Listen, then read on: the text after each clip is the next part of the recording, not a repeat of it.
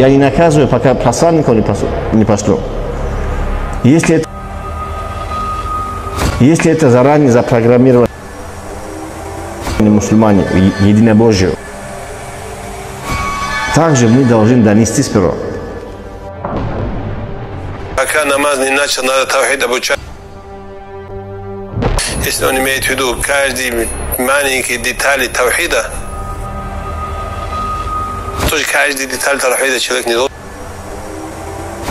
должен обучать.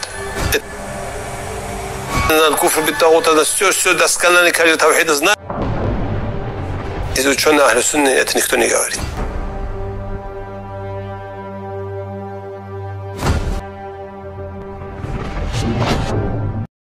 Я не наказываю, пока посланников не пошлю. Если это заранее запрограммированы мусульмане, единобожие, если они ширк делали, Аллах хотел наказать, зачем он посланников послал? Также мы должны донести сперва, убрать их шубха, потом обвинять. И если ты после этого даже не обвинишь, Аллах тебя за это не спросит. Это не те вопросы, которые задаются в могиле, мы сказали. Алхамдулилля, Устаз. Устаз, я бы хотел просто, если вы можете, да, если кто-то здесь на русском не знает, пусть на таджикском вопрос задают, а вы на русском ответите, если так, вариант оптимальный, если можно будет.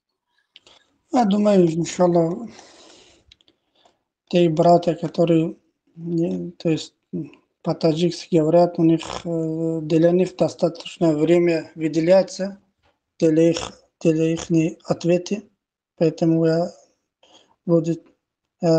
думаю, что будет некрасиво соответствие те братья, которые только по-русски разговаривают.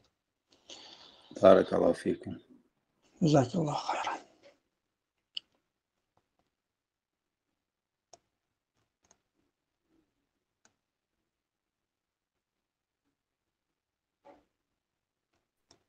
Ассаламу алейкум варахматуллахи.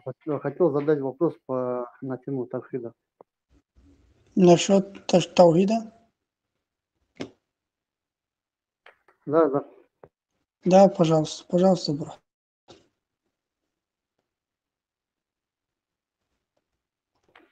Хотел я спросить, тавхид – это ислам, шахада, да, который мы произносим, первый столб ислама, куфр бит-тагут, в отречении от всех видов тагута. И я почему, это тема, которую здесь на уроке говорили, просто когда эта тему произносишь, что это главное, да, если человек не понял ее, то весь ислам его является недействительным. Многие называют, что это хариджизмом, что это только хавариджи, эту тему поднимают, якобы это неправильно. И в другой момент такой вопрос, что ученые, которые они называют Саудией, привязывают чуть ли не вся религия строится на них и спрашивают, есть ли у нас ученые, которые именно то, что мы говорим, что основа там тавхид, призыв всех пророков, да, религия Аллаха. И просто постоянно игра слов идет у них, что у нас есть ученые, у вас там никого нет, вы джахили, и постоянно на эту тему у них никаких доказательств нету, только фатвы ученых, слепой таклид делают своим ученым и якобы называют, таких как я, мувахидов, что мы джахили, мы говорим Коран и Сунна, и за ученым не следуем. И на эту тему много бывает таких споров здесь. Хотел спросить, чтобы поправили меня, более уточнили по этому вопросу. Баракаллаху фикум, брат Абу Исмаил. Да, вы правильно говорите, нас обвинили раньше. Баракаллаху фикум.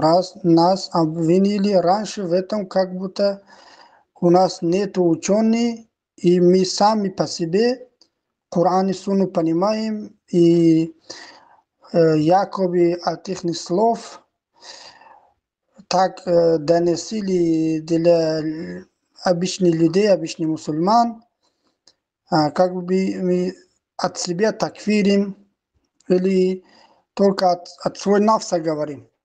Но со временем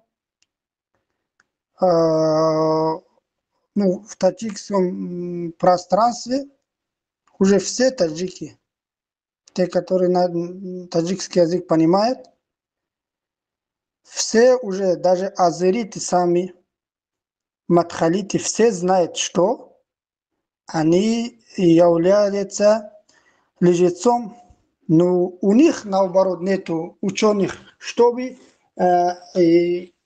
поддерживали. То есть вот это акида джахмизма, акида джирджиситов, что те, которые говорят, что якобы, то есть совершающий ширк оправдывается по невежеству. Они раньше и до сих пор тоже приписывают для ученых. Например, приписывают к кому? К Ибн Базу, например, или шейх Мухаммад ибн Абдул-Вахаб, шейх Ислам ибн Таймия, рахимахуллах, они наговаривают на них. Они наговаривают. У них нет ни одного доказательства, чтобы сказали, что шейх Ислам Мухаммад ибн Абдул-Вахаб или ибн Таймия, рахимахуллах, являлись те, которые оправдывали по невежеству. Они поначалу так говорили, альхамдулилля. Сейчас мы бросаем вызов на любой эти джахмити, те, которые убивают мусульман под предлогом хаваридж, они убивают мусульман, сдают в тагутам. Мы призываем их сейчас между нами, между них Коран и Сунна и понимание салафи салих. Мы десятки иджма переводим и перевели машайхи в том, что ученые единогласны в том, что никто не оправдывается по невежеству. Тот, кто совершает ширкуль акбару захир, ва куфруль акбару захир, является мушриком. Альхамдулиллах. Но эти джахмитские взгляды, от кого брали? Вот эти, например, Абу Усман аль-Джаузи, Абу Исмаил аль-Руси, аль-Яхуди, аль-Хабис, его подобными. Наоборот, они взяли вот это джахмитский взгляд, джахмитские понятия от Сулеймана, от Рухайли, от Раби Хади Мадхали и другие подобные им, которые служат тагутам Саудия. Или, баракаллаху фикум, или сами от себя они приписывали вот это оправдание по невежеству к шейху Ислам Мухаммад ибн Абдул-Вахабу и Ибн Таймию, рахимахуллах. А вот сейчас, вот даже в арабском пространстве, после как эта тема поднимался, ученые Ахли Сунна валь Джамаа закрыли их рты, даже вот это арабским ученым, которые являются азеритами, сейчас они наоборот говорят, что шейху Ислам ибн Таймия, рахмаллах, и он чуть-чуть гулув делает и так далее. Например, это слово говорит Мустафа Адави. Это джахмит. Глава джахмитов сейчас в баракаллаху фикум в Мисре. И так далее. Альхамдулилlah, брат. Поэтому то, что они говорят, уже многие люди и мусульмане потихонечку понимают, что эти враги Аллаха обманывают мусульман. Они хотят, чтобы мы не говорили кафир, который совершает ширк. Почему они говорят, основной их смотришь, у них в акиде, у них самому в акиде есть куфра и ширка. Они сами не отрицали тагутов. Эти сейчас мадхалиты, эти азериты, основной у них, смотрите, они сами не отвергают тагутов. Почему? Потому что их акида в мас'алату такфир является джахмитским акида. Баракаллаху фикум. Баракаллаху фик, шейх. Вот я вот хотел спросить, да, вот просто дело в том, что они говорят, что мясо ученых отравлено, но в тот же момент дозволяет выборы в митингах и как бы в партии создавать, вот, стать тагутом и так далее. И когда говорят, что это противоречит вот религии Аллаха, они говорят, ученые, они лучше знают, в этом используют, что для мусульман и через партии, типа шариат можно распространять. И якобы, если даже ученый ошибся, он получит одну награду. Но в тот же момент, кто поднимает эту тему, они их такфирят, называют, что они хаваридж, сдают их. То есть и мясо ученых Ахли Сунна, вот, которые на Коране и Сунне, они, их мясо не отравлено для них, они их называют хавариджами, их можно давать. Вот такая тема идет. И они спокойно такфирят, как хавариджи, но в основе своей в оттуда они явные крайние мурджиты. Вот. И также и джахмиз идет, у них это, их очень много стало вот, в России, в разных местах. И их да, вот распространяется сильно, потому что их защищает, помогает агуты. И поэтому ученые, иншаллах, хотя бы как-то в книгах, да, вот, и как уроки, чтобы давали опровержение вот этим. Я их называю, что они враги Аллаха. Вот для меня они такие вот. Там такая большая смута идет. После я вкратце, там очень много тем есть. Вот. Да, брат, это много темы, они поднимают, как будто они что-то знают, что-то большие темы поднимают. То, что они поднимают, все шубха. Они сами себе не могут отвечать на это шубха. Просто всегда через шубху что делает? Для людей как будто показывает, что вот это их джахмитский взгляд, это является что? Истина. Вы правильно говорили. Они, ученые про них говорят, что они по отношению к мушрикам, они джахмиты. А по отношению к мусульманам, они являются хавариджами. Нас они ненавидят. И баруат делят с нами. И говорят, что вы клябу нар, вас везде надо убивать. И поэтому я говорю, что и другие машайхи тут говорят, что вот эти настоящие убийцы мусульман являются азериты. Азериты убивают мусульман за то, что мусульмане говорят, что тот, кто совершает ширк, тот кафир. Тот, кто не судит по закону Аллаха, тот, кто судит по демократическим, вот это, баракаллаху фикум, законами управляет государство, тот является кафиром. Они говорят, что вы вот так говорите, поэтому вы являетесь килабун нар. За что говорят нас так? И за что тагутам сдает? Потому что мы отвергали тагутов. Защищая тагутов.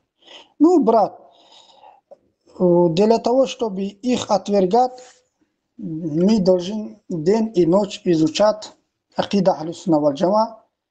На основе акида Ахли Сунна валь Джама их шубухат отвергать и для людей, простолюдины мусульман объяснять в том, что будьте осторожны, они с одеждой мусульман, с одеждой талиб или ученый вас вводят куда? В заблуждение. Вас делает враги Аллаха. Тот, кто не отвергает тагута, тот является врагом Аллаха. Потому что он поклоняется помимо Аллаха. Баракаллаху фикум.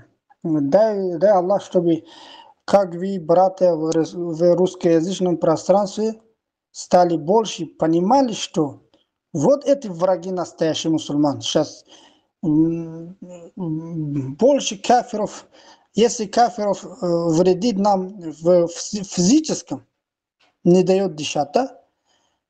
А эти современные джахмиты, азериты, они что делают, брат? Навредит мусульман со стороны акида.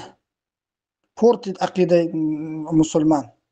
Убеждение мусульмана портит, и такое убеждение дает, что якобы тагуты мусульмане, якобы те, которые убивают мусульман, являются мусульманами. В последнем, может быть, некоторые простолюдины спрашиваешь, кто враг, кто твой, баракаллаху фикум, твой друг, уже не может отличаться. Потому что эти азериты, эти, те, которые защищают тагутов, ради них день и ночь наговаривают на ученых, наговаривают на мусульман, они для простолюдины такие понятия дали, как будто эти враги Аллаха, эти тагуты, это цепи тагутов, его армия является истинными мусульманами. И те, которые нет знания, говорят, что вот они помогают мусульманам. Например, про Эрдоган. Эрдоган день и ночь убивает мусульман, помогает врагам Аллаха. Но эти лжецы, эти враги Аллаха так показывали, что якобы Эрдоган защитник мусульман. Ни один эти лжецы, враги Аллаха, не может привести далиль в том, что где-то Эрдоган помогал мусульманам. Нигде не помогал. Потому что кто отвергает Эрдогана, разве их оставляет или закрывает? Закрывает. Отвергать Эрдогана, подобие Эрдогана, это является ля иляха. Сначала мы сначала мы должны отвергать тагутов. И потом уверовать в Аллаха. Если мы тагутов не отвергаем, мы не можем быть мусульманами. Баракаллаху фикум. Фикум, баракаллах, да, брат, я скажу, я сам с Кавказа, несколько случаев, которые я сам слышал, и те, которые близкие были, вот братья, которые вели диспут, просто говорили тавхид, то, что есть в Коране и в Сунне, вот просто был диспут с этими мурджитами, которые поддерживают там Саудовскую Аравию, комитет ученых во главе Фавзана. И просто был такой диспут. После этого не проходил месяц, и братьев убивали. Вот. Кто там находился. Таких было немало случаев. И братьев много есть. И после этого соблюдать именно с этими мурджитами, которые якобы на словах говорят, что они за тавхид, за религию Аллаха, они очень грамотно, хитро сдают. И потом говорят, что мы этого не делали, мы ни при чем. А доказательства все против них. Поэтому на Кавказе такое тяжелое положение. Сдают сами же, так называемые мусульмане, они в первую очередь сдают. И ФСБ там, и другие там, спецслужбы, они их очень сильно поддерживают. Почему ФСБ поддерживает? Потому что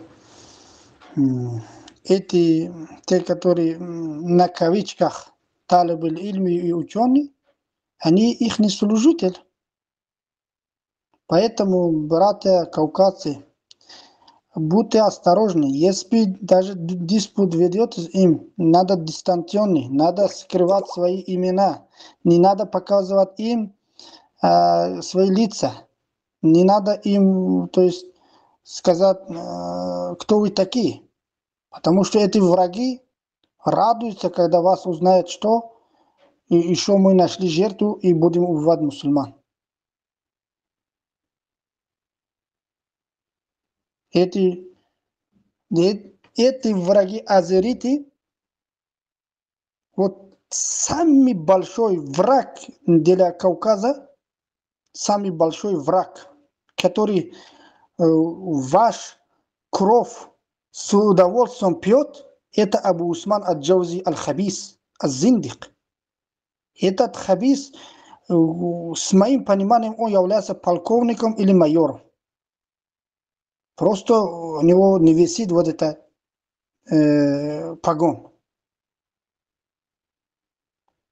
Ну, как я удивляюсь, те, которые братья, или те, которые приписывают себе к исламу, такого врага слушает и поддерживает. Как не понимаете, он, Абу Усман аль-Джаузи аль-Хабис, Абу Исмаил аль-Руси аль-Яхуди, эти поддерживают, кого поддерживают? Те, которые убивали и до сих пор убивают. Убивали ваши дедушки, бабушки, ваши потомки убивали, ваши сыновей убивали, ваши жены и матери убивали, до сих пор убивают. А эти, Абу Исмаил аль-Руси, аль-Хабис, аль-Наджас и его братуха Абу Усман аль-Джаузи аль-Хабис поддерживает. Как можно так? Что случилось с вами, что вы не можете отличаться врага от друга?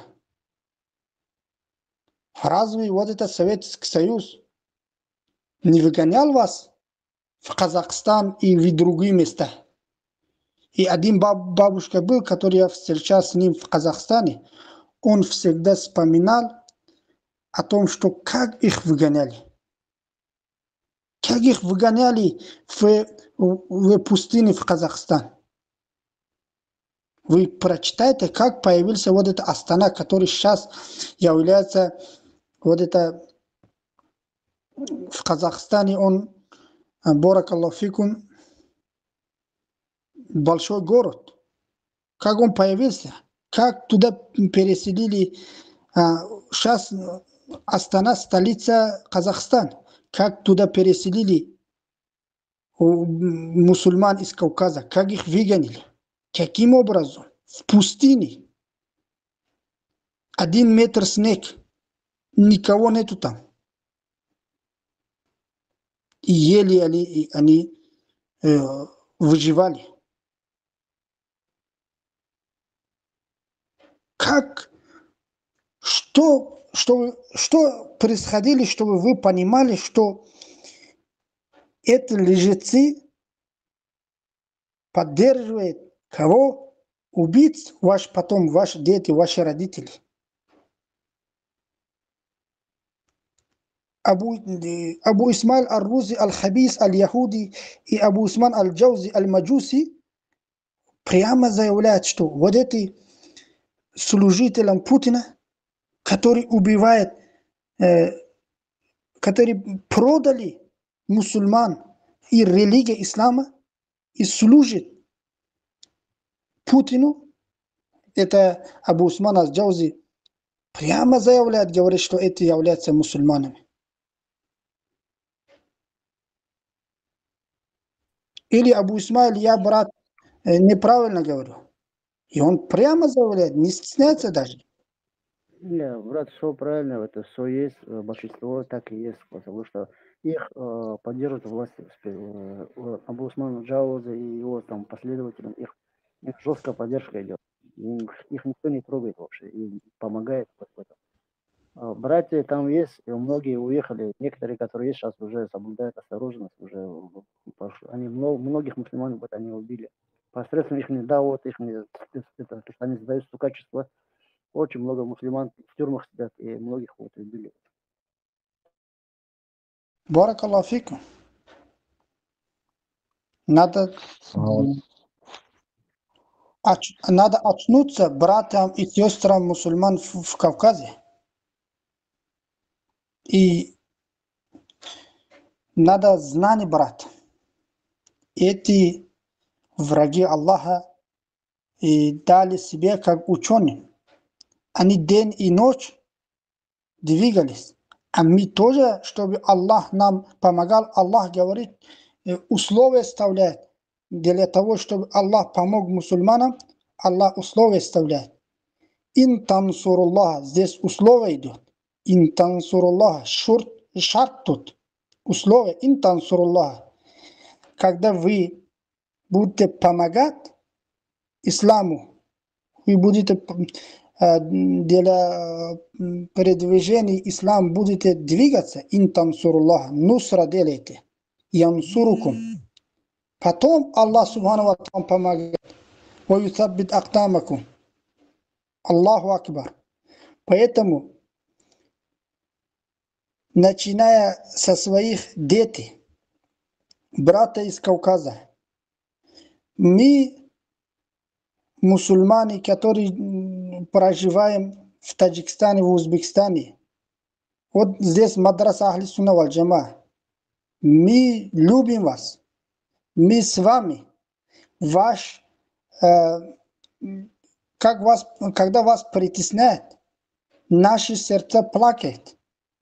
Мы тоже, как вы, сейчас бессильны. Ну, вы можете привести свои дети от 7 лет до 18 лет. И вы сами тоже можете приходить с нами изучать основу религии Аллаха. И то же самое, можете привести свои сестры, жены, дочера. Тут и сестры тоже день и ночь работают в том, что изучать религию. Сейчас такой мадраса, я думаю, что и даже в Мисре, и даже в Саудии не найдут. Потому что здесь, альхамдулилля, машайхи, учителя и учительницы изучают акида Ахли Сунна валь Джама в соответствии с Коран и Сунна и с пониманием, баракаллаху фикум, с пониманием салафу салих. Приведите, пожалуйста. Нам без разницы, он будет говорить по-русски, и мы будем разговаривать по-русски. Никогда вы заходите к урокам брата и сестры, никогда мы не говорили, что кто-то говорит, что по-русски, мы не говорили, что ты разговаривай по-таджикски. Наоборот, мы поддерживали и говорим, и будем говорить, что если тебе так удобно говорить по-русски, говори по-русски. Мы будем слушать, мы будем помогать. Самое главное, изучаем. Мы, мусульмане, как один рука должны были. И были мусульмане, как один рука. Ну, появились эти мурджиты, хавариджи, эти враги Аллаха. И что сделали между мусульманами? Смута сделали. Вот эти мурджиты, вот эти азариты являются смутьяном. Чтобы ваши дети потом не сказали, когда выросли, и принимая акида этих шайтанов, вас не говорили, что мой отец и мой мама был в том, в чем в заблуждении, не говорили. Для этого должен, что вы привели свои дети сюда, к нам. Валлахи, мы между русским, не русским, арабом, не арабом отличия не делаем, валлахи. Мы к этому призываем. Мы к чему призываем? Мы говорим, что между арабом, не арабом нету отличия. Илля муттакун, те, которые богобоязненны. Давайте друг другу поддерживаем. Иншаллах, сюда приведите свои дети. Мы будем изучать ла илляха илляллах им. Мы будем изучать им хадисы. Мы будем изучать основу религии. Мы на это рады. Мы радуемся. Уже наши дети тоже, они, половина из них по-русски разговаривают. Баракаллаху фикум. Кто-то, пожалуйста, брат, говорите. Ассаламу алейкум рахматуллахи баракату. Валейкум ассалам рахматуллахи баракату. Слышно, да, брат? Да, слышно, пожалуйста, брат. Вот вопрос был у меня вот по поводу джахмизма. Можешь его немножко раскрыть, это понятие? Я как понимаю, это общее понятие всех вот муджитских этих ныне существующих сект, да, под одним понятием как бы сведены. Можешь немножко пошире просто, когда, многие братья, когда джахмиз говорят, они требуют узкого понимания вот этого джахмизма. Вот как, откуда оно начало вообще и как нынешние джахмиты, они насколько подходят тем первым джахмитам. Или под этим джахмизмом подразумеваются все вот эти мурджитского толка течения. Вот этот вопрос вот волнует немножко. Барак Аллах фикум. Баракаллах. Хороший вопрос. Баракаллах. Смотрите.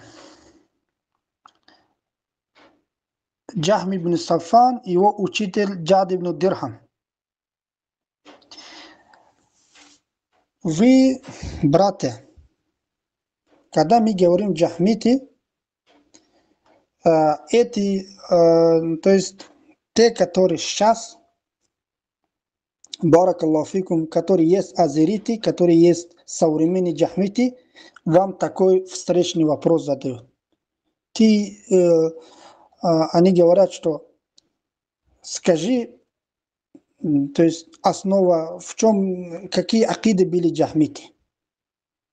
И говорят, что, например, говорит, что баракаллаху фикум, джахмиты говорили, что Аллах не над аршем, Аллах везде. И эти азериты говорят, что мы говорим, что Аллах над аршем.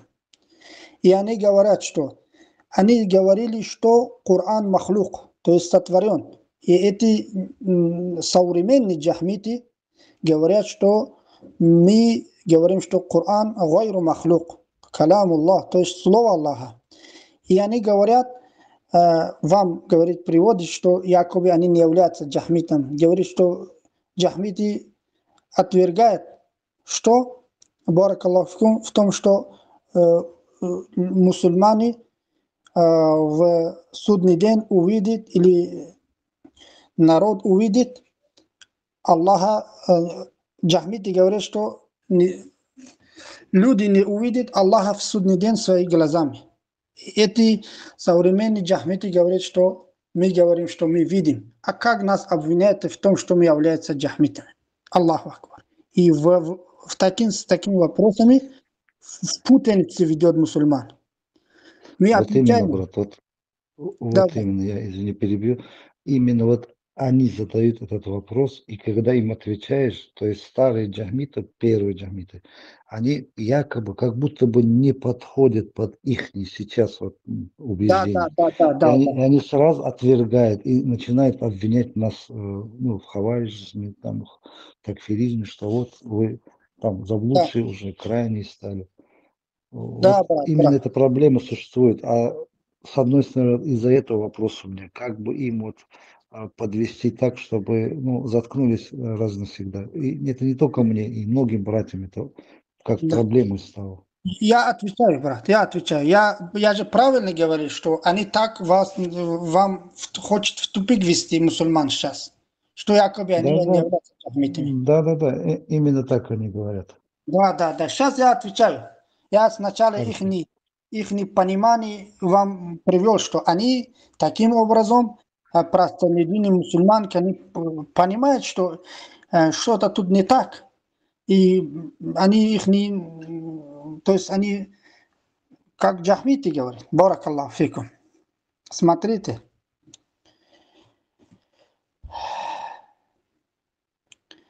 В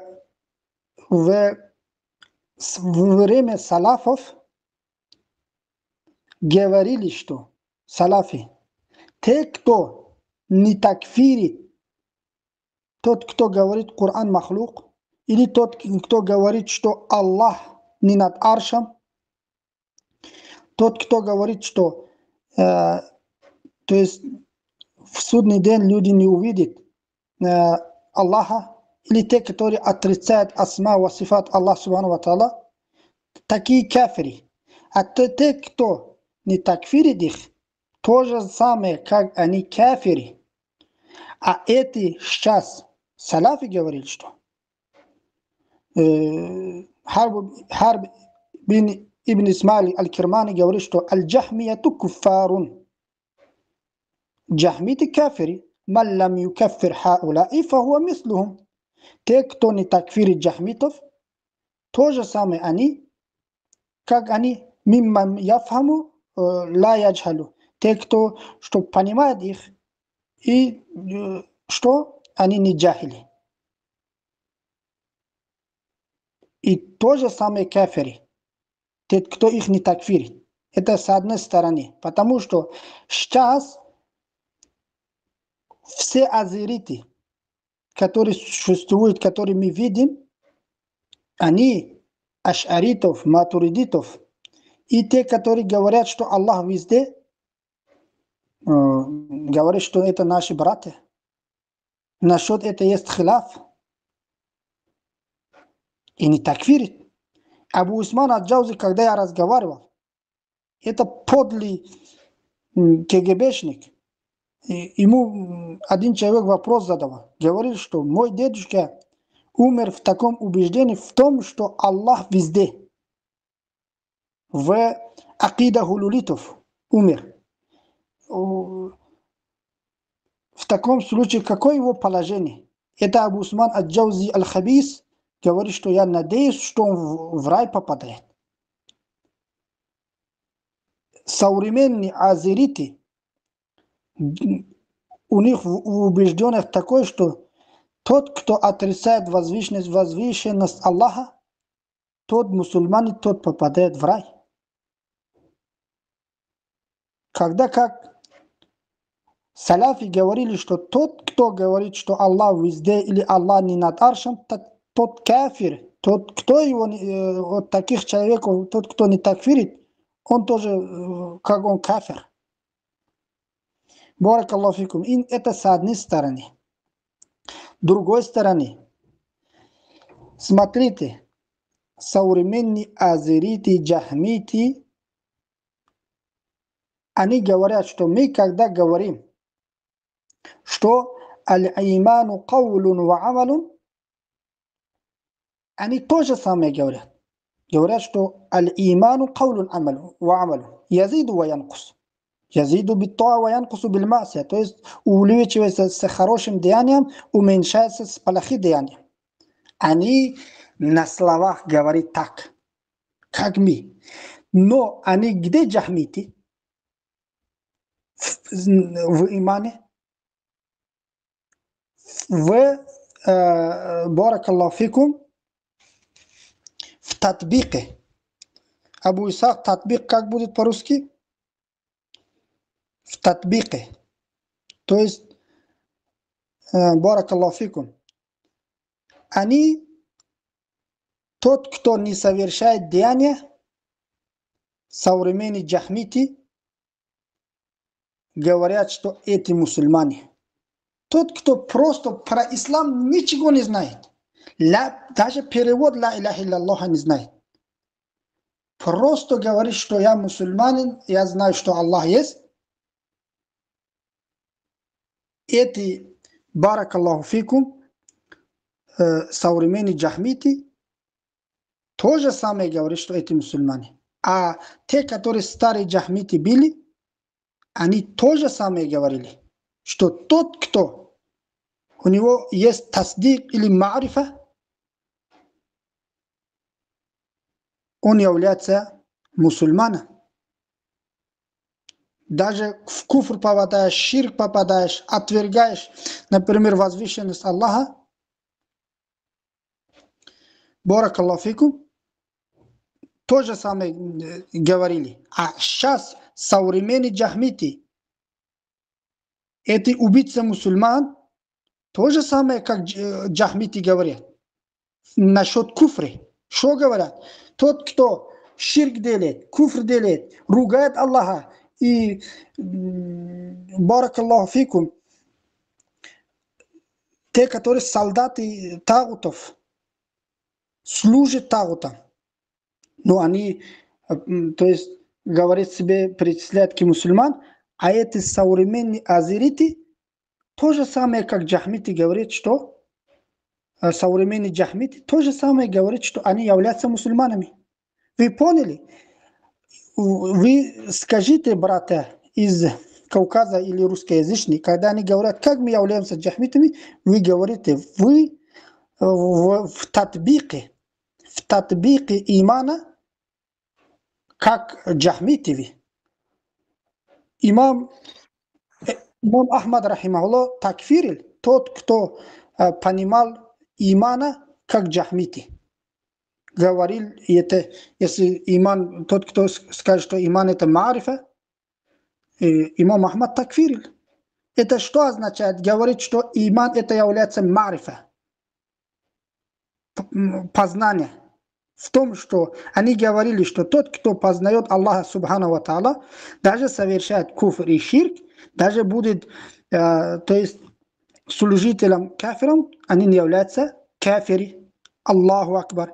Разве то же самое эти современные джахмиты не говорят? То же самое Абу Исмаил Ар-Руси, Абу Исман Ад-Джаузи и подобные их, десятки подобных, Шамиль, который только что вышел. И Сирадж Абу Талха, это новенький. Это новенький враг Аллаха. Но он вот так улыбается, когда врет. Когда тагутов, мушриков говорит, что мусульмане улыбаются, радуются. И второй, его вот это такой толстый. Он тоже себе причисляет к этому, к салафизм. И он то же самое. То же самое. Как его зовут был, я забыл его зовут. Он толстенький такой сидит. И он тоже говорит мусульман. Те, которые совершают ширк и куфр, говорит мусульман.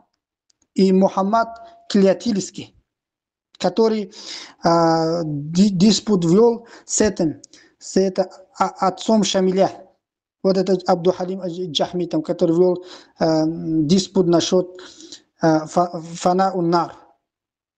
То есть исчезновение ада.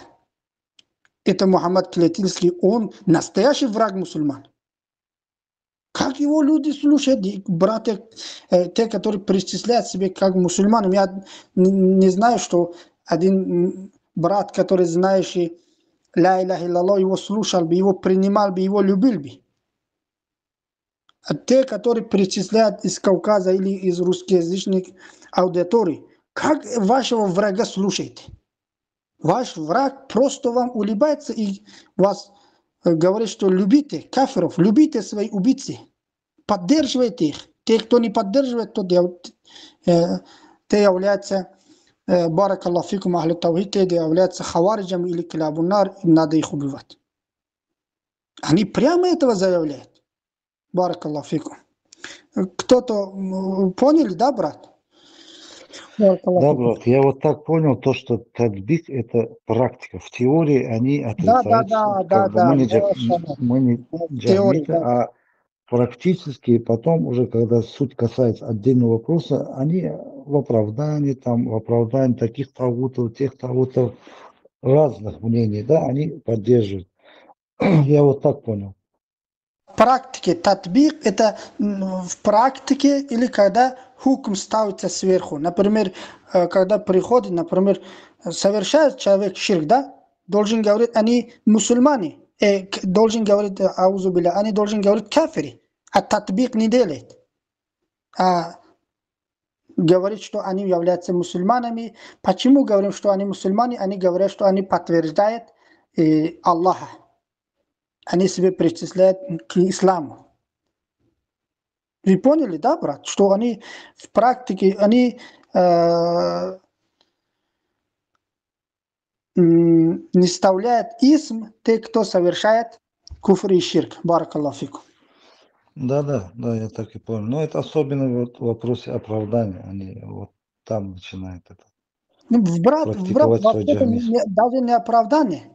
Даже тагутов. Те, которые тагуты, не судят по закону Аллаха. Все харама сделали халал. Они не говорят, что они кафири. Они насчет оправдания как будто вам тоже врет. Например, говорит, что мы после донесения худжи потом будем такфирить. Так говорят, правильно? После, когда ведем до них худжа, тогда такфирим говорят, правильно?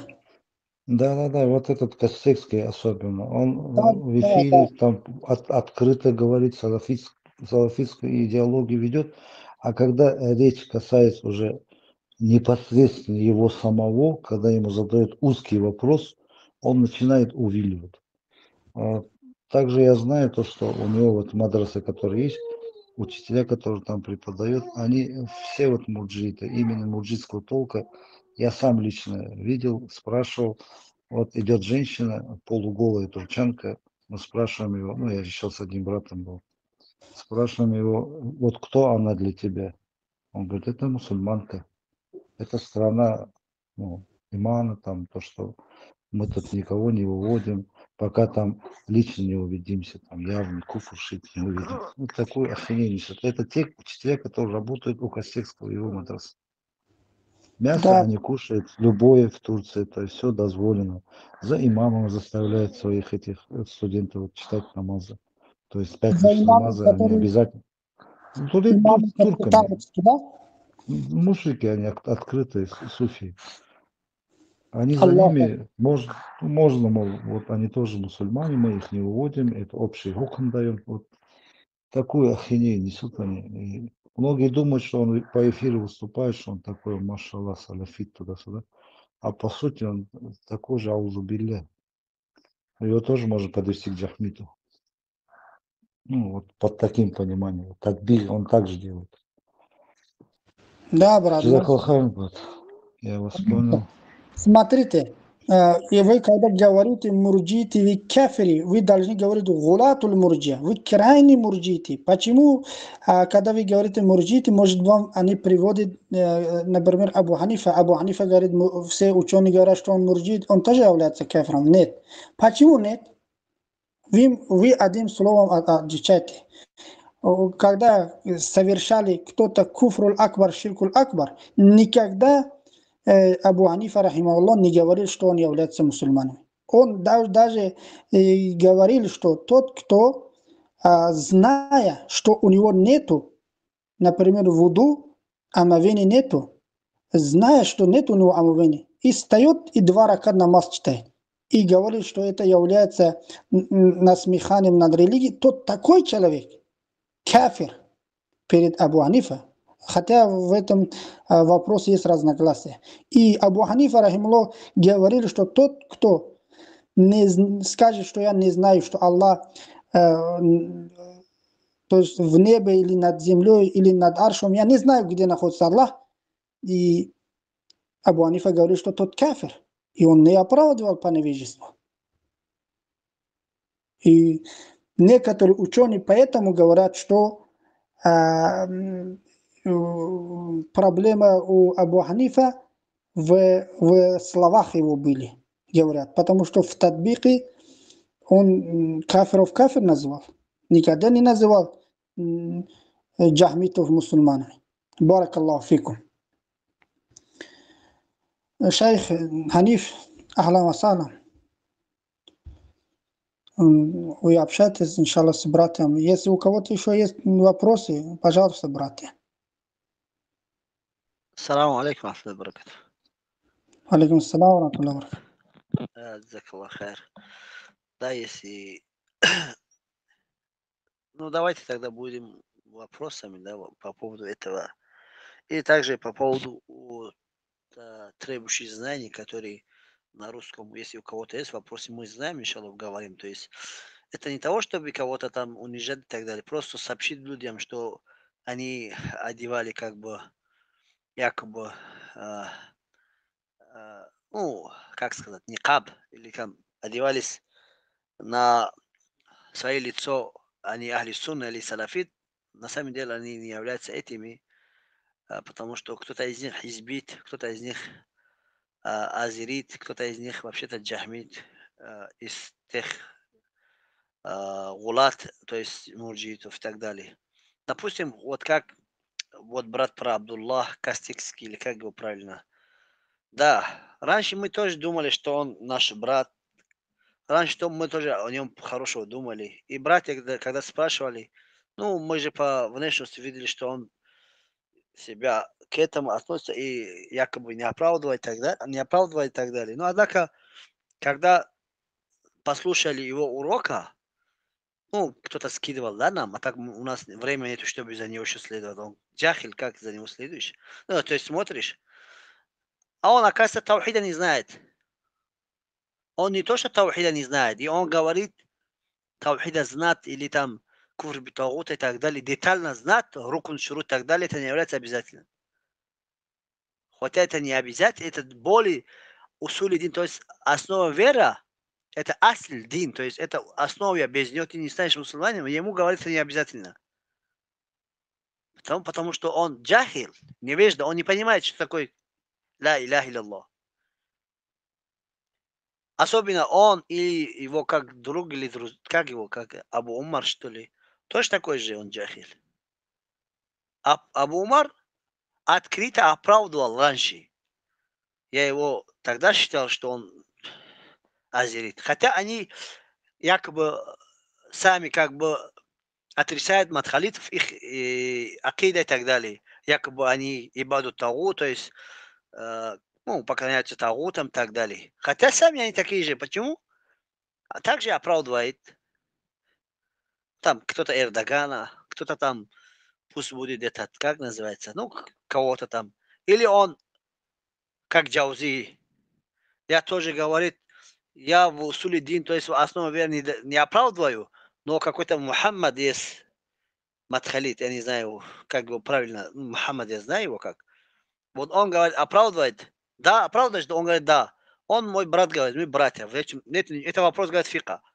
То есть для этого джахиля Джаузия такфир мушрик и бараат, и с ними как относиться, полностью имею в виду, как его считать мусульмане, это нормально говорить. Говорят, я считаю их кафирами, но он мусульманин. Но с нами нету, говорит, проблема, он мой брат. Конечно, у вас нет проблемы, потому что вы оба, у вас нет таухида, нету. Когда таухида нету, вы оба в ширке, куфре. Да вы братья. Вы братья в своем куфре ширке. Он оправдывает мушрика за то, что он джахиль, то есть типа не знающий, или мукаллид, или так далее, в вопросе усули дин, основы веры, то есть в вопросе куфру ширка большой, явный куфр ширк. Он это нормально считает. А ты, зная, что он считает лжецами Аллаха и пророка, куфр такзиб, то есть ты его говоришь, он мой брат, или Абдулла Кастекский. За любой мушрик он прямо намаз читает. Конечно, намаз читает это здесь то есть это есть разнесение есть. Но он зная, тоже один брат из талиб-ильмов там был раньше с ними, как бы вы его не знаете, но некоторые братьев знают. Он говорит, мы подошли к Абдуллаха, сказали, что скажешь про этот кубрит, который в этом есть, в Турции. Конечно, это может быть, кто-то говорит, это не довод, не доказательство. Я просто то, что я от этого брата я слышал. Он говорит, нормально, говорит, я сам читаю за ними. За это кубурит, за это суфисты, которые поклоняются вот этим, кто-то свои устаза, кто-то там могилу и так далее, он в этом вопросе не видит ничего. Потому что у него нету таухида. Он не видит ничего, потому что ему нормально это. Для этого нужно. Брат Таухид у него есть, он знает это все. Просто дело в том, что тут дело страстей, нафса. Уехал туда, смотри. обустроился, Вот сейчас вы тоже неправы. безопасность, все есть у него. Все есть у него, поэтому Таухид. он будет говорить то, что от него требует. Смотри. Хитрит вы сейчас неправы. Почему? Вы должны сказать, что таухида он выучил, но на практике у него нету. А так взять его таухида нету. Если таухид был бы, он был против куфра ширка. Да, брат, я это имею в виду. Он знает таухид. Да, вот скажите так, сам правильно скажите. Да, скажите правильно, да. чтобы, да, потому что сейчас вы говорите, что у него есть таухид. Если был бы таухид, как знание. Да. Таухид То как есть знание. У нас сейчас люди разделяются, да, если посмотреть, кто-то таухида вообще не знает, что такое таухид, что такое ла иляха илляллах. Это другой вопрос. Кто не знает его смысл, тогда по него не живет, хоть он себя считает мусульманин, он не мусульманин. Но кто-то выучит, как Мадхалити, как вот это Абдуллах. То есть наизусть, может быть, что-то знает. Может быть, он знает, то есть, но на практика нету. На действия нету. Да, говорит, что тагуты разделяются. Ну, сами большие тагуты это 5, считает их и так далее. Но когда касается именно человека, который он перед глазами стоит тагут, он видит этого, он не так видит его. Почему? Потому что у него нету, действительно тавхида нету. Нету куфри бит тагута. Нету сифат куфри бит тагута. Нету такфир мушриков. Нету так куфр, то есть выводение, ну как правильно в тагуту, то есть почему? Потому что они, никто из них никогда мы не видели, сколько лет их, чтобы урок сделали, как ученые Ахли Сунна делают. Они просто разделяют тавхид, говорит, арубубият, улухият, асма сифат. Все, пошел дальше. И тонкость этого детально они не могут говорить. И сами не знают, и других не могут учить. Потому что они не учились так детально. Поэтому они считают, что если кто-то детально тавхида говорит куфр битагут, такфир мушрикин, бараат им, и от этого куфра ширка, и ахли куфра ширка, то есть кто совершает куфр ширк, от них, то есть бараат делает их такфир, для них это детально, они сами туда не заходят. Если кто-то требует этого, ты хараджит или как правильно на русском? Хаварич, то есть, ну, хараджит. Тебя сразу раз и называют этими. Почему? Потому что они сами не вошли в ислам как правильно. Они не вошли в исламе как правильно, как нужно, как положено. Они что? Они взяли сверху. Сверху просто выучили. Поэтому ваш вопрос, если вы имеете в виду, они выучили, но на практике нету, они действиями не показывают, у них нету куфр бит тагута, такфир мушрикин и бара и так далее, то вы правы, в этом вопросе мы с вами согласны. Джазакаллах хайр. Но если у вас такое понятно, что у кого-то тавхид есть, и он еще оправдывает мушрика, за ними говорит, с ними намаз читает, у них нету бараат, то это такой же акида джахмит. Конечно, я вас не называю джахмит и так далее, просто говорю, нужно знать этого тонкости. Нет, я, брат, как раз таки первый имею в виду. Я неправильно выразился, сказал, что у него Баракаллах есть фик. таухид. У него есть таухид в знании, но он не следует ему. Он хитрит, Информация, да, оправдывает. как информационный, короче, у них, как Да, информация. он учился все-таки человек, да, он сколько-то лет потратил. И я знаю, что он в начале, когда был молодой студентом, он был с муджахидами, там, то есть на Кавказе, он знал многих, то есть был на правильной акиде, даже так говорят про него, ну, знавшие его раньше. Я от такого человека слышал.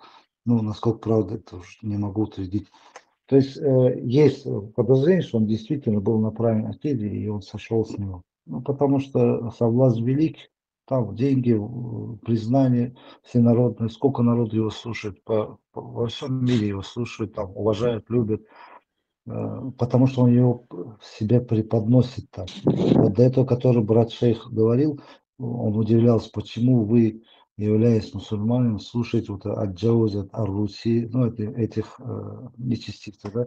Почему вы их слушаете? То есть они красиво говорят, вот ответ, они заблуждают, заманивают, соблазняют вот именно своими вот этими речами, колдовством, можно сказать, да, по хадису. То есть настолько они Да. вот преподносят его грамотно якобы, да, и ну, человек, который, многие у нас как в ислам приходят, долго не изучают его, основы не изучают, поэтому различать не могут они. То есть общей массы, они хоть и мусульмане, но нету авам они, этого нет у них, как его, ну, джахили, нету своего, как бы, анализировать вот все эти слова, сравнивать там, именно с основами и размышлять. Вот этого нету у многих братьев и сестер. И поэтому они легко покупаются на такие речи. Баракаллаху фикум, брат, мы вас слышали, услышали, и ваше мнение тоже нужно нам делать, потому что вы и на русском хорошо говорите, ну, имею в виду, знаете, на русском слушаете.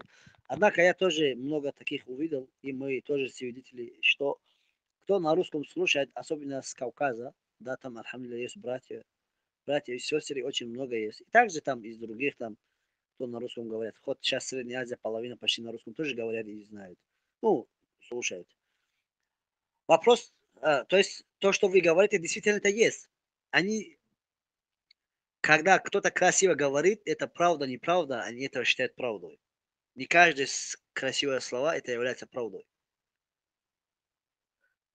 Поэтому они, то есть призвать на пути Аллаха биль хикмати валь мавицат хасана, то есть с мудростью и красивым речем, это не значит, что ты людей обманывал и говорил неправду красивым речем и какие-то стихи, как, допустим, на персидском, кто призывает, они стихи читают так красиво, призывает к куфру, к могилу, к своим устазам, но читает так красиво стихи и так красиво говорит, как будто это истиной. Поэтому не каждый красивые слова является истиной. Хараджити тоже красиво говорили, как в хадисе написано, что они красиво говорят. Или Коран читают. Или также далеко не уходим. Два хадиса есть по поводу, что красивая речь является, то есть, что? Является колдовство. Почему? Это не значит, что каждый, кто красиво говорил. Пророк сам красиво говорил. И Дауд, алейхиссалам, в Коране, то есть говорится про него, красиво говорил и так далее. Есть очень много доводов. И как раз биль-хикмати валь-мавизи хасан, то есть с мудростью и красивой речь. Аллах сам говорит, призывайте на пути Аллаха с мудростью. Я не знаю, как на русском как бы. И то есть красивыми речами. Мавизи хасан. Но это не значит, что ты дозволяешь куфра, дозволяешь ширка, оправдывал мушрика. О, мой брат, он наш брат. Он просто по невежду или как, по джахлу, по невежде, как, не знаю, совершал куфр. Он оправдан. Так красиво говорит. И людей обманывать и призывать к куфру. Вот это люди не обращают внимания. Почему? Потому что они привыкли, особенно на русском языке, считают этого как бы культура, считают этого типа ислам.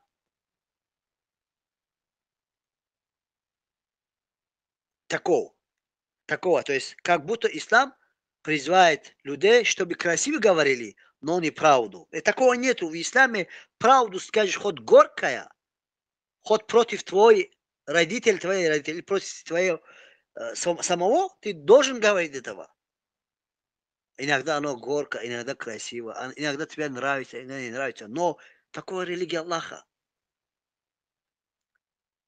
Истина говорится, хоть он горький или сладкий, или как бы, не знаю, как на русском правильно говорить. Поэтому, да, когда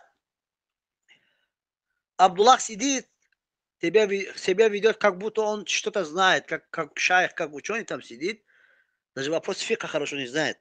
О чем вопрос задает ему, он просто что говорит, сам не понимает. Но что касается у него русский язык, такой же, как у нас, тоже не очень так, чтобы сказать, что он хорошо знает. Тоже как у нас проблема есть. То есть мы на языках не будем как бы смотреть, потому что это не наш язык и не его язык. Но однако людей обманывать, сидеть себя шайхом считать, ученым считать, талибилем считать и сидеть людей обманывать. Опять же сказать, что оставляйте вы суфизма, ну это куфр, суфизм, ширк, куфр, там бида и все есть. И призывать людей к каким-то там хизбизма или как хизбитам, течение хизбитов. Или позвать их Эрдогану служить. Считать, что он нормальный человек, как Джаузи и подобный. Я не видел за него куфр. Когда он сколько куфр ширк совершает, как дозволяет, сколько харама, халала. И также он сам является, по акиду он является кубурит, а так-то он еще атеист. Он судит по закону. Какой закон? Закон Аллаха разве? Аллах Субхану говорит, ауду билляхи минаш шайтани, валя юшрику фикум ахада. То есть Аллах не разрешает, чтобы в его хукм кого-то взять. Он не то, что кого-то берет, и сам судит. Это является куфр, ширк акбар. Кроме джахмити, мурджити, все знают.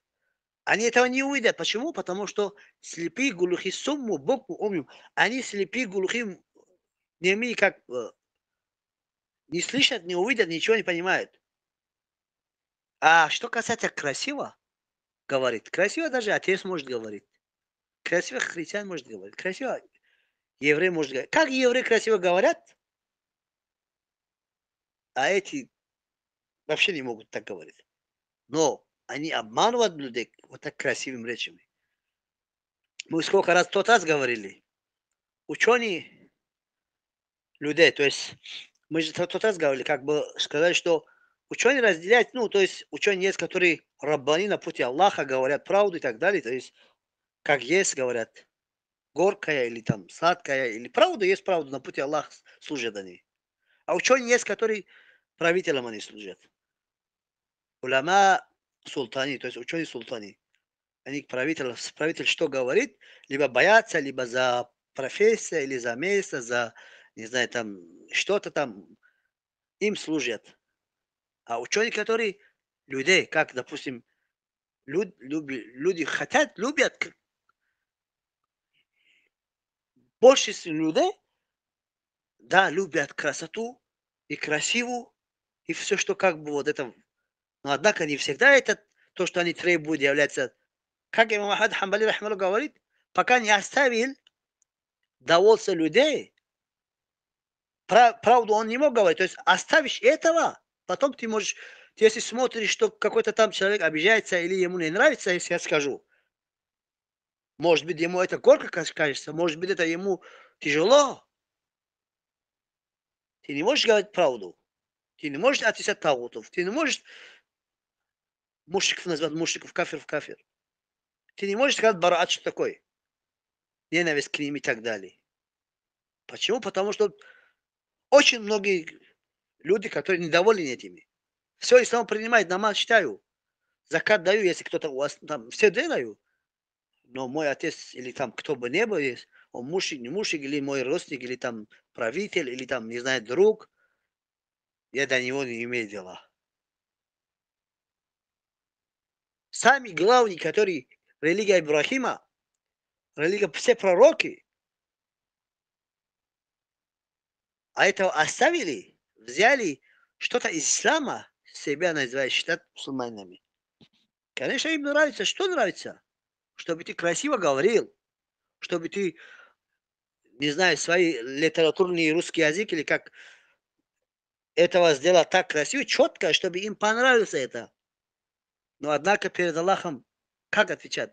Освобождая их, сам попадешь в харам и куфр и бида. Освобождая людей, которые хотят якобы, хоть ты не освобождаешь, просто думаешь, да? Думаешь, что сейчас я отвечаю, что это так, ну, допустим, как Абу Шухайб аль-Майдани, зиндик, мушрик.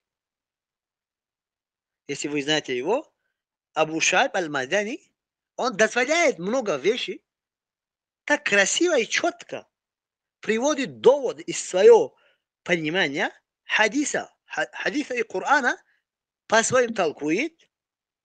Он смотрит слабых людей, им это не только толкует,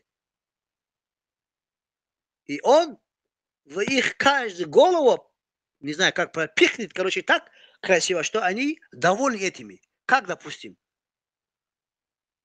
он увидит, что женщины слабые. О, женщины, вам не обязательно вы брови свои, то есть так оставили. Берите сверху, снизу узкий, там, не знаю, как это называется, то есть на русском. Ну, свои брови убирайте там, чуть-чуть узкий ставьте, так красиво был. Женщинам это нравится. Красота не запрещено. О, женщине, вам можно духи сепить, ну, на улице входить, это нормально. Женщинам это нравится, конечно. Особенно, кто на Кавказе живет, кто в Татарстане живет. Они не хотят этого. Хотят, чтобы, про всех не говорим, конечно, но обычный народ хотят, чтобы были красивые перед всеми. Однако они не знают, что есть запрещенный, есть дозволенный.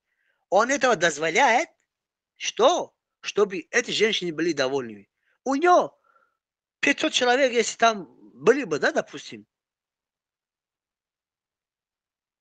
450 из них женщины, те женщины, которые любят украшаться и так далее. Или другой, допустим, он говорит, музыка дозволена. Все хадисы, все эти говорит, это не четко про музыку говорит. Это недостоверен какой-то там, то есть придумывает свои цепочки, считает себя мухаддисом и дозволяет этого музыку. Кто его не любит, из тех, которые кайфарики, которые любят всегда музыку слушать. Кто не любит этого такого шайха, который и ислама говорит, и дозволяет куфра, и ширка, и музыку, и харама тоже дозволяет. Кто и такого не любит? Кто из этих лицемерий, из этих слабых людей, которые шариата не знают, кто таких не любит? Конечно, они любят. Почему? Потому что ты мусульманин, у тебя нету греха. Ты музыку слушаешь, ты бровы свои там четко делаешь. Еще что? Ты можешь пойти в день рождения. Ты можешь пойти куда ты хочешь, там, не знаю, праздник и так далее. Ты можешь пойти. У тебя нету греха говорить. Это Абу Шайб, зиндик. Нормально это говорит? Брат, извиняюсь, я хотел насчет Абу Шайбы. Можно добавить слово? Дадите слово? Сейчас, минуточку, брат, я это говорю, потом извиняюсь. И он что говорит? Можно, говорит, пойти. Просто не пейте. Хотя просто говорит, манташа викан фауминху. Но он, ему это хадис не поможет, потому что у него другой, у него страсть есть, у него свои, как бы, мнения есть. Он говорит, все ученые, которые говорят, музыка харам, это мнение ученых, все иджма, салаф, это является, что говорит, ложью, он так говорит, да, некоторые видео мне скинули. У него нет в голову капли знания нету. Я не говорю про русский язык, если кто там правильно, то есть на русском языке, я еще раз говорю, мы тоже с проблемой своей, но у него нет шариатских знаний. Он не знает, что такое Коран, то есть он может быть по-своему толкует. Даже он себя считает мухаддисом, доктором. Я не знаю, он доктор чей. На каком это он сфере он доктор. Но он людей так обманывает. Сходи, говорит. Я в одном месте жил, там это было село. Все его слушали. Татары были. Это татары. Конечно, деление нации. Там были братья мусульмане, тоже были. Но там в основном его слушали.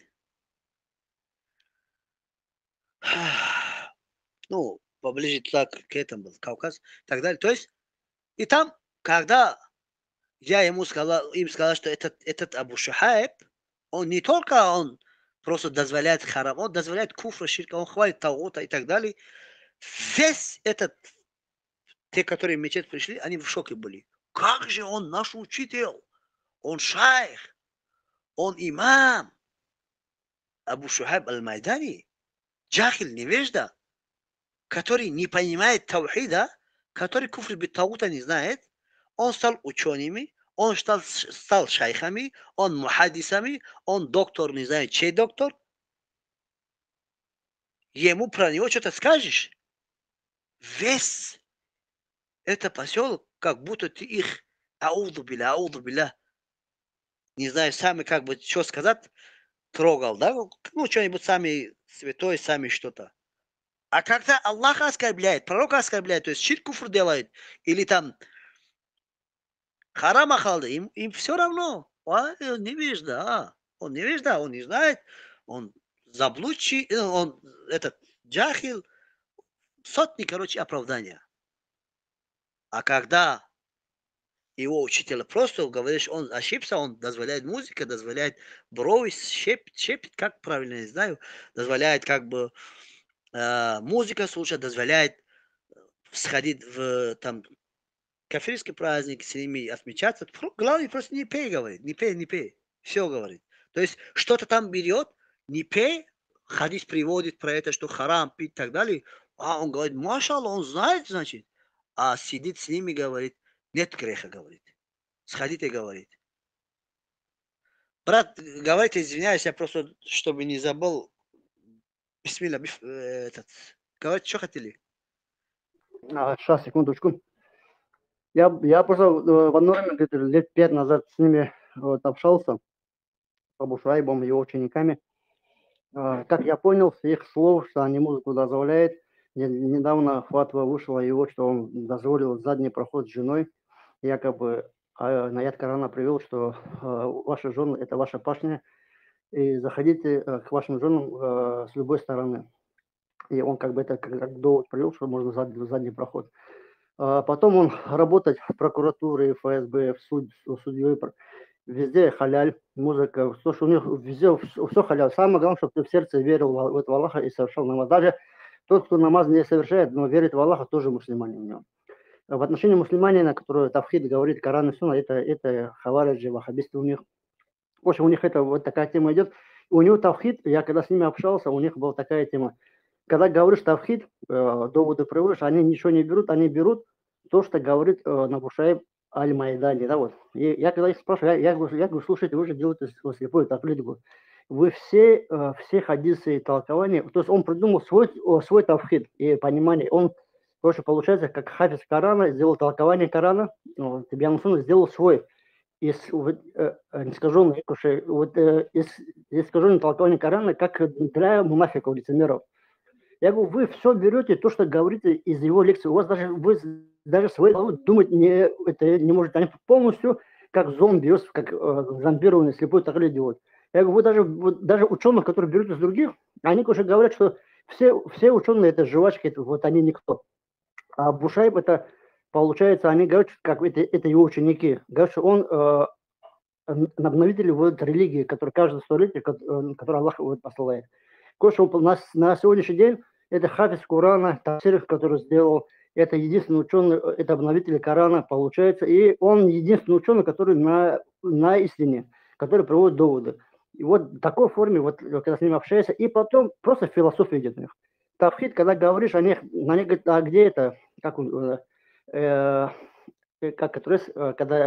аят не посылается, потому что они на них хадисы не все принимают. Даже он заявил, что Сахих Аль-Бухари в некоторых местах есть там неправильные, искаженные места.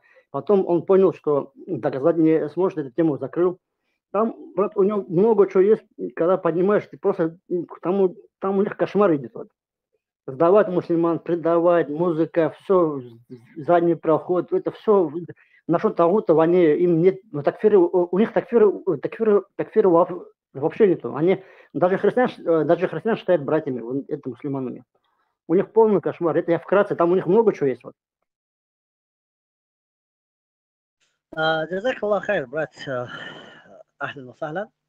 Да, что касается этой, которой вы говорили, вот некоторые, конечно, для нас новые, да, как бы мы только что слышали, но некоторые вещи, как Курбитогу, да, Аллах Субхану сам говорит, ауду билляхи минаш шайтанир раджим, фама якфур битогути ва юмин биллах, для него это таугут ничего не значит, он хвалит таугута. Мы это знаем прекрасно, его как бы видео сотни есть. А что касается бараат, куфар, мушрикина, у него нет, это мы знаем, как вы сами тут сказали. Что касается он про то, что дозволяет женщиной с задней этого, переспать и так далее, это в этом очень много хадис есть и так далее. Иншаллах, в этом вопросе мы посмотрим, ему нормально отвечаем, как он говорит. В этом хадисе есть запишен, это иджма, то есть это запрещает Коран, то есть хадис есть, в хадисе есть очень много хадисов в этом, и асари есть и так далее. А что касается его, кто слушает, за него следует, они мукалиды, в этом нету сомнения, потому что они взяли его не то, что какой-то ученый, его даже Аллаха не слушает, как его слушает, понимаете? Я свидетель этого. Я сам был там у них, когда я пошел, хотел с ним поговорил несколько раз, там закрывали мне этот микрофон, и этот человек действительно и дозволяет, как же вы говорили, что дозволяет, чтобы на тагут работал, быть их, то есть солдатом и так далее. Хотя Аллах говорит, ауду билляхи минаш шайтанир раджим, الذين آمنوا يقاتلون في سبيل الله والذين كفروا يقاتلون في سبيل الطاغوت. То есть четкий, ясно Аллах Субхану сам говорит. Те, которые воюют. служат, воюют на пути Аллаха, ну это, конечно, кто? Мумины, мусульмане, и понятно, что в этом заходит все виды джихада. Все виды джихада, хоть каким бы ни был, он на пути Аллаха делает, он является, то есть, это качество мусульмане, мумины и так далее. То есть, четко. А что касается валядина кафару, и кафири, и те кафири, которые, вот кто служит в этом тагутов, ихний, то есть, солдат будет, из этого, он что? Он кафир, он на тагута солдат. Для него это непонятно, потому что он еще не понимал, что такое ла иляха илляллах. Не зря Аллах Субхану говорит, фа'лам аннаху ла иляха илляллах. То есть, знай, изучай, ла иляха илляллах, что значит. Это ты должен знать. Не знаешь, себя считаешь шайхом, мухаддисом, хафизом, я не знаю, какой хафиз он. Но однако хафиз, может быть, много хафиз, которые есть не мусульмане. У шиитов сотни хафизов есть, которые не являются, даже ислама не знают, что такое. Хафиз Коран. У суфистик ночью, днем могила поклоняются, у них есть хафиз. Это не значит, что он мусульманин. То есть, если даже он хафиз, я не уверен, хотя он даже читает хорошо, как бы. Но ладно, не будем мы смотреть на каждую букву, на каждый, то он как читает, не читает, это как бы не вопрос основной. А просто мы знаем, что он невежда, он как бы даже не талиб илм, который от него можно что-то брать. Он вредит, он шайтан вовлек человека, как ему Муслим приводит, шайтан приходит в облик человека, Коран учит, хадис учит, и также что фик учит. Это облик человека, я вижу его шайтан, ничего от него, ничего хорошего не получишь.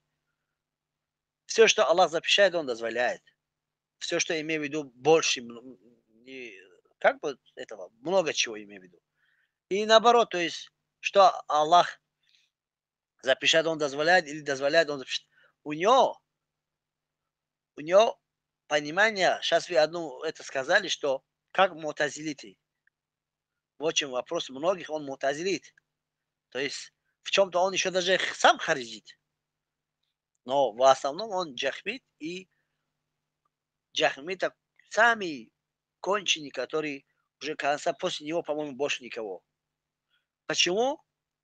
Потому что он не только мушриков, кафиров или там ибаду тагуту, то есть этих оправдывает. Он тагутов оправдывает. Он религии Аллаха, религии всех пророков, религии Ибрахима, он отрицает явно, открыто. Его любой муахид понимает. Любой муахид, который ла иляха илля знает, он понимает, что у него нету ла иляха илляллах, у него нету таухида. А остальные вопросы, которые вы говорите, конечно, у таких людей будет. Лучше его чуть-чуть этот, Абдуллах. Абдуллах даже говорит, таухид не является, то есть обязательно каждому, то есть детально и так далее. Хотя Аллах говорит, фа'лам аннаху ла иляха илляллах. Хотя ученые салаф и даже до Корана, выучить Корана, они ла иляха илляллах, то есть выучили. Как очень много, то асары от Тобин, Табатоби и так далее, у них тоже есть. А этому Абдуллаха скажешь, он говорит, это не обязательно говорит. Из-за нее еще повторяет Абу Умар, как, я не знаю, их Абдуллах Кастекский, Абу Умар Сасильский, я не знаю еще как там. Ну, в общем-то, это общий, про них мы почему говорим? Потому что люди должны знать. Инна хаза ильму дину. Поистине, знание это религия. Наша религия, понимаете? Фандур, посмотри, у кого ты берешь. Посмотреть, у кого берешь. Неужели каждый человек, кто про ислам говорит, самый опасный из людей, это давачки, это призывающих в ислама якобы, но сами ислама не понимают. Самый опасный что это? Ты христиане, иудеи понимаешь, они призывают к своим. Ты понимаешь атеиста как? Ты понимаешь, что этого? Но они в облике мусульманина, то есть одеваются как мусульманин, бороду оставляют как мусульманин, и все как по сунну. Маша Аллах, себя считает муахид, обманывает тебя. Некоторые из них от джахла, от невежда не знают так делать. Некоторые зная делают. А есть еще кайфует от этого. Вот Джаузи сидит, Абу Усман, или как его, Абу Усама, или Абу Усман, Джаузи, короче, сидит с каким-то матхалитом или там азиритом, сидит сам, говорит, вот, говорит, с ним сижу, это мой брат Мухаммад или Ахмад, как зовут его, вот сидим, говорит, он оправдывает, говорит, в основу веры, то есть усули дина, ширк куфр акбар, то есть большой куфр ширк. Я не оправдываю, говорит, но я с ним брат. Значит, у них в одном сердце может человек быть и мусульманин, и кафиром. И куфр, и ислам там поместится. И таухид, и ширк поместится. Аллаху мустахан. Валладина кафару ва кадзабу биаятина. И вот эти люди, которые они считают слова Аллаха, аят Аллаха ложью считают. Вот эти люди, это не обязательно какой-то кафир был, какой-то там христианин так был. Любой человек, который дозволял куфра, ширка или считал, что кто куфр совершает, ширк совершает, это нормально, он такзиб делает, он куфр такзиб делает.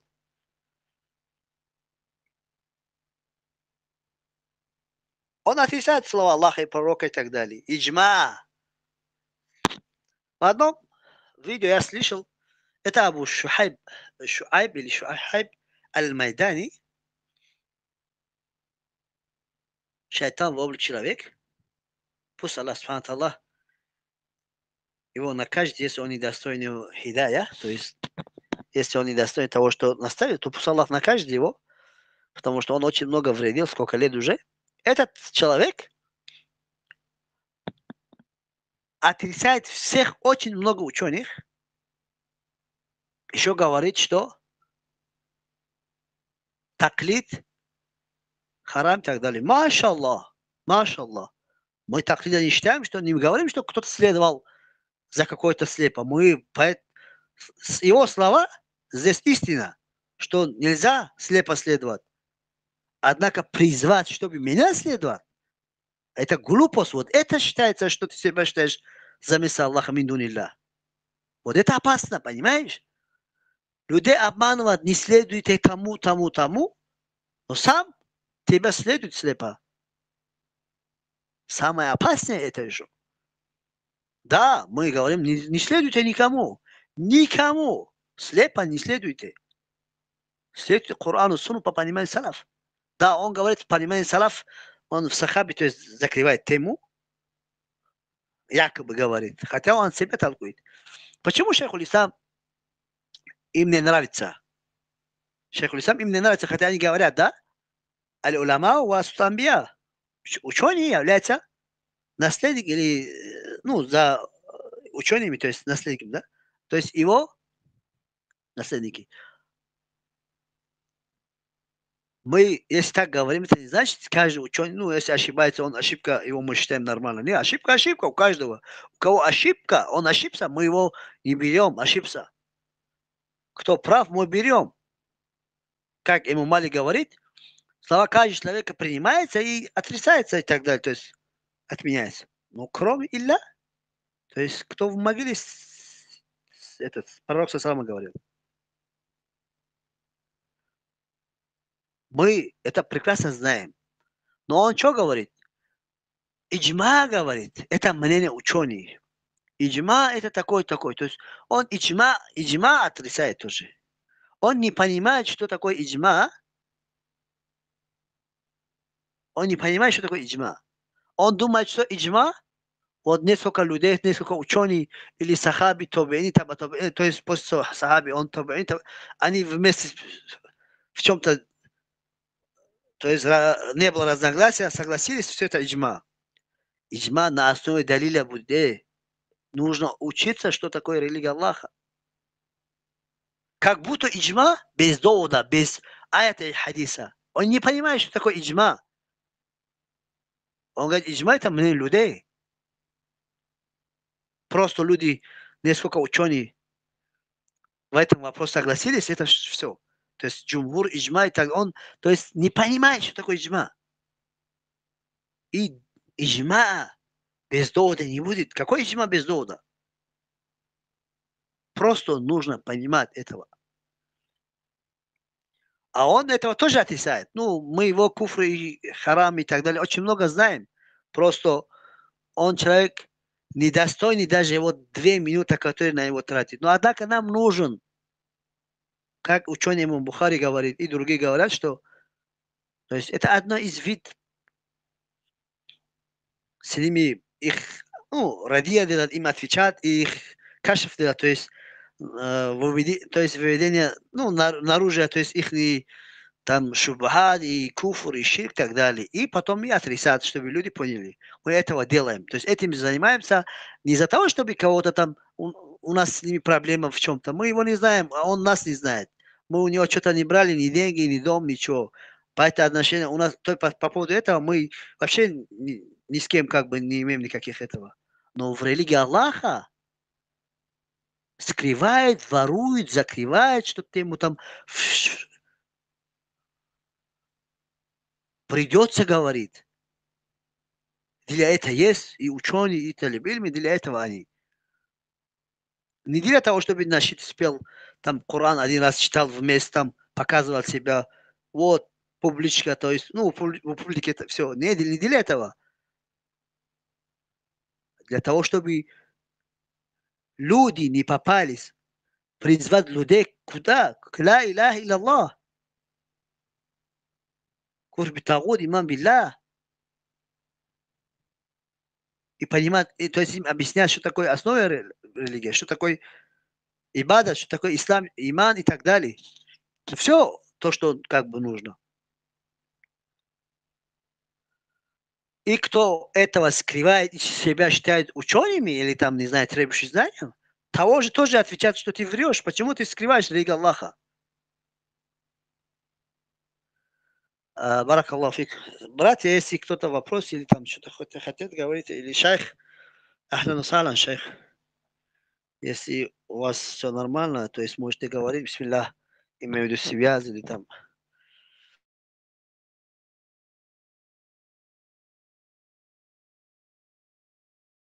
السلام عليكم ورحمة الله وبركاته. بارك الله فيكم شيخ حنيف и машайихи. Алхамдулилlah. Сегодня слушал братьев.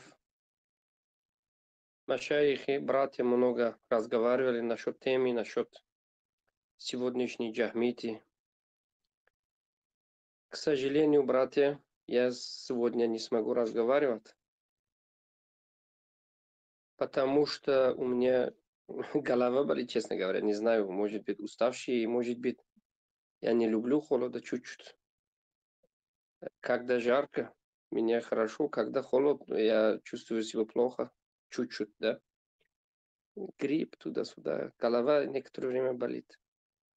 Поэтому, братья, когда я себя хорошо не чувствую, плохо чувствую, да, в этом моменте не могу разговаривать. Ну, альхамдулиллах, у нас есть ученые, у нас есть студенты, у нас есть братья, которые, альхамдулиллах,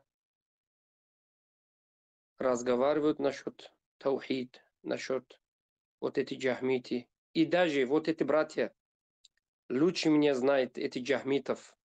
Шейх Ханиф, альхамдулиллах, например, только что много разговаривал насчет Абу Шуайб аль-Майдани. Вот посмотрите, какое имя. Абу Шуайб аль-Майдани. Когда некоторые простые мусульмане слышат такие вот кунья аль-Майдани, думают, он какой-то слишком, маша Аллах, хороший, крепкий мусульманин, который в Майдане, да, Майдан. Но он работает в Майдан Тагута, в поле Тагута, не в поле Аллаха Субхану ва Тааля. Не ради того, чтобы закон Аллаха Субхану ва Тааля был сверх всех законов. они день и ночь работают, думают, постараются, чтобы закон тагутов работали. Закон тагутов были выше всех законов. И у них для этого есть фатуа, для этого у них есть книги, для этого у них есть, субханаллах, все вот их время только для этого тратится. Эти ученые тагутские ученые, ученые тагута. Пророк, саллаллаху алейхи вассалям, сказал: «Ахвафу ма ахафа алейкум мин аимматил мудаллин». Я боюсь вам, для вам, или не знаю, вот, перевод как будет. Сильно боюсь вам от ученого, вот ученый, Для вас, шейх. который... я боюсь для вас ученых, заблудших ученых. Вот заблудший ученый, вот это самый главный враг мусульманина. Заблудший ученый, который продали себе. Они, ихний да'ва не ради того, чтобы ла иляха илляллах стал верх всех других слов, да? Закон Аллаха Субхану ва Тааля, чтобы закон Аллаха Субхану ва Тааля стал сверх всех законов. Чтобы все люди подчинялись закону Аллаха Субхану ва Тааля. Чтобы все люди знали, все, кто себя считает мусульманом, чтобы они понимали Коран и Сунна по пониманию салаф салих. Они не постараются ради этого. Валлахи, все их лекции, тысячи их лекций, все их время тратится, чтобы слово тагута стали сверх всех слов, даже сверх ла иляха илляллах. Поэтому они не хотят слышать понимание салафа. Когда ты говоришь для них, чтобы мы должны понимать Коран и Сунна по пониманию салафа, субханаллах, они кричат, они красные станут, их глаза широкие станут, они ненавидят такие слова, вообще не хотят слышать. Это джахмитский манхадж, вот такие манхаджи. У них такой манхадж, Коран и Сунна по пониманию тагута. Коран и Сунна по их пониманию. Как они хотят, так и делают. Как они хотят, так и говорят. Тагут им платит. Если много платит, они еще заблудящие станут. Если тагут им не платит, они угрожают тагута. Вот, честно говоря, вы видели такие ученые, да? Я говорю вам то, что видел. Вот насчет, что они некоторое время, вот ученые зла, тагутские ученые, некоторое время, субханаллах, они угрожают тагуту. Вы должны этого тоже знать. Некоторое время тагутские ученые, вот эти ученые зла тоже угрожают тагуту, но не ради того, чтобы истину люди знали, не ради того, чтобы они делали милляту Ибрахима, не ради ла иляха илляллах, не ради истины, ради своего нафса, ради своего блага. Они угрожают тагута, когда им не платят. Я видел такие ученые.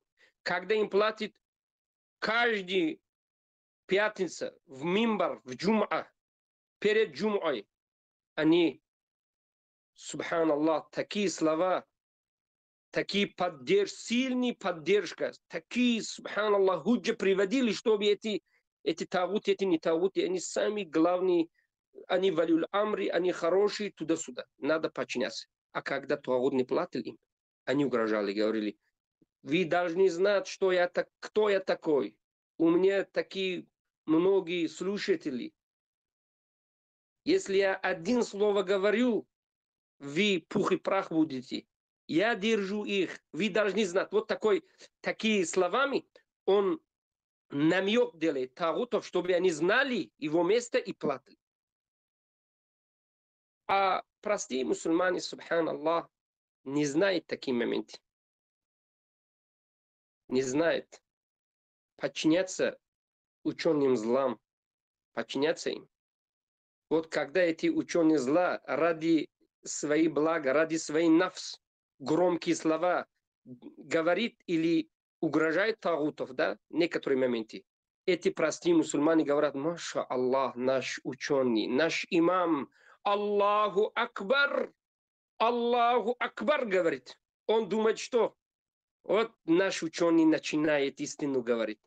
Через неделю, после того, как ему платили, да, хорошенько платили, годовой расход, как для Мерседеса, коттеджа, все нормально, годовой расход нормально есть, он в мимбар сидит и нормально говорит: о мусульмане, посмотрите, как мы хорошо живем. У вас есть жена, дети, коттеджи. Если бы это тагут, он говорит, наш имам, тагутом называют имам, ихний, ауду билля, раб, если он не дал нам вот такие хорошие жизни. Откуда у нас было? Посмотрите на Афганистан, посмотрите вот Индию, Пакистан, как они нехорошо живут, туда-сюда начинают. И вот это они, поэтому мы говорим, ученые зла, они не работают на благо религии Аллаха Субхану ва Тааля. Они работают на благо своих нафсов. Они подчиняются тагут на благо себе. Многие из этих ученых зла, они скрытные агенты, или не знаю, у них есть звание. Многие из них давно стали полковником, подполковником. Некоторые из них генералом уже стали в России, в Таджикистане, где. Ну, секретные агенты, генералы, вы, может быть, не знаете, вы думаете, это шутка. Это не шутка. Братья, это не шутка. Который вы читаете имамом, сидит на мимбаре пророка, саллаллаху алейхи вассалям, говорит от имени Аллаха субханаху ва та'аля и пророка, саллаллаху алейхи вассалям, от вашего религии ислама, но он ваш и главный враг, он секретный агент, полковник, подполковник или большие из них, ну, полковнику, вот, даже генералам. Ну, эти маленькие из них, сержант, лейтенант, начинающий. Да, да. Они воюют каждый день ради того слова тагута были выше всего слова. А мы, мусульмане, постараемся каждый день боремся, чтобы слово Аллах субханаху ва та'аля был выше всех слов. Ла иляха илляллах было, чтобы ла иляха илляллах стало выше всех слов. Вот этого мы хотим. И мы боремся ради этого. Вот есть разница между учеными ахли сунна валь джамаа, истинные, которые делают все свои дела ради Аллаха, и ученые, которые делают все свои дела ради своего тагута и своего нафса и своего блага. А эти студенты тоже такие. Многие студенты тоже такими стали. Многие студенты, не зная, поддерживают тагутов. А многие из них, зная, работают секретным агентом, начинающим лейтенантом, сержантом. Ну, они знают, если подчиняться, хорошенько работает, до генерала некоторые из них работают. Ну, мы плевали вот ихний вот закон, ихний вот эти агентами туда-сюда. У нас есть только как говорит по-русски, не знаю, одно надо говорить, не знаю. Мы поклоняемся, давай говорим так, мы поклоняемся, подчиняемся только одному Аллаху Субханаху ва Тааля. Поклоняемся и подчиняемся. И у нас есть только один слово. И это слово выше всех слов. Это ла иляха илляллах. Ла иляха илляллах. А тот, кто противоречит ла иляха илляллах, если он считает себя мусульманином, даже каждый день читает молитву, держит пост в месяц Рамадан, делает хадж каждый год, умра, как у него красивый большой борода, большой красивый борода. У него есть таки, арабские одежда. Он себя считает хороший, конкретный мусульманином. Не только он, люди, которые его знают, тоже говорит, машаллах, он хороший мусульман. Но он защищает тагутов. Зная, считает им мусульманов. Зная их, после этого считает они мусульмане. Зная их куфр, их ширк. После этого считает их мусульманами. Защищает их. Тот, кто такфирует тагута, он считает их хавариджем. Считает закон Аллаха Субханаху ва Тааля. Это мас'аля, это тема ихтиляфия. Это не такой большой темы, да, в религии Аллаха Субхану ва Тааля. Если кто-то судит не по закону Аллаха Субхану ва Тааля, это нормально, они говорят. Это не мусульмане. Такой красивый борода, одежда арабский, у него есть таки, он стал хафиз аль-Коран, не знаю, доктор или не доктор, нету проблем. Он изучал религию где-то в Макке, в Медине, но он джахмит, который считает кафиров мусульман, считает мушриков мусульман, тагутов мусульман. А мусульманам он считает хаваридж. Все это, может быть, зная, ради этого мира, ради свой блага, ради свой нафс, или не зная. Но у него нету узра. Многие, вот сейчас не азерите такие люди, сейчас не азерите. К сожалению, вот когда мы посмотрим вот площадку дава, которые вот многие студенты, которые дава делают, у них вот такие проблемы есть. Некоторые из них, у них есть гулю, да? В некоторой теме у них есть гулю.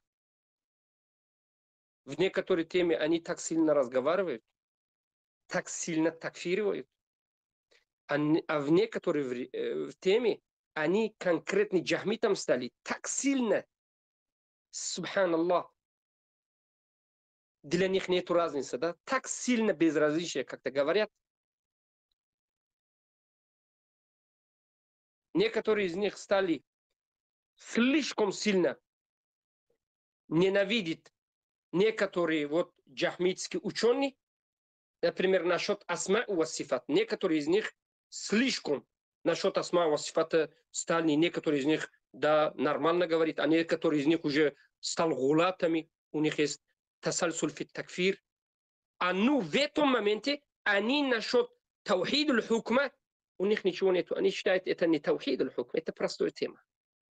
А некоторые из них насчет таухид аль-хукма так разговаривают. Самая главная тема для них это таухид аль-хукм. А насчет таухид аль-асма ва сифата они ничего не говорят. А говорят, это ничего. Это простые темы говорят. Но мы, ахли сунна валь джамаа, знаем, что таухид это таухид. Таухид аль-рубубия, таухид аль-улухия, таухид аль-асма ва сифат, таухид аль-хакимия, таухид аль-мутаба. Это все одинаково таухид. Все одинаково таухид. Мы должны насчет этих таухиди, все вот эти таухиди, вот по манхаджу изучать и после этого дау делать. И посмотреть одинаково. Все эти таухиди посмотреть одинаково. Субханаллах. Некоторые вот этих таухид говорят, таухид, таухид, таухид, посмотришь, что он дает узр бильджахл, по невежеству. Говорит, есть оправдание по невежеству. Каждый день он говорит, каждый день я занимаюсь таухидом, каждый день я изучаю таухид и тоже дa'ва делаю вот к таухиду. Он громко говорит насчет таухида. А потом посмотришь, он мушриком называет мусульмана. Это таухид, что ли? Он сам азирит, который называет мушриков мусульманин, который не различает между мусульманом и мушриком. Для него все одинаковые. Мусульман и кафир, мувахид и мушрик. Все они одинаковые, все они равны. У них нету вот различия между таухидом и ширком, или мувахидом, или мушриком. Они думают, мувахид, что ли? Они знают таухида, что ли? Они не знают таухида. До сих пор не знают таухида. До сих пор они не поняли таухида. До сих пор они не поняли призыв всех пророков. Салаватуллахи рабби ва саламуху. Они до сих пор не поняли истину, не понимают до сих пор истину ля иляха илляллах. Они не знают, что такое милляту Ибрахим и куфр бит-тагут. Если бы они знали, никогда не говорили такие слова. Никогда не стали азиритом. Никогда не стали азиритом.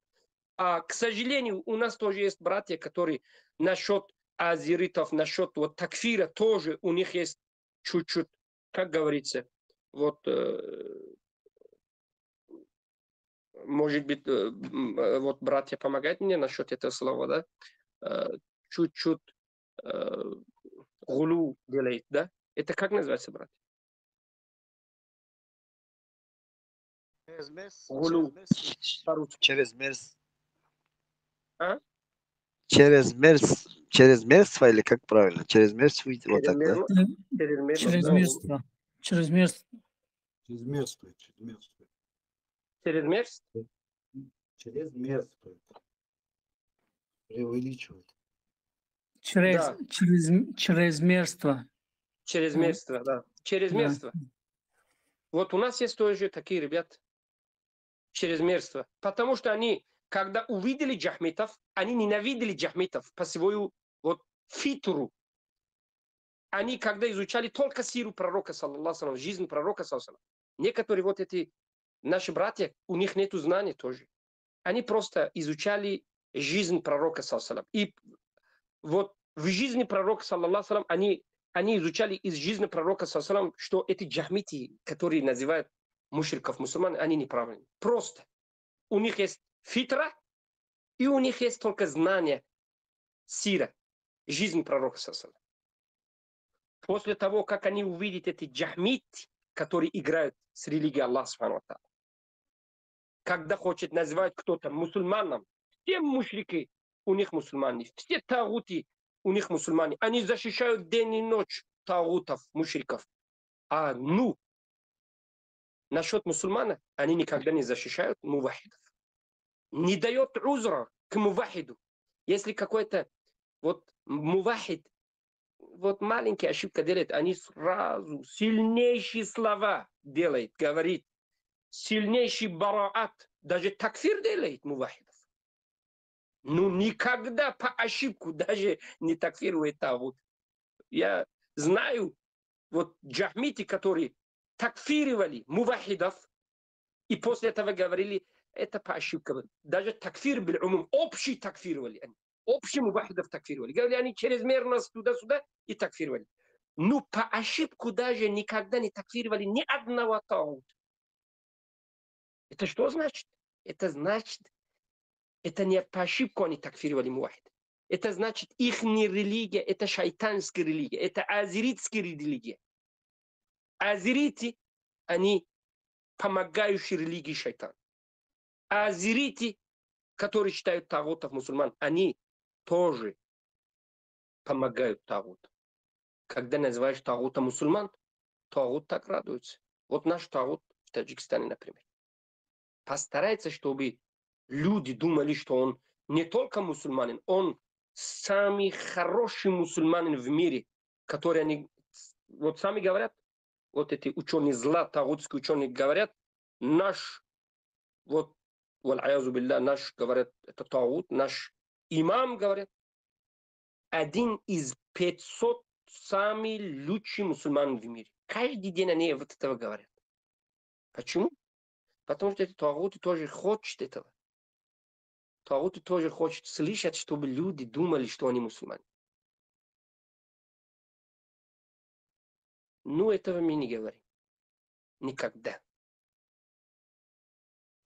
А тот, кто люди, вот эти люди, эти студенты, эти джахмитские, которые играют с религией Аллаха Субхану ва Тааля, мушриков называют мусульман, тагутов называют имамом, валиул амром. Мы говорим, если они, зная говорить этого, понимая говорить этого, зная, называют мушриков мусульманам, понимая, называют тагутов валиул амрам или мусульманином, грешником просто. Они сами стали кафиром. Это мазхаб, это манхадж, который Аллах Субхану ва Тааля объяснил нам в Коране. Это манхадж, который пророк, саллаллаху салям, объяснил нам в Сунне. Это манхадж всех сподвижников пророка, саллаллаху салям, после пророка, саллаллаху. Посмотрите жизнь Абу Бакра, который такфировал тот людей, которые не дали закатов. После этого между ними была война. А после этого вот эти, которые не дали закатов, да, они сказали: все, мы таубу дали, мы возвращаем, что мы принимаем, все. А Абу Бакр Сиддик не принимал от них ислама. Когда они сказали: все, мы тауба делаем, ля иляха илlallah, Мухаммад Расулуллах, все, мы стали мусульманами, мы подчиняемся тебе, о Абу Бакр, мы подчиняемся тебе. Абу Бакр сказал: нет, не принимайте этого от вас. Это не принимается. Просто так не принимается. Ты сейчас говоришь, что тот, кто умер от нас, все они в аду, они умерли кафиром, они будут гореть в аду. А тот, кто умер от стороны сахаби, вот Абу Бакр Сиддик, воюющий в стороне Абу Бакр Сиддик, вы должны говорить, что они стали шахидом, они в раю. И после этого вы должны говорить, что мы были кафирами, стали мусульманами. И такфируете своих умерших, которые умерли от ваших, вот эти, ваши сторонники, которые воевали с вами. Вы должны такфировать их. Если не такфируете, вы просто так ля иляха илlallah сказавшим или сказали, не стали мусульманами. Вот так. После того, они принимали это условие Абу Бакр Сиддика. Они приняли это условие Абу Бакр Сиддика. Они такфировали сначала себя, потом свои сыновья, которые умерли ради их идеи.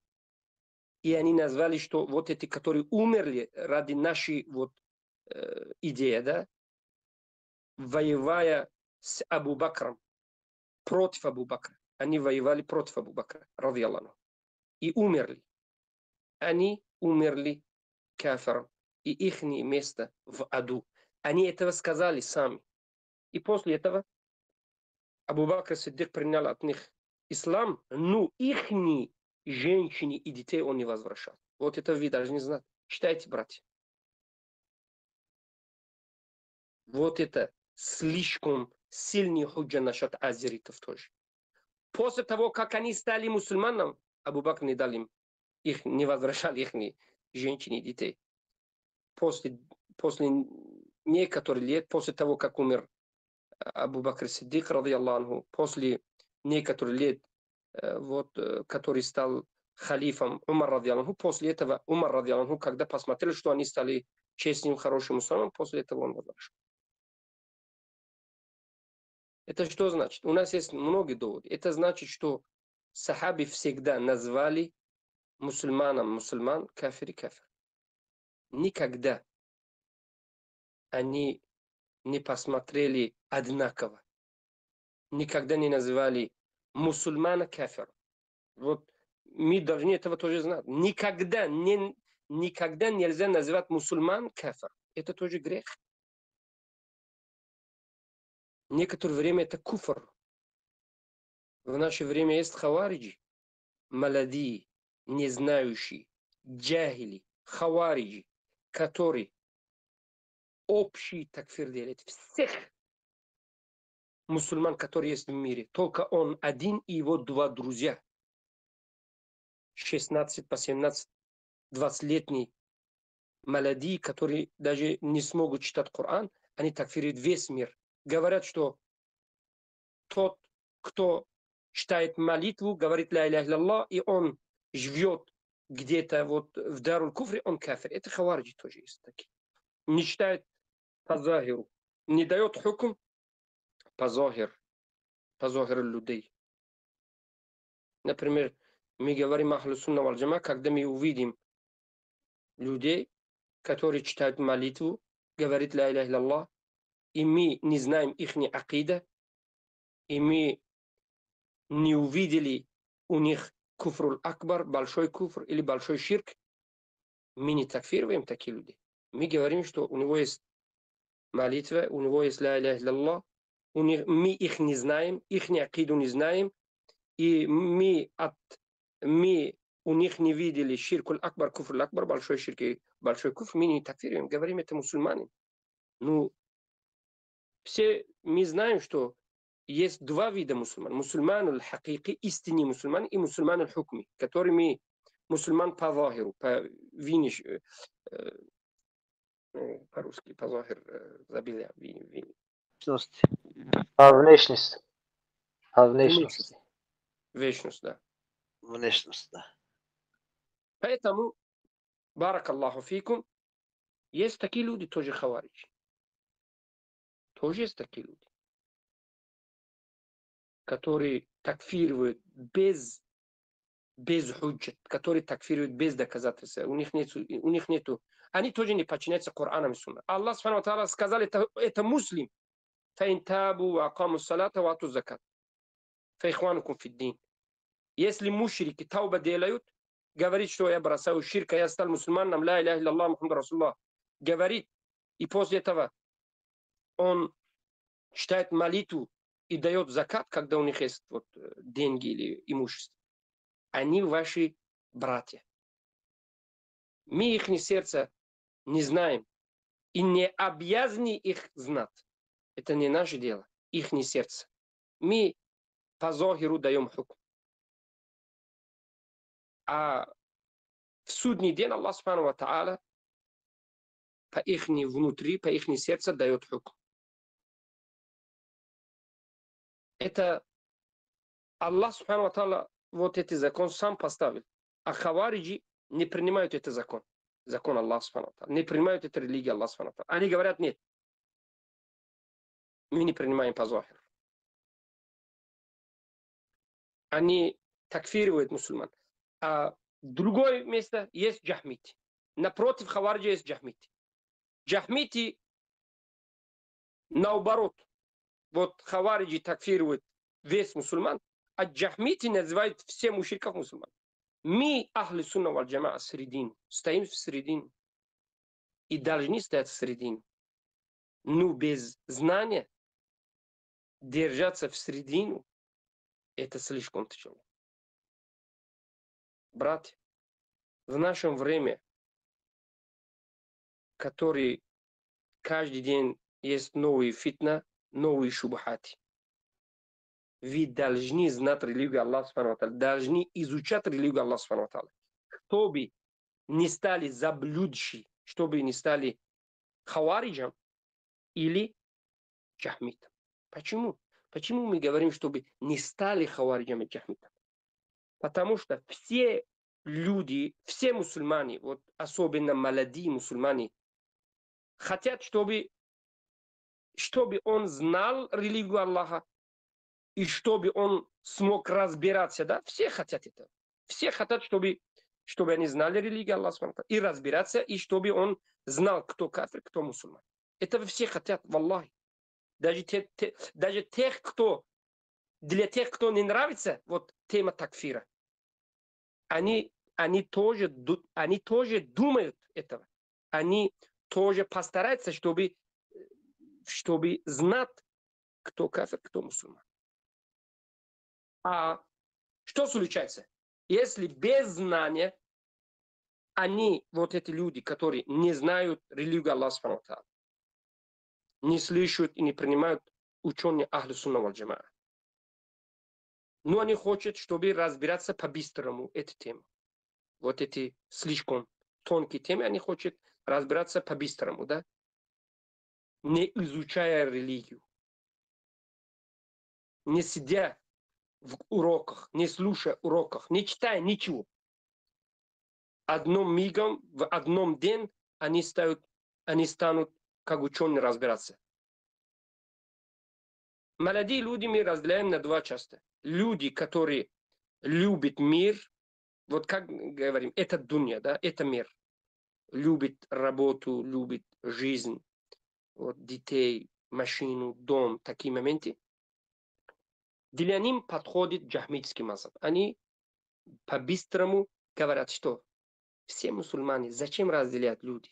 Зачем назвать это мискину мушриком? Он тоже, не зная, поклоняется кабару, не зная, поклоняется вот, могилу. Поэтому его нафс хочет, чтобы называть всех вот, моглопоклонников мусульман. Почему? Потому что для его жизни это подходит. А есть другие люди или другие молодые люди, которые, у них тоже нет знания, но у них есть такое чувство, и тоже они не любят этот мир, некоторые из них. И много что у них вот проблема есть. Некоторые из них надоелым стали от некоторых вещей, да? И по-быстрому говорят, это все кафири, все. Если по-простому говорим, каждый по характеру выбирает свой мазхаб. По характеру. Некоторые сложный характер есть у некоторых, поэтому резко выбирают хавариджский мазхаб. Некоторые себя считают лучшим и сильным, тоже выбирают хавариджский мазхаб. Просто говорят, это все такфири, все кафири говорят, и все. Одним моментом он разбирается эту тему, да. Кроме меня и некоторые люди, все кафири говорят. А тоже некоторые люди по характеру миролюбящие, деньголюбящие, они по характеру выбирают. А мы, мусульмане, ахли сунна валь джама, мы мусульмане, мы не выбираем тему или мазхабу по характеру. Это для нас подходит, или это для нас не подходит. Я этого люблю, поэтому это для меня, а я этого не люблю, поэтому я бросаю этого. Это у нас нету таких моментов. Это мазхаб не по характеру. Это религия Аллаха Субхану ва Тааля. Ты должен подчиняться, тебе нравится или не нравится. Ты хочешь или не хочешь. Это не по характеру. Ты должен подчиняться религии Аллаха Субхану ва Тааля. Это познание. Ты должен знать религию Аллаха Субхану ва Тааля.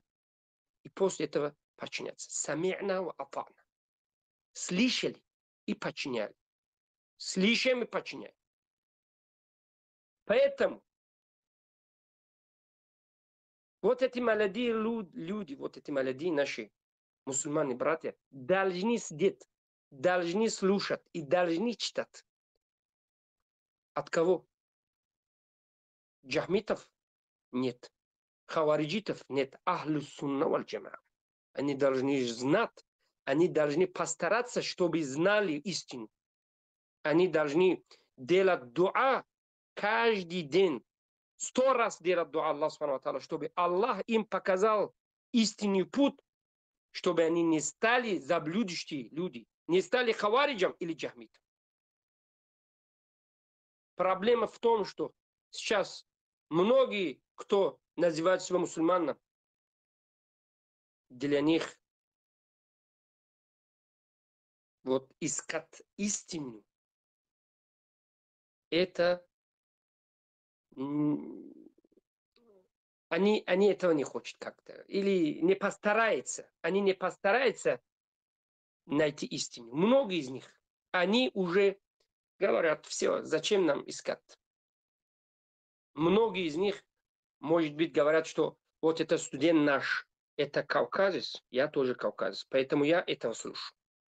Это узбек, это кто такой узбек говорит? Есть люди такие, есть или нет? А тоже таджик говорит, это вот наш студент таджик, я таджика слушаю. Кто такой говорит кавказец? А узбек тоже так говорит. А после этого афганец, и каждый так говорит. Есть тоже люди, такие люди тоже есть. Для них истина, вот ихний студент. Нету разницы. Это для них акида это не важно. Таухид это не важно. Для них это студент, который ихний студент, и земляк это важно. Все. Это наш земляк. Все. Это что значит? Это по манхаджу, что ли? Это не тоже по манхаджу. Поэтому мы посмотрим, что многие эти студенты, которые сейчас вот джахмитом стали, у них есть большая аудитория, потому что многие люди не постараются знать истину. Они просто-напросто слушают, потому что это студент их не земляк или их не друзья, вот поэтому.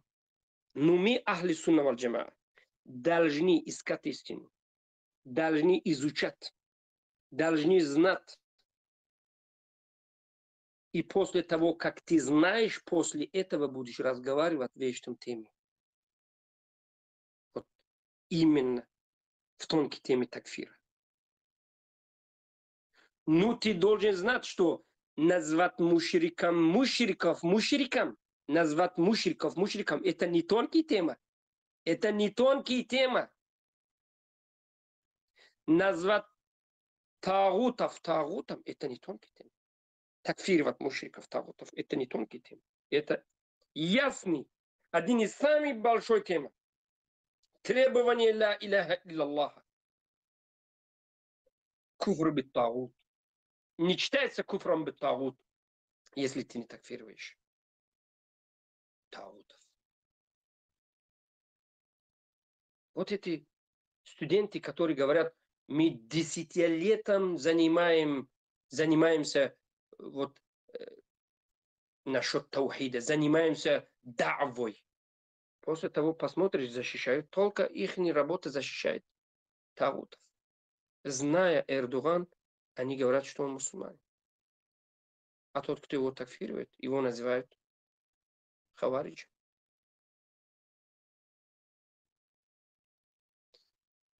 Вот поэтому, баракаллаху фикум, мы должны изучать. Честно говоря, я, как вам говорил, что не хотел много разговаривать. У меня слишком сильно вот голова болит. Ну, так получилось, что тоже много разговаривал. Надеюсь, что это полезно было. И я бы хотел сегодня разговаривать насчет другие аяты, которые доказывают, что нету оправдания по невежеству в большой ширк и большой куфре. Как говорил вам вот раньше, в предыдущий наш урок, что у нас есть доводы, десятки доводов из Корана, и после Коран сунна, и после этого иджма. Начинаем от Абу Бакра Сиддика, все салафи. Иджма. Что тот, кто не такфирует мушриков, не называет мушриков мушриками, кафиров кафирами, они противоречат Коран и сунну пророка саллаллаху и иджма салафу салих. Они заблудшие. Это конкретно, это что точно. Мы это точно знаем. Ну, в предыдущий урок я назвал вам или говорил вам, и мы разговаривали только насчет 3 ая, да? В предыдущий урок я вам говорил, братья и сестры, мувахиди, баракаллаху фикум, что вы должны изучать эти 3 ая. Это один из самых ясных аятов, которые доказывают, что нету оправдания по невежеству в большой ширк и большой куфр. Чтобы не обманывали вас эти джахмитов, мадхалити, хизбити, тагутские, многие у них, они многие, разные. Вы должны знать слово Аллаха, субхану ва тааля, перед всех, впервые говорим, да? Вы должны знать вот аят, который ясно говорит вам, объяснит вам. Например, мы сказали вам насчет сурату Нахл, ая 106. من كفر بالله من بعد إيمانه إلا من أكره وقلبه مطمئن بالإيمان. Мы насчет этого много разговаривали. 2 ая. Мы говорили, что... Какое ая мы переводили? Да. Мумтахана, 4 ая. قد كانت لكم أسوة حسنة. Азерити не поняли миллату Ибрахима. Если бы они поняли бы миллату Ибрахима, они никогда не назвали мушриков мусульман. Никогда. Тот, кто знает милла Ибрахима, понимает миллату Ибрахима, никогда не называют мушриков мусульман. Потому что это противоречит милла Ибрахима.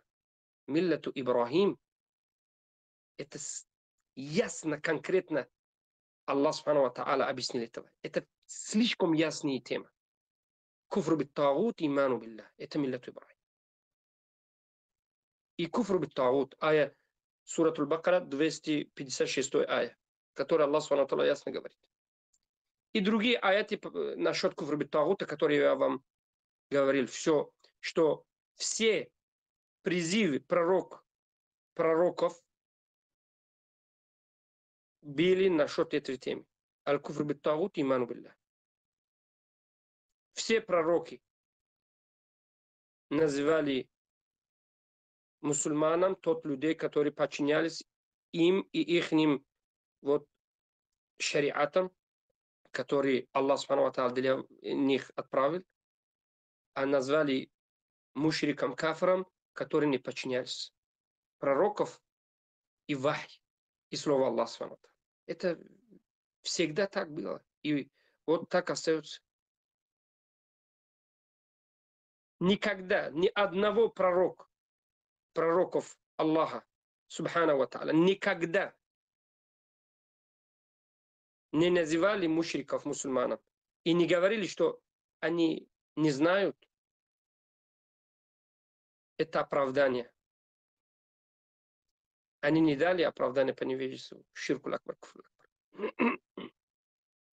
Эти доводов, которые приводят джахмиты, да, доводы, некоторые доводы, которые у них есть.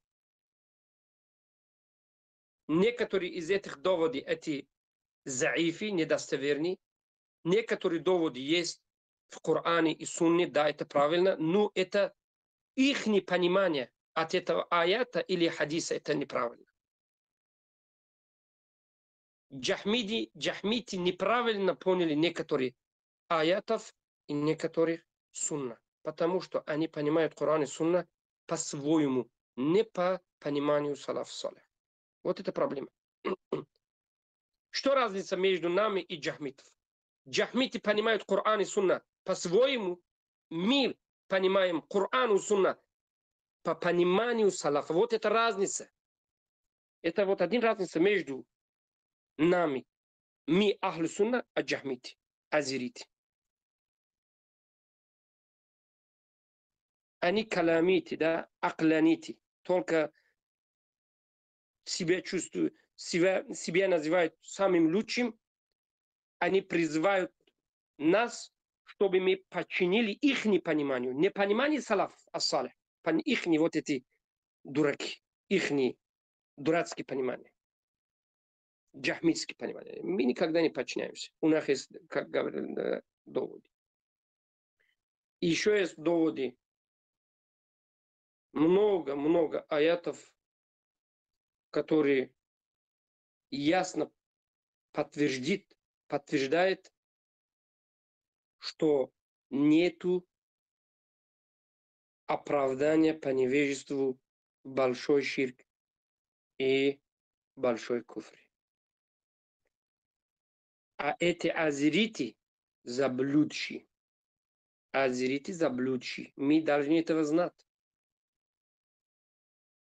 Когда слышите, что кто-то призывает, но он азерит, говорит, что насчет оправдания по невежеству это ихтилаф, или говорят, что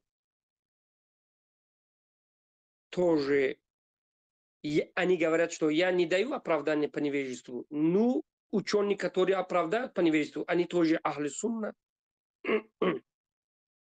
Или открыто говорит, что есть оправдание по невежеству, это что сильный джахмит, который борется ради этого постоянно. Бросайте их, убегайте от них. Они джахмиты. Ради ихней удовольствия не продайте вашу религию. Ради ихний мир не продайте себя и вашу религию. Изучайте религию, посмотрите, читайте и дуа делайте, чтобы Аллах Субхану ва Тааля дал вам истину, открыл вам дверь истины. Постарайтесь, без постарания не получается. بارك الله فيكم سبحانك اللهم وبحمدك أشهد أن لا إله إلا أنت أستغفرك وأتوب إليك. Вот я заканчиваю разговаривать сегодняшний день. Вот у меня сейчас начал еще болеть чуть-чуть голова. Братья и другие студенты, братья, которые еще лучше говорят по-русски или хочет что-то добавить насчет этого, насчет азеритов, насчет два темы, да? Оправдание по невежеству. Есть ли оправдание по невежеству большой ширк, большой куфр? И второй тема хукмуль азерити. Хукмуль азерити, который мы разделяем на два части. Азерити, которые зная, стали азеритом мушрики. Азерити, которые не зная, не понимая, у них есть шубха некоторые, мы не называем их мушриком кафр. Они мусульмане, но объясним их. Объясним им несколько раз Коран и Сунна, как говорили ученые салафа и до сих пор. И после того, как понимая, отрицает, понимаете, отрицает, зная, отрицает, после этого даем хукм. Насчет этих два темы, братья, разговаривайте, баракаллаху фикум. Только насчет этих два темы, чтобы мы повторяем этого, повторяем, чтобы эти темы, два темы, которые насчет этих два темы, некоторые стали хавариджами, некоторые стали джахмитами тоже. Чтобы ясно было, да? Наш разговор ясно было. Наш мазхаб ахлю сунна по пониманию салаф салих. Ясно было, баракаллаху фикум. Ассаламу алейкум ва рахматуллахи ва баракатуху.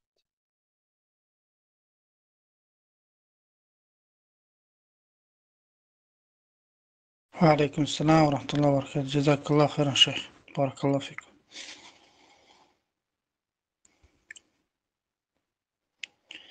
У кого-то, братья, есть здесь вопрос, пожалуйста, иншаллах. Абу Дуджан, ассаламу алейкум ва рахматуллахи ва баракатуху. Ахлан ва сахлан.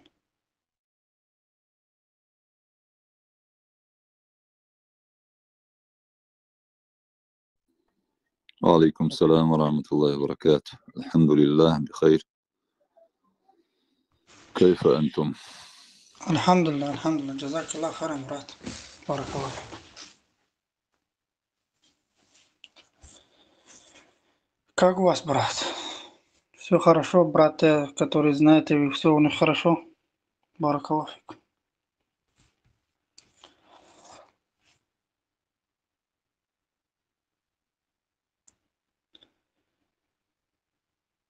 Братья и сестры, которые хотите противостоять современным джахмитам, изучайте сначала акида джахмитов, которые менялись со временами. Вы не думаете, что они не отличаются, даже вот это, которые были раньше, не отличался от друг друга?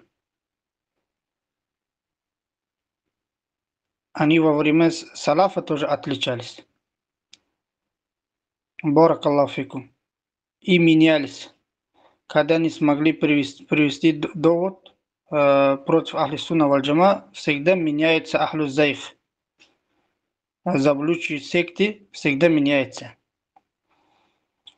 Надо изучать джахмиты, которые были во времена салафа, и надо изучать их акида, и после этого как с ним обращались, как поступали салафу салих, этого надо изучать. После этого можете смело разговаривать с современным джахмитом. Потому что современные джахмиты, то есть в отношении их, баракаллаху фикум, они что делают? Отрицают их. Но опять говорят, что они братья. Отрицая их. День и ночь про их заблуждение разговаривает. И ты приходишь и говоришь, а кто они такие, мусульмане или кафири? Нет, говоришь, что ты говоришь? Они мусульмане, просто это разногласия.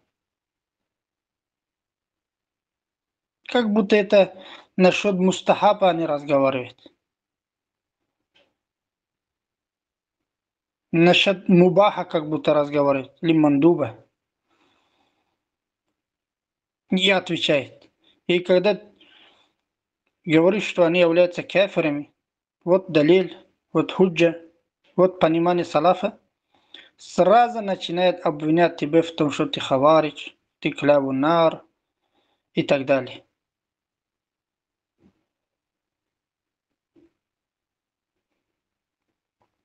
По отношению Ахли Сунна валь Джама у них никогда рухама нету. Они, как будет Ахия Буджана, محمد رسول الله والذين معه أشداء على الكفار رحماء بينهم. Как Мухаммад переводится? посланник Аллаха, Мухаммад посланник Аллаха, те, кто вместе с ним милостливы друг другу и к кафирам строгие, как не Да, да. строгие, а ненавистные. Баракаллаху фикум. Фиковые. Рухама. Суровый по отношению к неверующим. Суровый. Да, вот эти современные джахмиты насчет против Ахли Сунна валь Джама очень суровый. У них капли для нас нету вот это, чтобы рахм у них было. Насчет нас суровый. Чтобы продать одного Ахли Сунна к тагутам, они такой радостно продают. Говорит, убейте, возьмите его имущество, посадите его на долгих лет. Ни капли рахма нету. А насчет кафира, насчет джахмита, он брат, он хороший. Почему они отвергают этих джахмитов, да, ашаритов, мутаридитов и так далее? Как будто.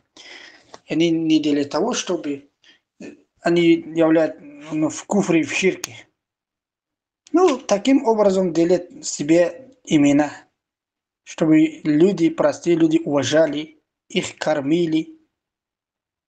Вот так. Абу Усман ад-Джаузи говорит, прямо мне говорит, что делать свою аудиторию. Говорит, почему с ним я должен, то есть, диспутировать, когда, говорит, у него, говорит, аудитория нету, говорит, деньги мне не дает, говорит, через него, говорит, слава ко мне не приходит.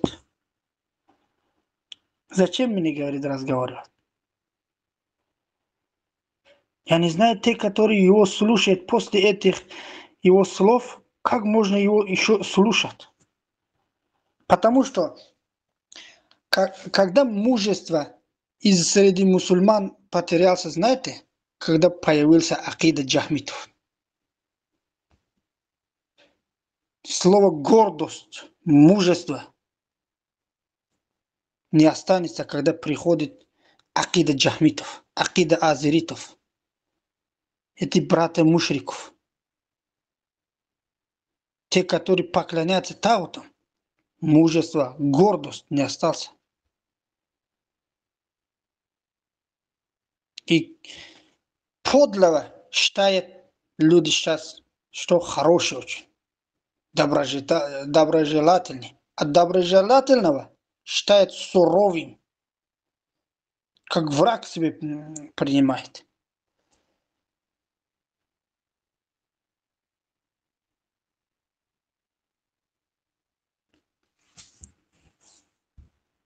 Перед ним те, которые ширк делают, или те, которые говорят Аллах везде, те, которые говорят Коран махлук, те, которые отрицают атрибуты Аллаха Субхану ва Тааля, для них не так грешник, как Ахли Сунна валь Джамаа.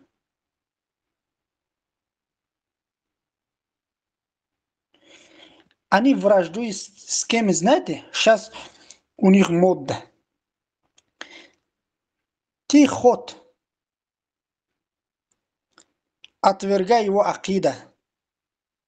И что говори, но только ему улыбайся. Просто выходи и скажи, ты брат мой, как джахмиты друг другу делают же. Вы не думаете, что между джахмитами разногласия нет? Они ненавидят друг друга.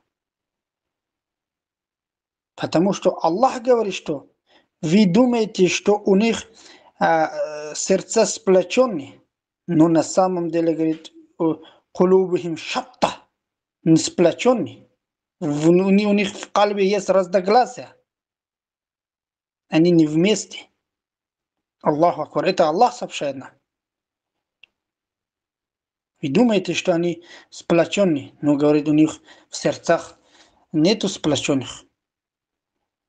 Эти мы, Ахли Сунна валь Джамаа, все, иншаллах, сплоченные душа. Друг друга любим. Мы знаем, ради чего любим друг друга. Мы знаем, ради чего ненавидим кого-то. Аллаху акбар. Это милость Аллаха. Потому что Аллах направил нас на истинный путь.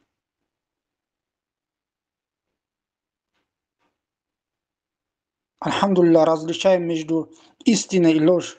Между те, которые люди на истине, и те, которые на заблуждении. Ты хочешь узнать, кто на заблуждении, кто на истине? Ты должен изучать. Ла иляха илляллах. Ты изучать усул Ахли Сунна валь Джамаа. И просить у Аллаха, чтобы Аллах Субхану ва Тааля направил на истинный путь. Несмотря ни на что, несмотря ни на кого. Хоть весь мир будет в заблуждении. И ты просишь, чтобы тебя Аллах направил на истинный путь. Хочешь истинный путь, должен получить знания. Без знания, вот манхадж хавариджов, манхадж джахмитов строена на джахле, на незнании, на невежестве. Почему? Потому что хаваридж по кайфу. Кого хочет, называет кафиром. Я одного хавариджа увидел, он в день, может быть, 20 раз шахаду говорит, то есть заново шахаду произносит. Стану кафиром, говорит, и стану мусульманом. И джахмита, смотрите, для них любой инсан, человек, мусульманин. Почему? Потому что они в это два течения не нужен знания. Один течение любого говорит кафир, второй течение любого говорит, что мусульманин. Чтобы различать на самом деле, кто является мусульманином и кто является кафиром, нужен знание. Без знания мы не можем вперед идти. Аллах говорит: «А'уду биллахи минаш шайтанир раджим, фа'алам».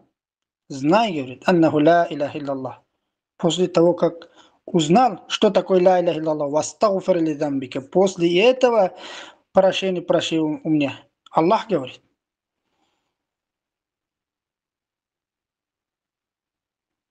Первый шарт ла иляха илляллах — это знание.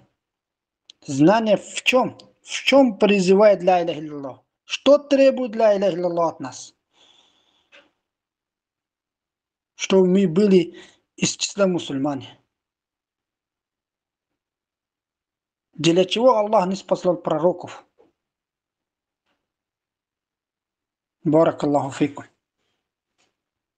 Мы должны изучать свои дети, свои младшие братья и сестры. Им все, что нужно, надо делать, чтобы они изучали. Чтобы мы от наше положение, самое худшее положение сейчас мусульмане в мире, чтобы мы вышли. Вы не знаете, вы не думаете, что когда-нибудь два азерит или два хаварич и два современных джахмид придет и собирается против тех, которые убивают мусульман. И никогда вы его не ждите.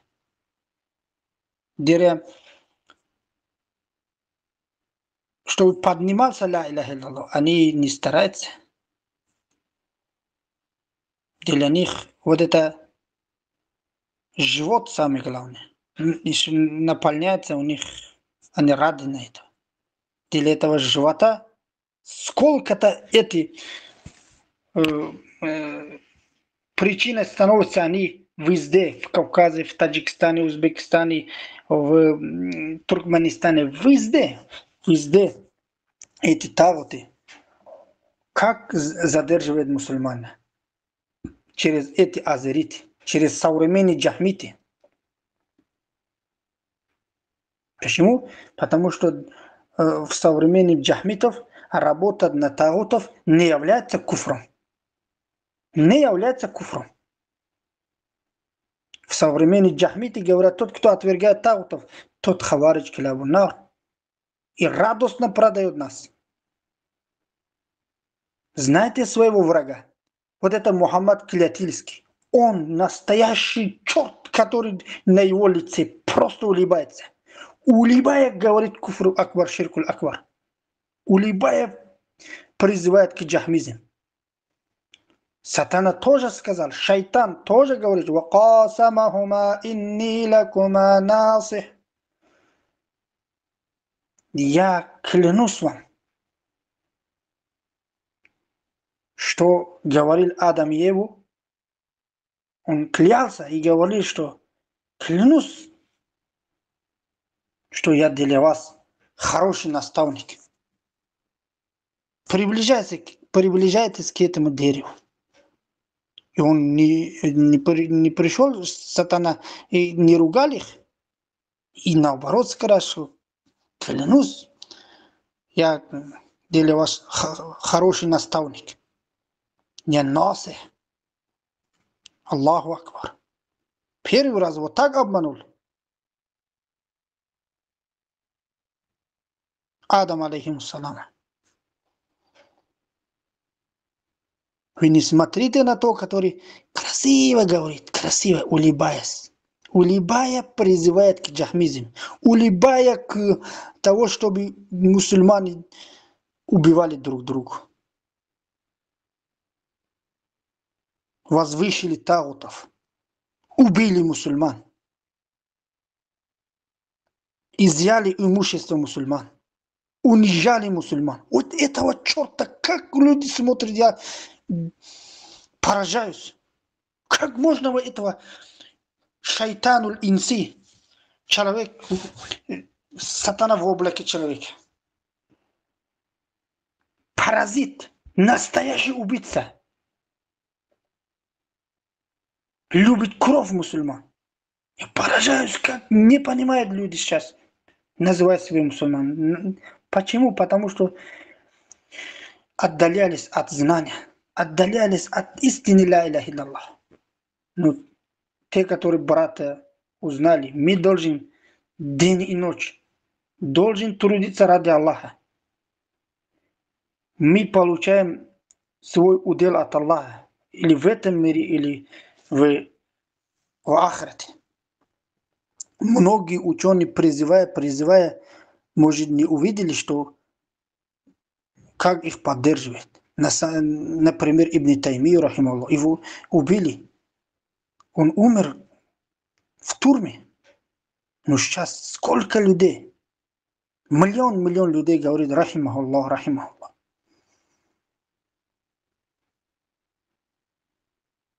Надо быть в призыве ихлас. Не смотрите, братья. Не смотрите в том, что кто-то у вас, например, может малое количество людей слушает. И продолжайте призывать, продолжайте призывать. На их не провокаться, не поддавайтесь. А если ты мужик, давай свое место говори. Если ты мужик, давай свое лицо покажи. Не поддавайтесь на их провокации. Это провокация сатанов. Они же все равно сами не приходят. Они потом звонят. Алло, Путин, хочу продать мусульманина. Хочу продать свою семью. Забирайте их. Сажайте в тюрьму, убивайте. Эти трусы сами никогда против вас не выходят. Для них почему нужно ваше лицо? Ваше местонахождение почему нужно? Потому что, чтобы своим арбабам, своим тагутам они один звонок сделали. И получили еще один звезду. И получили еще побольше денег. И показали, что они какие трудящие, работяги, помогающим тагутам. Что мы им платили.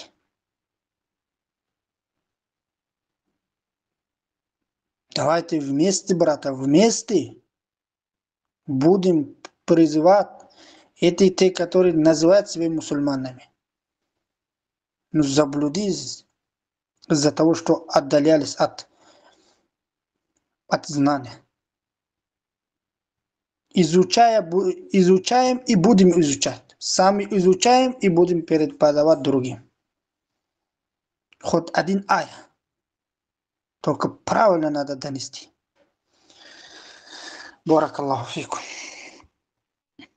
Бисмилlah, если у кого-то есть, братья, вопросы, иншаллах, задавайте.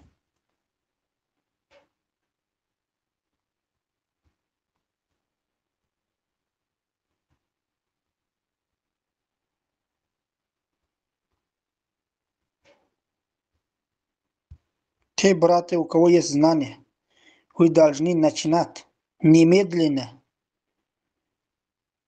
То есть сильсила уроков. Один за другим урок. Что такое ля иляха илляллах, рукн и шарт. Что такое иман. И быть вместе братья, которые мало знаний. Что есть люди, братья, которые хотят донести до них. Вы должны их защищать в любое время, день и ночь. Говорить, что брат, продолжай донести. Если у тебя знаний не хватит, скажи Абу Дуджана тут. День и ночь придет к тебе. Будет рядом с тобой стоять и отвергать их ложь. Чтобы эти, те, которые только братья начали изучать, чтобы были они уверены, что есть братья талибуль ильми, ученые, которые их день и ночь будут защищать. Аллаху Акбар. Потом увидите, как эти эшаки, как эти которые продают религию Аллаха, как будет убегать. Когда вас увидит, сразу начинает беспокоиться. Как они должны...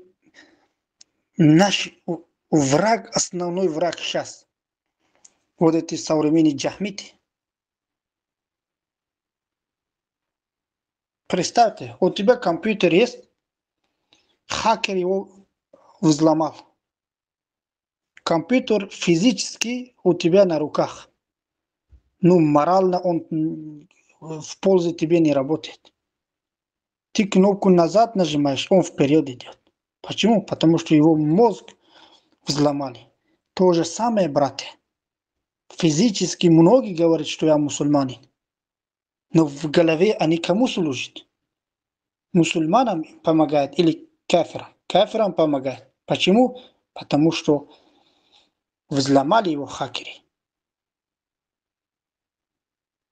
Чтобы мы должны вот эти, которые физически, которые у нас на руках, мы должны стараться, чтобы они в голове тоже служили мусульманам и Аллаху.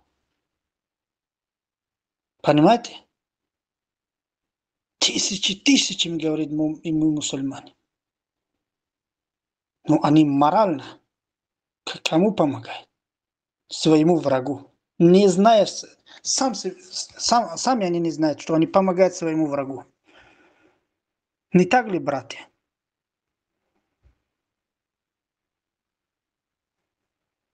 Мы должны, эти те, которые физически мусульмане, названия мусульманам, которые возле нас, мы должны их акида, их голова исправить. Как когда у тебя взломает твой компьютер, хакер, ты все делаешь, деньги даешь, стараешься, чтобы он исправил, и чтобы он в пользу тебе работал. Сколько стараемся. Хотя один компьютер, один телефон ничего не стоит. Ну, сколько блага будет, когда один физически, который говорит мусульманам, он морально, в акиде, в убеждениях помогает кафирам, когда они исправляются. Сколько тебе благ. Сколько он хорошие дела не делает, не уменьшает него блага и придет к тебе. Судный день идешь, Аллах говорит, бери. Аллах Субхану ва Тааля спрашивает, за что это? Это путь, призыв. Не думайте, что это просто так, брат. На это сколько блага лежит.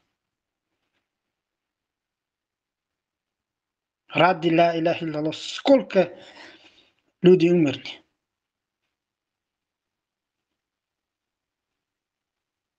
Вот во времена Абу Бакра хотели искажать, как шейх Абу Мухаммад, хафиз Аллах, Аллама Хурасана привел. Но эти хотели искажать. Они утверждали, что били, то есть закат. Но они говорили, что мы давали пророку, искажали. Сейчас говорили, тебе не будем давать. И некоторые из них говорили, что мы будем давать, мы только сами собираем между собой, сами будем, то есть раздавать, а не через тебя, Абу Бакр. Ради Аллаху. Всех отвергали, потому что они хотели искажать что? Понимание Корана. И Абу Бакр что сказал? Вы все муртади. Время Абу Бакра в правлении первый, когда начинал Абу Бакр Сиддик правление, называется Амур-Ридда. Амур-Ридда, то есть год, который многие стали не мусульманами.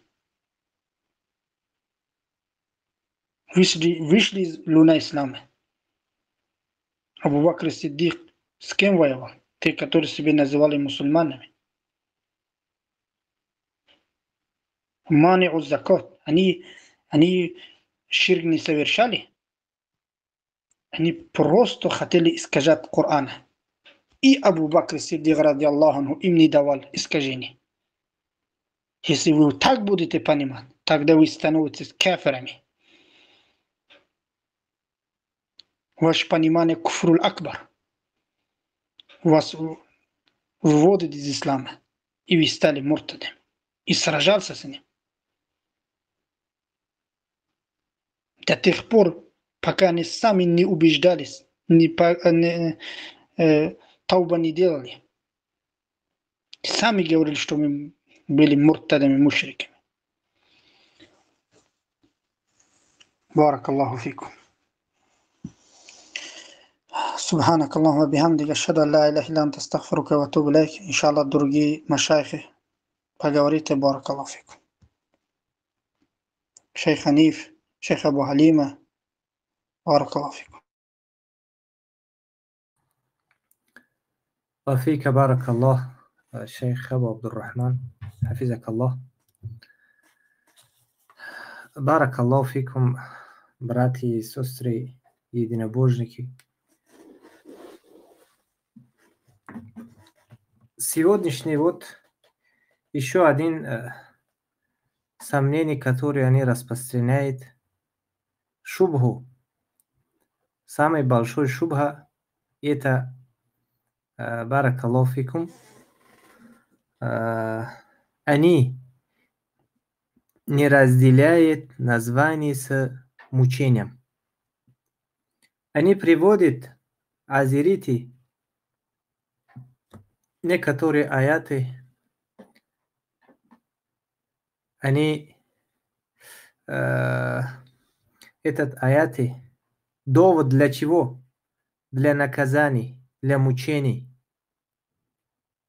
Они приводят эти аяты и говорят, что здесь Аллах Субханаху ва Та'аля узр дает. Это тоже вы должны знать. Они приводят некоторые аяты и говорят, что здесь Аллах Субханаху ва Та'аля дает узр. То есть мушрикам дает узр. Но если мы смотрим на эти аяты не довод на, то есть то, что кто попадает в куфр и ширк акбар, он становится мушриком и кафиром. Это не для этого, это для мучений. Как они всегда приводят, что «Вама кунна му'адзибина хатта наб'атха расула». «Вама кунна му'адзибина», то есть мы не мучаем людей, пока до них не доводим довод. Это довод что? Посланник, пророк, или Коран, или Сунна. Поэтому они говорят, что этот аят явный далил, что Аллах Субханаху ва Та'аля дает узр. Этот аят не довод для этого. Это аят довод для мучений. Это аят довод для мучений. Но они не знают, что такое мучение, что такое, то есть в попадании в ширк и куфр. Тот, кто попадает в ширк и куфр, он берет название мушрик кафиром. Но если у него невежество, действительное невежество, то есть он является в каком-то там в лесу и в каком-то там гору, что там не довели худжу, то есть Коран и Сунна, даже так он является мушриком. Он является мушриком, кафиром. Но в судный день его Аллах Субханаху ва Та'аля испытывает. Его посланник, то есть посылает посланников, посылает посланник и его испытывает. Если он пройдет из испытаний, он войдет в рай. Если нет, тогда он, Аллах Субханаху Та'аля, его в аду. Баракаллаху фикум. Поэтому самый сегодняшний тема, который адирити распространяют вот эти сомнения, они говорят, что вот есть явные доводы в Коране. Кто это может отрицать? Конечно, если человек невежество, человек если джахиль, он не понимает вот эти доводы, которые они приводят. Это ихний довод. То есть попадает вот этот момент или нет. Поэтому, баракаллаху фикум, аяты, которые Аллах Субханаху ва Тааля там говорит про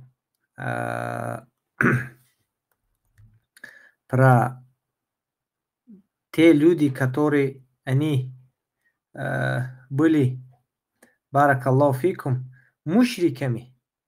И пророк, саллаллаху алейхи вассалям, даже хотя Аллах Субханаху ва Тааля их назвал мушриками, но сразу их не убил, сразу их не мучил. Пророк, саллаллаху алейхи вассалям, сразу их не убил. Аллах Субханаху ва Тааля как говорит, что если же какой-либо многобожник попросит у тебя убежище, то предоставь ему убежище, чтобы он мог услышать слово Аллаха. Затем доставь его в безопасное место. Это потому, что они люди невежественные. Вот это.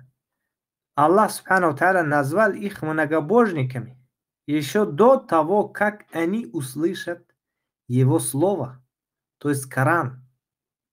Это указывает на то, что описание невежества не является преградой в описании человека многобожником.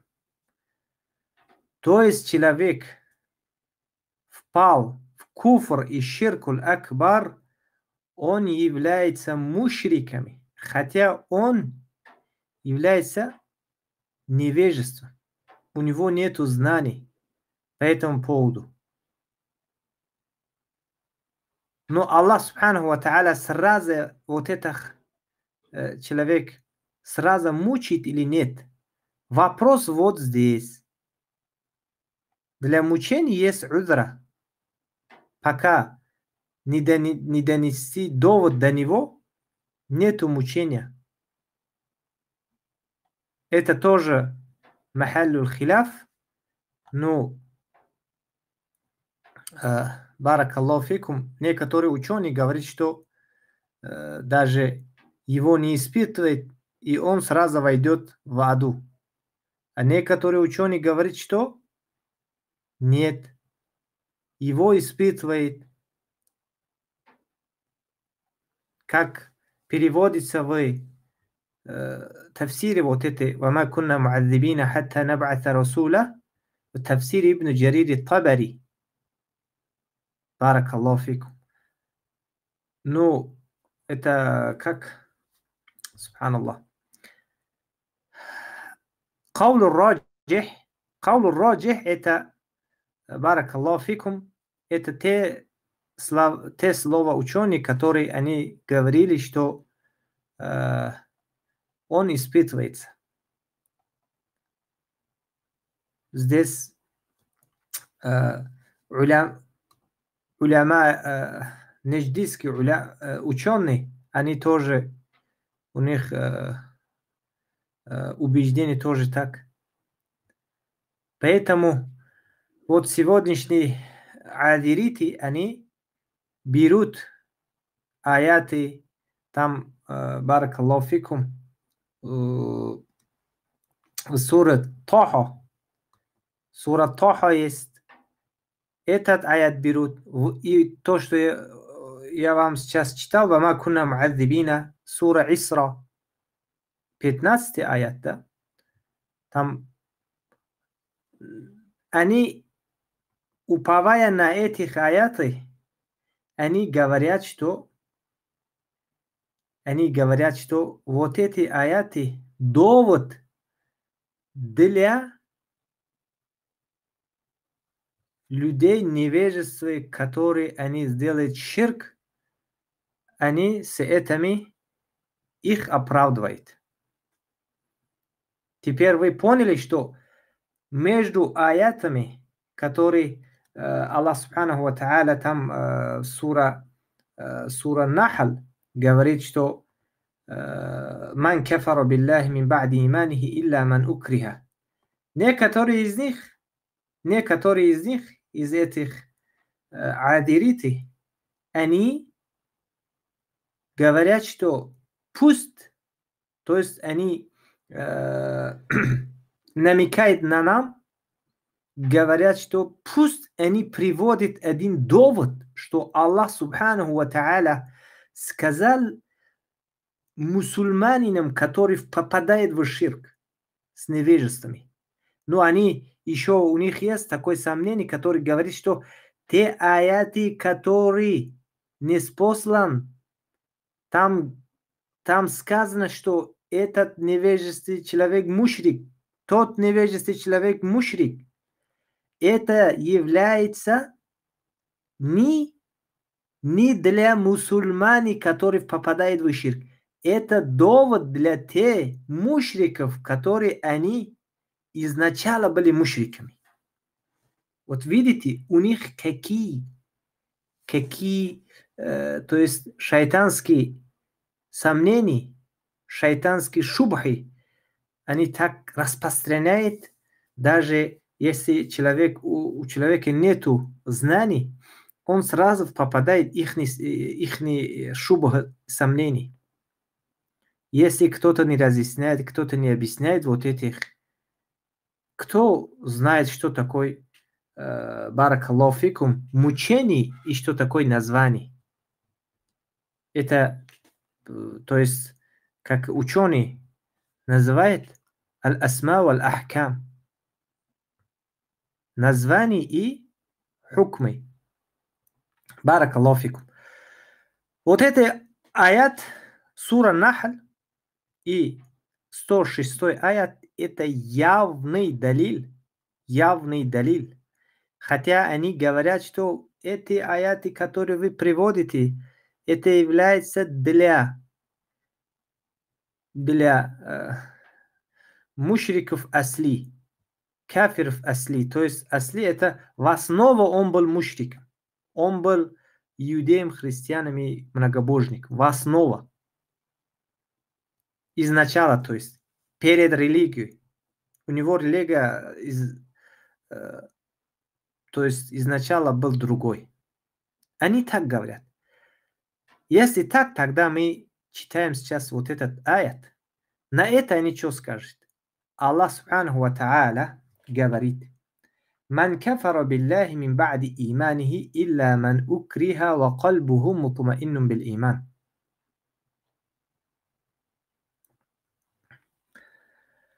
Здесь Аллах Субханаху ва Тааля говорит, что тот, кто ман кафара биллах, тот, кто, то есть сделал куфр после своего вера или после своего имана, кроме как он это делал, как во время принуждения. Его принуждали, его испытывали.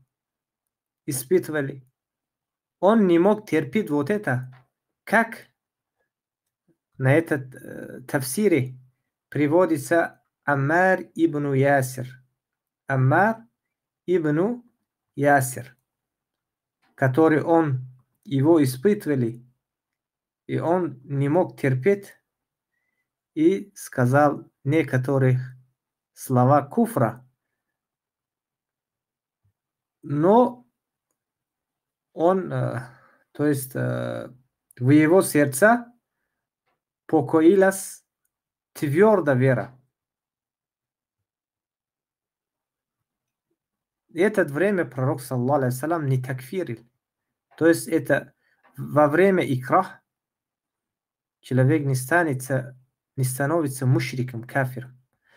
Ну вот это, я что хочу объяснить. Аллах субханаху ва тааля здесь не сказал, что кроме невежества не сказал. Почему кроме невежества не сказал Аллах субханаху ва тааля? Они должны сказать, что или они должны сказать, что или мы лжецы, или Аллах лжец. Аузу билляхи мин залик. Они по своими заявлениями, они заявляют, что Аллах лжец. Аузу билляхи мин залик. Как вот Абу Исмаил ар-Руси, один из самых конченых джахмиты, он работает в спецслужбе, всегда он хочет, чтобы задержали мувахидов, чтобы задержали. И он сам с этими, субханаллах, если я один вещь, если вам поставлю, да, вы говорите субханаллах. Он говорит, что если хотите, я поставлю здесь, мне брат отправил. То есть он просил, чтобы вот это, вот эту ставить. Здесь он говорит, что тот, кто работает там в службе, вот эти куфритские государства, он не является грешником, не кафиром. Видите, братья мувахиды и сестры, вот они, то есть скольких мусульманинов они сделали кафиром, и сколько мусульманинов после, когда они стали кафирами, и они умерли на этот куфритский акида. Они после вот этой куфритской акиды, они умирают. Куда они идут? И кто на это ответит? Вот эти призывающие к путь аду, вот это, они разве ответят? Нет, конечно. Они плевали на этот.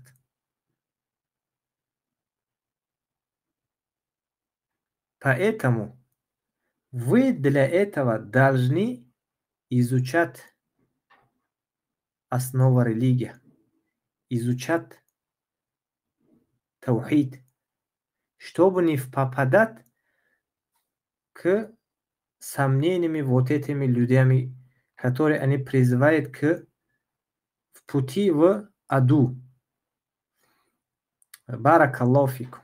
Сейчас я вот вставляю вот это. Там в отделах и прочее, те из них, которые служат обычной службой, гаишники, следователи и тому подобное, это то есть грех. Это не вывод человека из ислама. Пожалуйста. Слышно было, да, братья? Да, слышно. Чуть-чуть плохо слышно было, шейх. Баракаллаху фик. Чуть-чуть плохо, если ничего, мы заново поставляем. Это самый надежный руководитель. Что такое? Где он? Где он? А вот. Абу Исмаил ар-Руси. из них, которые служат обычной службой, гаишники, следователи и тому подобное, это то есть грех. Это не выводит человека из ислама. Вот, пожалуйста, кто работает спецслужбами, гаишниками и другими структурами, они не являются кафирами. Они являются грешниками. Аузу биллах. Аллах Субханаху ва Та'аля, то есть явным аятом, Аллах Субханаху ва Та'аля говорит, что те, которые они сражают в пути Аллаха, они являются му'минами, мувахидами. А те, которые служат и сражают в пути шайтана, они кафиры.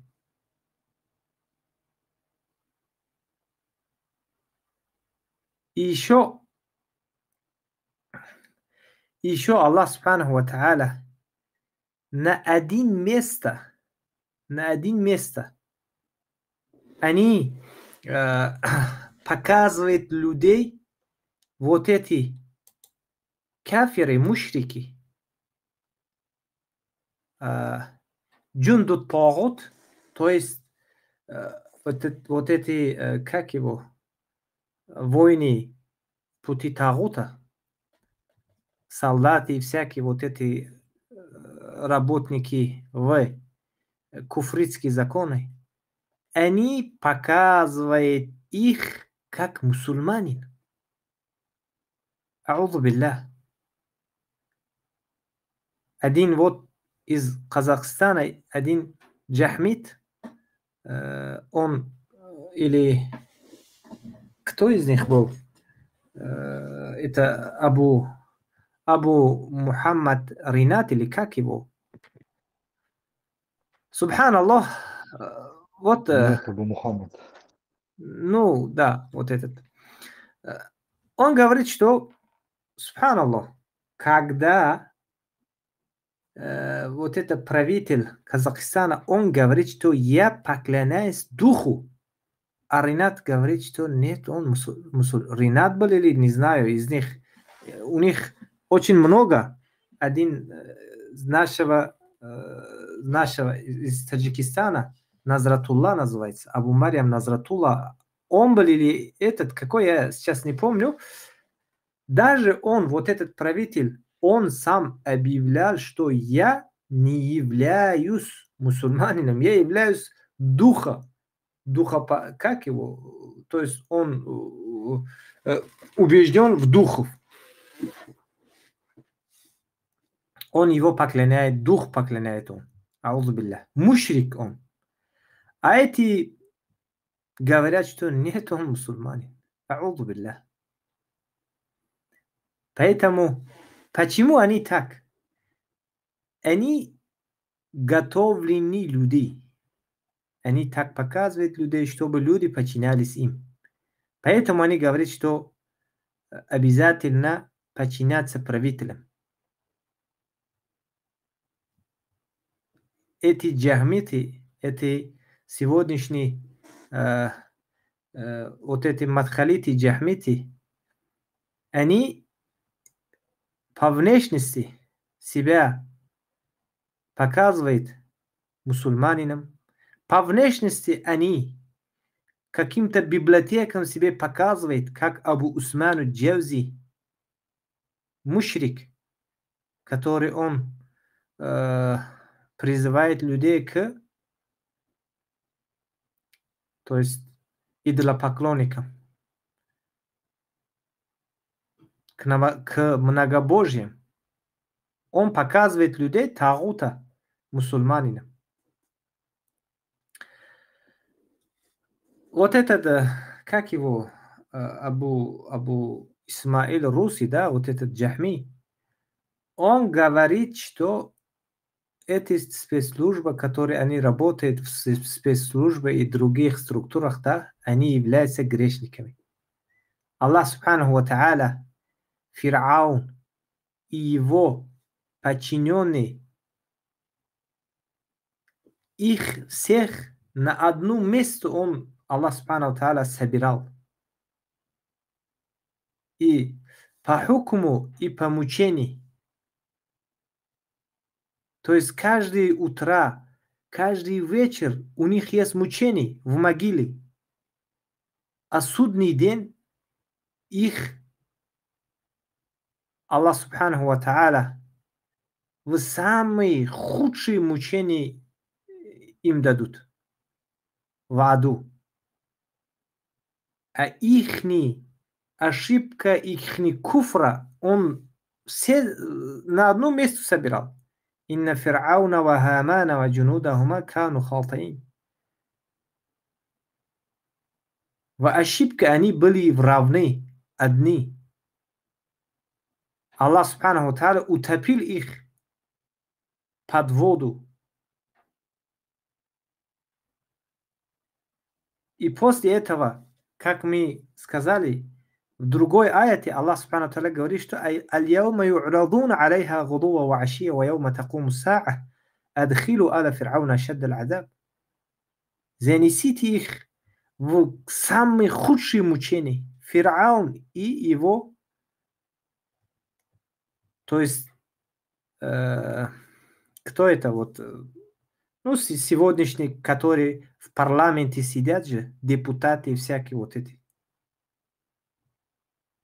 Они вот все, и вот все вот эти армия у Фир'ауна был, они все одинаковые в мучении, в хукме. А сегодняшние джахмиты, азириты, вот эти мушрики, они показывают людям этих мусульманинов. А если вот этих явных кафиров, они показывают мусульманинам, вы что думаете, что они могилопоклонников называют, что они мушрикам? Конечно, нет. Поэтому их не слушайте. Их не слушайте, а то вы станете на их акида и потом станете мушриками. Их надо отвергать. Их надо отвергать. И их надо людям показать, людям рассказать об их вот заблудшей акиде. На каждом мусульманином ваджиб, который знает, который понимает свои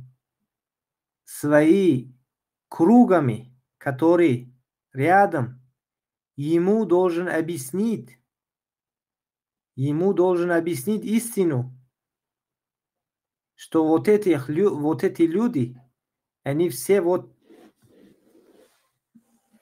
армия шайтана, армия Иблиса они призывают к многобожию. Аллах Субханаху ва Тааля нас хвалит, о мои братья, о мувахиды, о единобожный, мувахид или мувахидки. Аллах Субханаху ва Тааля нас хвалит, когда мы людей призываем к единобожию, к таухиду. Аллах Субханаху ва Тааля нам гневается и нас мучит самые худшие мучения, когда мы, зная истину, и не рассказываем другим.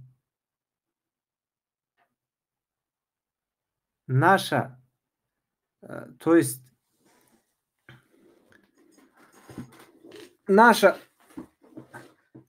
состояние как становится, как состояние вот эти иудеи, яхуд, которые они, зная, и ничего не сказали. Шайтан аль-Ахрас. То есть немой шайтан немой шайтаном станет человек, когда, зная вот это, не скажет другим. Почему сегодня мы трудимся, чтобы люди довести вот эту истину?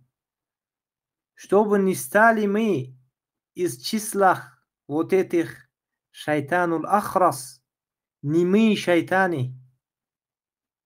На это каждый братья мувахиди, русскоязычники, у них фардул айн, чтобы другим довести вот эту истину, чтобы перед Аллахом он должен, баракаллаху фикум, не быть из тех людей, которые знал истину, как в сура Бакара. Сура Бакара был, да? Аят 159 или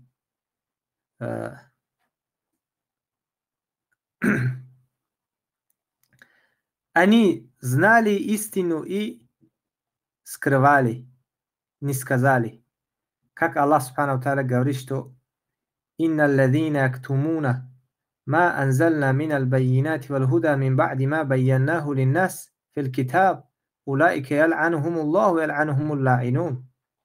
Воистину тех, которые скрывают ниспосланные нами ясные знамения и верное руководство после того, как мы разъяснили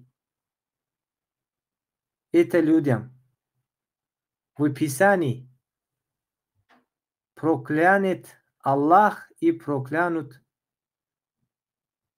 проклинающие. Мы должны делать дуа и должны стараться, чтобы не стать из таких людей, которые Аллах и, то есть, другие людей, чтобы нас прокляли, как это называется, чтобы не проклянули, как его, Аллаху муста'ан. Поэтому, баракаллаху фикум, вот видите, братья, которые у вас есть хороший язык, хороший, вы можете разговаривать с русскими языками. Альхамдулилля, сегодня есть книги ученые ахли суннати валь джамаа.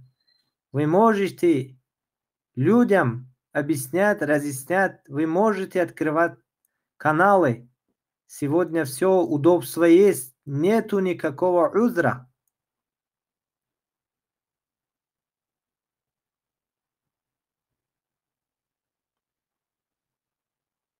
Никто не знает, сколько живет. Никто не знает, сколько мы живем. До какого времени мы ждем, чтобы кто-то другой пришел и, то есть, призывал людей к таухиду. Каждый из нас должен на это думать и на это должен стараться.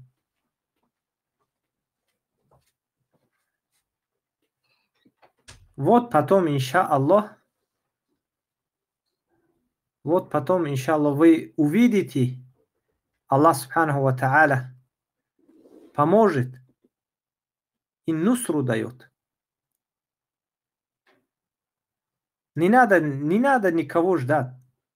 Завтра и завтра должен начинать каждый.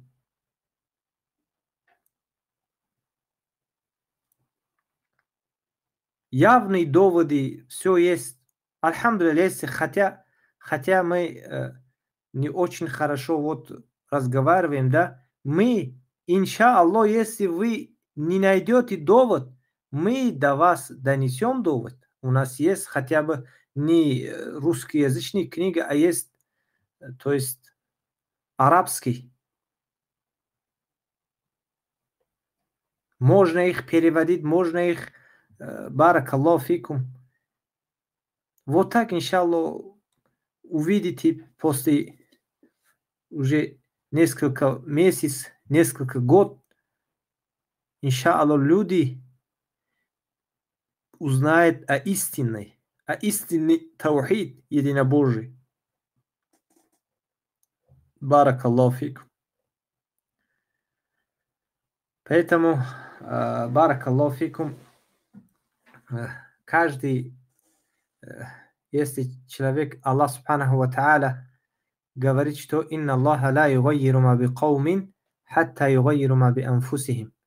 Аллах Субханаху ва Тааля в состоянии одного, как говорится, этот минтака, каум, народ, состояние одного народа не изменит, пока они каждый сами себя не изменяет. Пока они сами, каждый сами себя не изменяет. Вот на этом Аллах Субханаху ва Тааля потом уже нусру дает. Потом Аллах Субханаху ва Тааля, каждый, если изменяет себя, Аллах Субханаху ва Тааля вот этот народ изменяет. Баракаллаху фикум. Ну, на этом все, иншаллах. Если у каких братьев есть вопросы, иншаллах, будем ответить. Но, то есть, наша основная тема, это был, то есть, баракаллаху фикум, маленький, то есть, насиха к братьям, чтобы братья тоже были активны, братья, которые хорошо знают русский язык, они тоже были активны. А тема, которую я здесь рассказал, основная тема, был тема мучений и названий, который вот адириты, да, берет аяты для мучений и приводит на название. Для мучений, да, довод надо довести. А для названий, которые человек попадал в ширк и куфр акбар, он сразу берет название мушрик.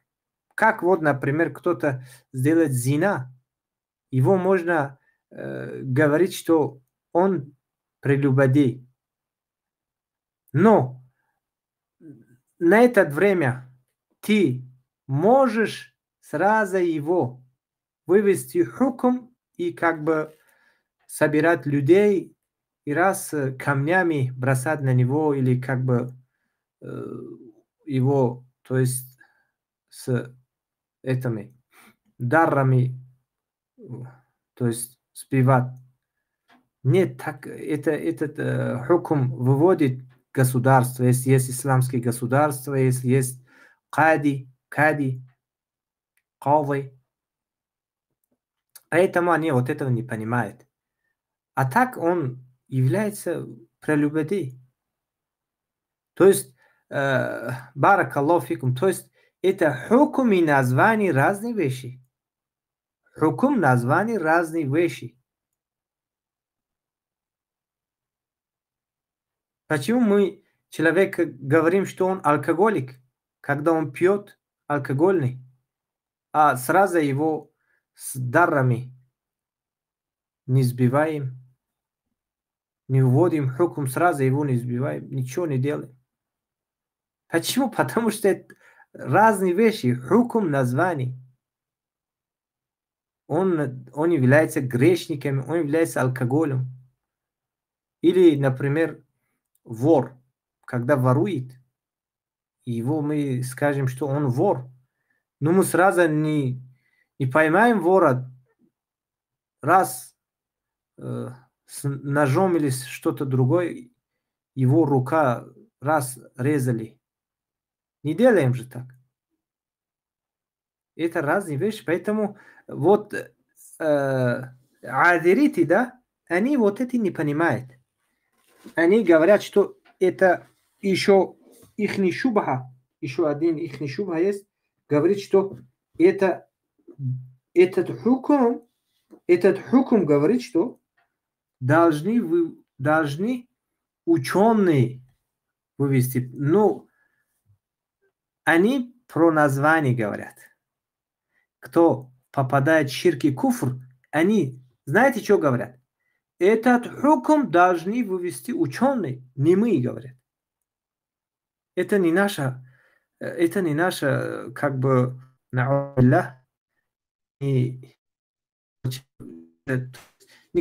человек не может. Так они от убеждения, то есть из этого, из явления выводит на шаг, на шубу, на сомнение. Человек не может, но у него нет, он конкретно этот и всегда слушает их, наявные вещи и последние, они говорят, что, например, кто, если спросит, что пить алкогольный – это грех, мы говорим «да, грех». Они говорят «грех» и еще добавляет, знаете что? Ну, это слово есть в своих местах, что это не является сомнением, но они потихоньку, они сомнений распространяют. Да, это алкогольный является грех. Ну, валлаху алям, говорит они.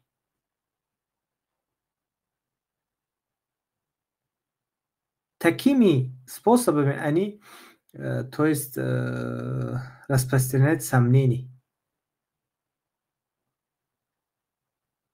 Или кто попадает в ширк, становится мушриком или нет.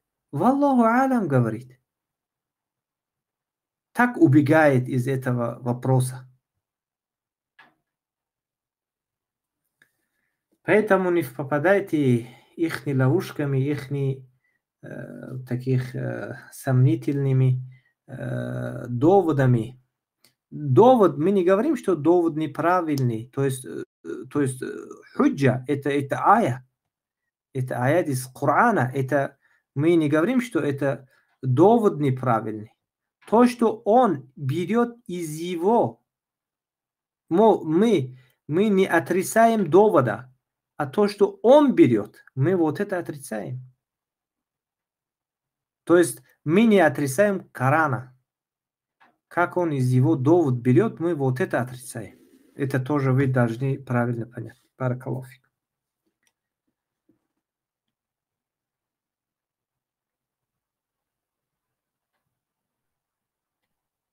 Если у кого-то есть вопрос, бисмилля. Да, есть вопрос. Ассаламу алейкум, брат. Ва алейкум ассалам ва рахматуллахи ва баракатух. Вопрос такой, вот в России нахожусь, и вот принял решение, какое-то время уже не хожу в мечети, так как, и братья как бы есть, какие прояснили то, что, во-первых, власть тагута, муфтият, опять же, да, правильное ли это решение, то, что намаз читать дома, или же можно ходить в мечети читать? Баракаллаху фикум. Вот эта проблема была во время имам Ахмад, когда вот распространились му'тазилиты и джахмиты, которые они говорили, что Коран сотворен. Да, Аль-Кур'ан махлук. Они Корану сказали, что это Коран сотворен. Аузу билля. Они с этими своими словами, с этими своими убеждениями они стали кафирами. Имам Ахмад в это время что сказал? Сказал, что я раньше, то есть сильно не запрещал вот этот намаз сзади. То есть один человек придет в мечеть, и раз там икома дает, сзади этот имам сразу можно, то есть читать намаз. В это время я сильно не запрещал людей, но сейчас я запрещаю, говорит. Почему? Потому что распространялось вот такой бид'a. Бид'a. Хавариджи из него берут, из этих словах имам Ахмада берут, говорит, что каждый человек, который сзади него нельзя читать намаз, это является кафиром. Это неправильно. Здесь два вида бид'a. Нововведения людей два вида будет. Один фиск и один куфр. Из нововведенцев, фасиков тоже можно, тоже не разрешено читать. Например, в книге Харб ибн Исмаил аль-Кирмани, его ученик, или книга Абдуллах ибн Ахмад, его сын.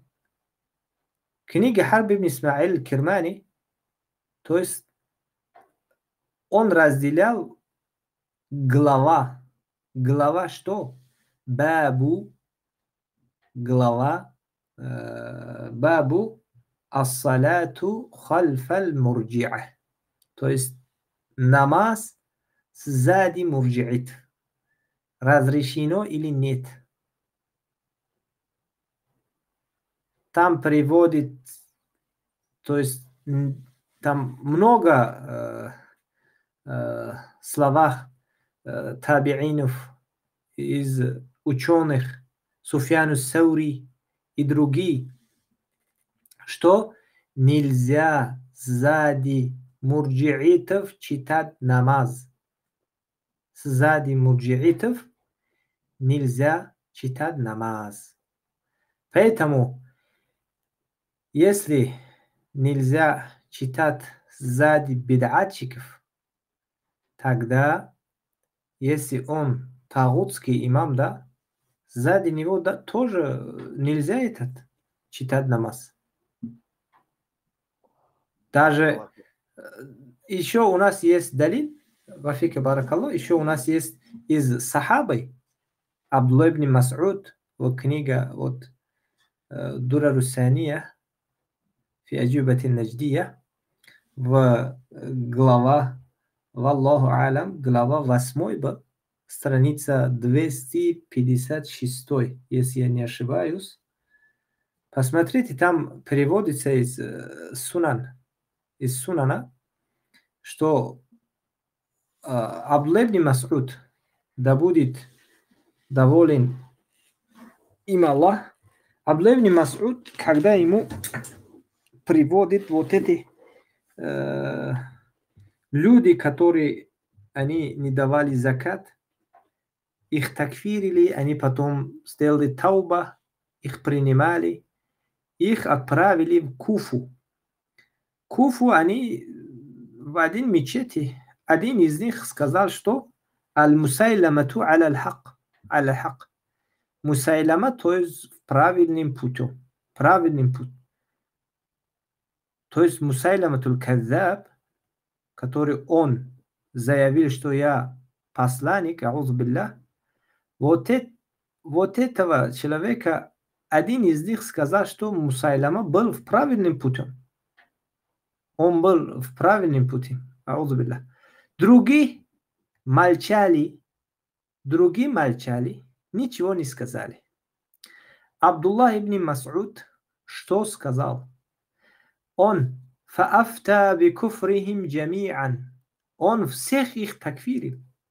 Да, То есть вносил такфир и, то есть, как бы Если вы знаете, вот это, да, вот это наш довод. Мгм. Баракаллаху Они фикум. молчали, он их такфирил, да. Да, они... Еще для этого есть, у нас есть ая.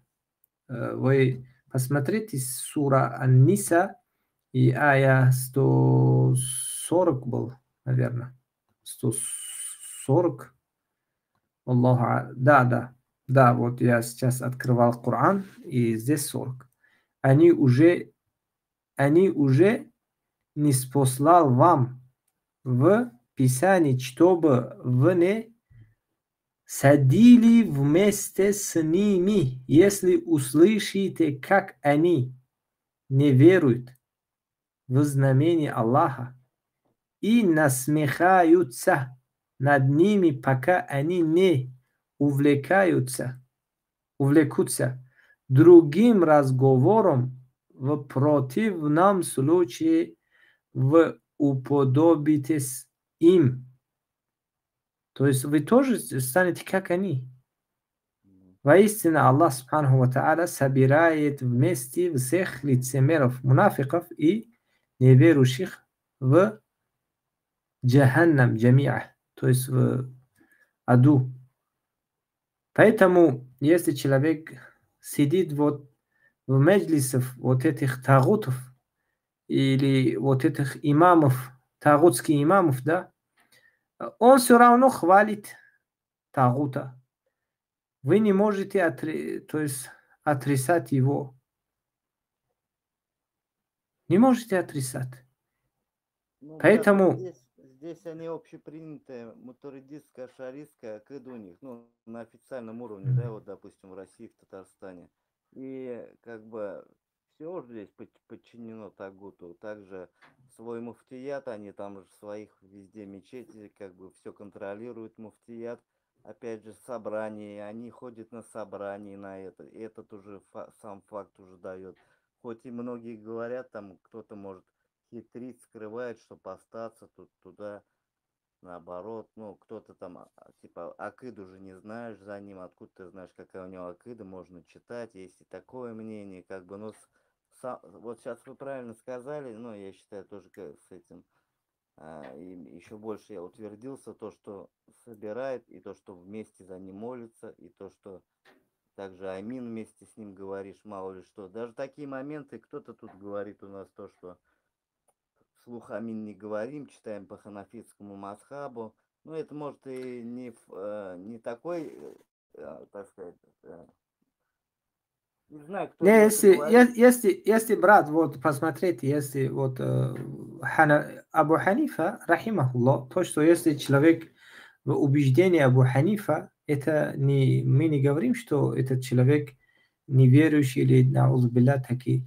Если Абу Ханифа был один из имамов, ну, у него был свои ошибки, у каждого есть свои ошибки. Поэтому, да, поэтому если причина только вот в аминов и других, то есть раф'уль ядайн или другие, это мы не говорим, что не надо читать за ним. Если причина тагутскими, да, они тагутские или у них есть явный бид'a, который они призывают людей. Если ты вот это не делаешь, да, тебе туда-сюда, короче, они всякие вот, то есть всякие плохие слова на этот молящих говорят, на этот то есть состояние не надо читать за ним. А если они только вот просто не говорите амин здесь у нас ханафитский, чтобы не было никакой, это не причина, это не конкретный. Ну, мы не говорим, что было, что постоянно так. Нет, мы постараемся, чтобы было амин, это амин сунна. Амин это сунна тоже был. Но если на ваш вопрос я имею в виду, что если только вот эта причина, это можете читать за ним. Если причина тагутский, да, тогда причина, не надо. Да. Ага. Причина то, что это сами знаем, какая тут власть, и то, что тут она с исламом борется, сколько крови мусульман на ней, да, и плюс, что это муфтият? Она подчиняется тагуту, ну, вообще вот просто в определении, да. Опять же, контролирует мечети этот муфтият, собрание собирает, что-то там делает, ну, акиду неправильно вносит, учат другому ашаризму, мутаридизму, общепринятые у них какие-то моменты. Явного бида нет такого там, я не замечаю, чтобы они к чему-то там, но просто, как бы акиду я тоже у них не интересуюсь, какая, да, все там, к чему он относится, может скрывает, но просто он то, что работает, то, что собирает, то, что контролирует этот муфтият, как бы можно ходить, читать за ними, если только увидишь бида за ними, да, то есть конкретно будет они, ну, мешать, призывать к чему-то, тогда только перестать ходить, просто имею в виду, или же остановиться, читать у себя, вот как бы мой вопрос, может, я неправильно чуть-чуть объясняю, да, я не совсем на толку. Нет, на этот брат вы можете просто просить у этого, если у этого, просто мы не должны со своими, как этот гумон, как называется, разум, да, или не разум, этот акл. То есть, как гумон, вот это как называется, брат? Гумон.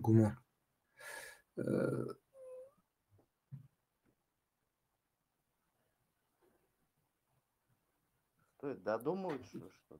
Да. Из своих думках мы не должны вывести какой-то там, да, если муфтият там идет вот там, туда, значит, они все таких хукм у нас нету. Мы посмотрим по зохиру, то есть по внешности, да, мы видели такой, то есть он идет и подчиняется тагуту, да, он становится, да, кафиром, то есть имамом, тагутским имамом. Поэтому как бы не слишком углубляться на это и не слишком, то есть не был человек как его, безусмотренным, чтобы он должен знать сзади, кого он читает молитва. Он может спросить этого имама: о, имам, например, вот сегодня, например, многие говорят, что... Спрашивают такие вещи здесь. Сегодня опасно спрашивать такие вещи здесь. Да. Если так, тогда если есть такой-то там, хотя, то есть видно же у этого имама, если есть какой-то там сомнений. Факт то, что имамов ставит муфтият, это вот первая причина на самом деле. Его же не мусульмане избирают, а муфтият контролирует мечети, ставит своих имамов, собирают какие-то, наверное, собрания. Ну, насколько я слышал, я этого тоже как бы не знаю, да, но акида у нас у них общепринятая, как они говорят, мутаридица ашаристская. В университете тоже учат там Газали, там, ну, далее более старые труды, вот это вот. Сифаты отрицают, да, вот здесь вот, ну, такая общая у них. Я не могу сейчас сказать, этот имам на каком убеждении, то имам на каком убеждении, не знаю, может он скрывает, может еще что-то. Ну, говорят, там экзамены они сдают, там, ну, еще что-то, какие-то моменты, да, просто не будешь спрашивать, ходить акиду, а намаз как-то поберечь охота. Ну, как бы, вдруг действительно стоишь, не знаешь, может, в этом случае лучше как-то одному читать, там, я не знаю, или еще что-то. Вот ну, вот имам Ахмад пошел и читал, то есть, ну, у него состояние очень, это его время очень, время икрах был, он читал намаз и заново дома читал намаз. Да. Заново. Причем, да? Да. Если там баракаллаху фикум, если нету этого, какой-то там, то есть страха, чтобы если не входить в мечеть, потом они заберут, ну, то есть поняли, да, такой случай, если будет, тогда иншаллах, почитайте там и обратно заново дома почитайте. Если такой нет, лучше не читать сзади этих имамов, потому что наши салафы, некоторые из наших салафов узнал имам после 40 лет. Когда знал, он своего 40-летней молитва заново почитал. Поэтому эта молитва, это самый, то есть второй столб ислама. Человек должен оберечь свой, как он, например, берет жену и спрашивает всякие самые мелочи, и он тоже должен оберечь своего поклонения, чтобы он был действительным, он был принятым. Баракаллаху фик. Баракаллаху фикум, брат, еще момент. Просто вот есть же то, что жюмга, допустим, вот как бы жюмгу тоже можно на это, как бы, и раз уж такое положение, все равно вот хадисы же доходит, то, что жюмгу Это 2-3 раза нельзя, там... не понял, брат. Ну, то, что вот жюмга, допустим, если уж не ходить, то и на жюмгу тогда получается, ну, как бы дома я могу делать, да, в таком случае хочу намаз уберечь, или все-таки на жюмгу, на пятничный намаз, имею в виду, Ну, на... Пятничный намаз, да, можете ходить Да, брат, и понял. заново почитайте Заново намаз. почитать тоже, да? Да. Все, баракаллаху фикум, все понятно. Афика баракаллах.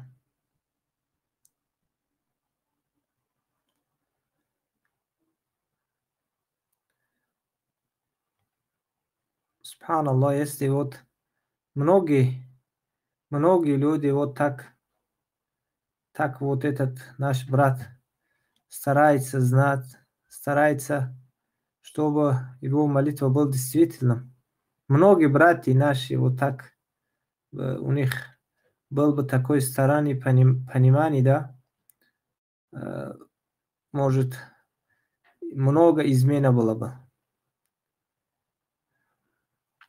Но Аллах еще хорошо знает. Поэтому каждый из нас должен постараться. Если люди не выходят на их, не встают назад, и вот этих имамов что делают там в мечети? Они тоже изменятся. Я даже немногих, но некоторых имамов знаю, что они, то есть у них нет убеждения, но они смотрят людей. Люди на каком стороне? Таких имамов тоже я видел, да? Этих имамы мушрики они. Никакое убеждение нету. Его убеждение вот эти люди. Люди, куда их то есть, как так называемый руль поворачивается, его руль тоже туда поворачивается. Аузбилля.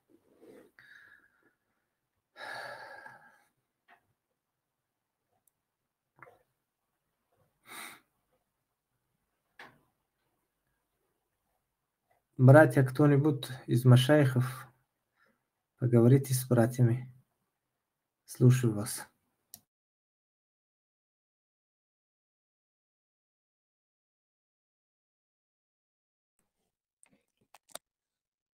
Ассаламу алейкум ва рахматуллахи ва баракатуху. وعليكم السلام ورحمة الله وبركاته. أهلا وسهلا شيخ أبو إسحاق. Джазакаллаху хайран, ахил азиз. Значит, у нас урок, сегодняшний урок заканчивается, да, это будет как бы, если никто не хочет говорить, и мы с несколькими словами ученых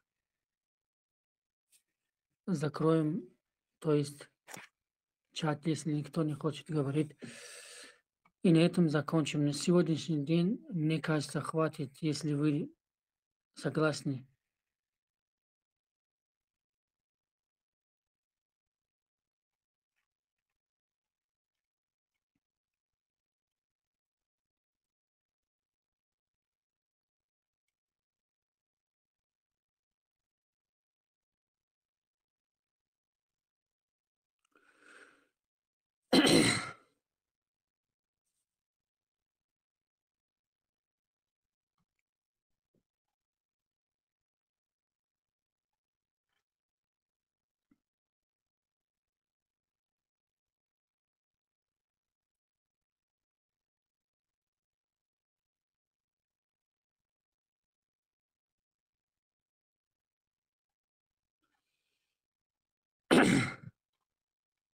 Сейчас, секундочку.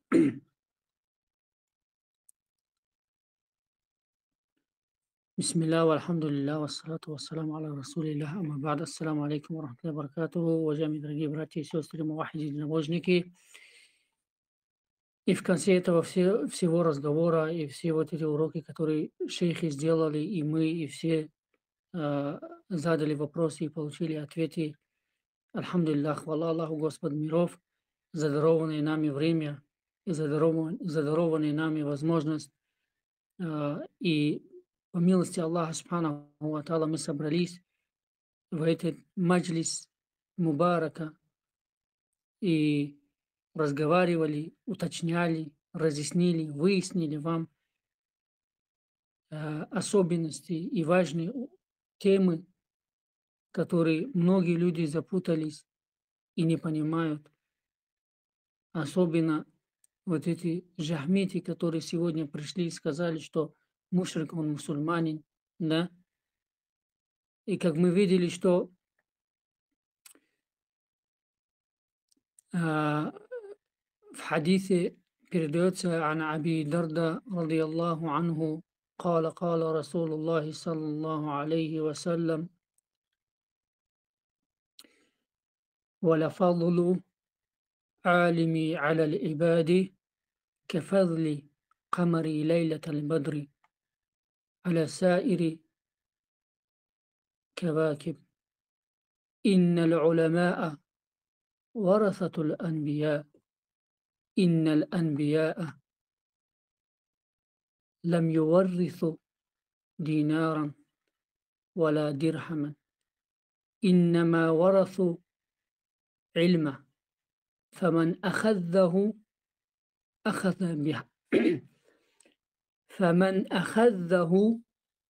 أخذ بحظ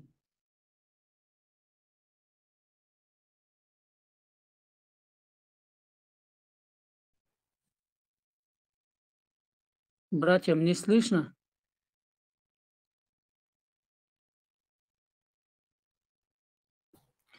Да, слышно, брат. Джазакаллаху хайран. Передается от Абу Дарди, да будет доволен им Аллах, что посланник Аллаха, саллаллаху алейхи вассалям, сказал: превосходство ученого над простым поклоняющимся подобно превосходству луны в ночь полнолуния над прочими небесными светилами. Поистине, ученые являются наследниками пророков. Пророки же не оставляли в наследство ни динаров, ни дирхамов, но оставляли в наследство знаний. И тому, кто приобрел его, то есть тот, кто получил знание, достался великий удел. Почему я этот хадис привел? Для того, чтобы сейчас каждый, кто появился на минбаре и поднимался и сидел на минбар, он считает себя наследником пророка. Он считает себя наследником пророка. И он тоже считает себя собирающим знаний, а не собирающим динаров и дирхамов. Так как мы видим, что некоторые требующие знания, которые по имени Абу Умар Саситлинский, что он говорит? Он говорит, что мушрику или кафир, который предает Аллаху сотоварищ, да? Предает Аллаху сотоварищ, он кафир, мушрик, да. Если Аллах его наказал бы, зачем отправил посланников? Даже, говорит, если после этого ты не выносишь ему такфир, за это тебя Аллах не спросит. Валлахи, Аллах спросит. Клянусь Аллахом, Аллах спросит именно то, что в хадисе Аль-Кудси передается, что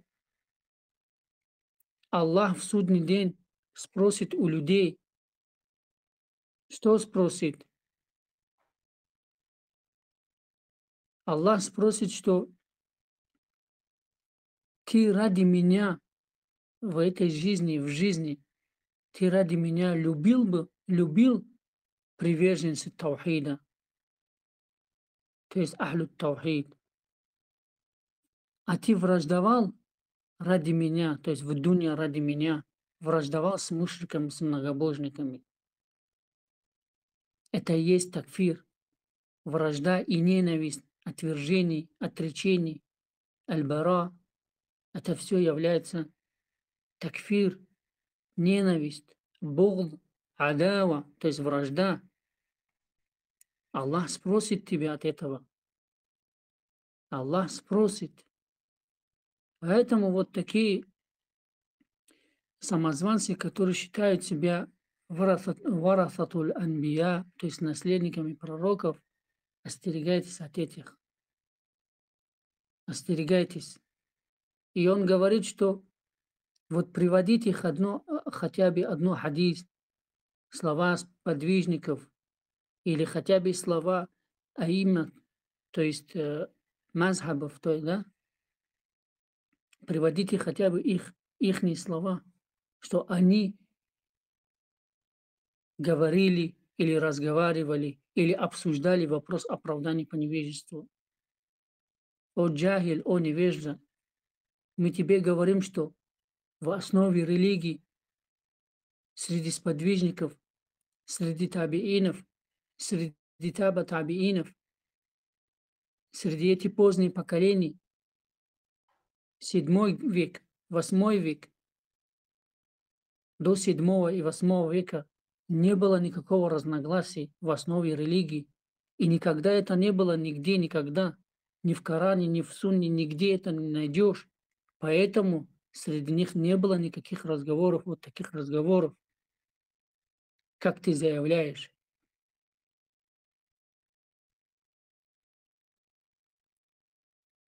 А во времена Ибн Таймия, рахимахуллах, и до него появились такие люди, как тебя по имени Джахис, Ад-Джирджис.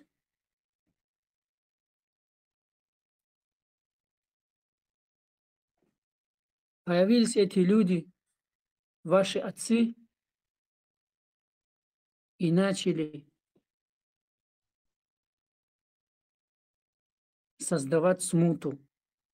Какая смута? Смута называется оправдание по невежеству в большом ширке и куфре. И каждый, кто совершает ширк и куфр, или по иджтихаду, то есть он старается в религии Аллаха, из-за сильного старания, если он совершает ширк, если он не найдет истину, однако он впал в большое многобожие,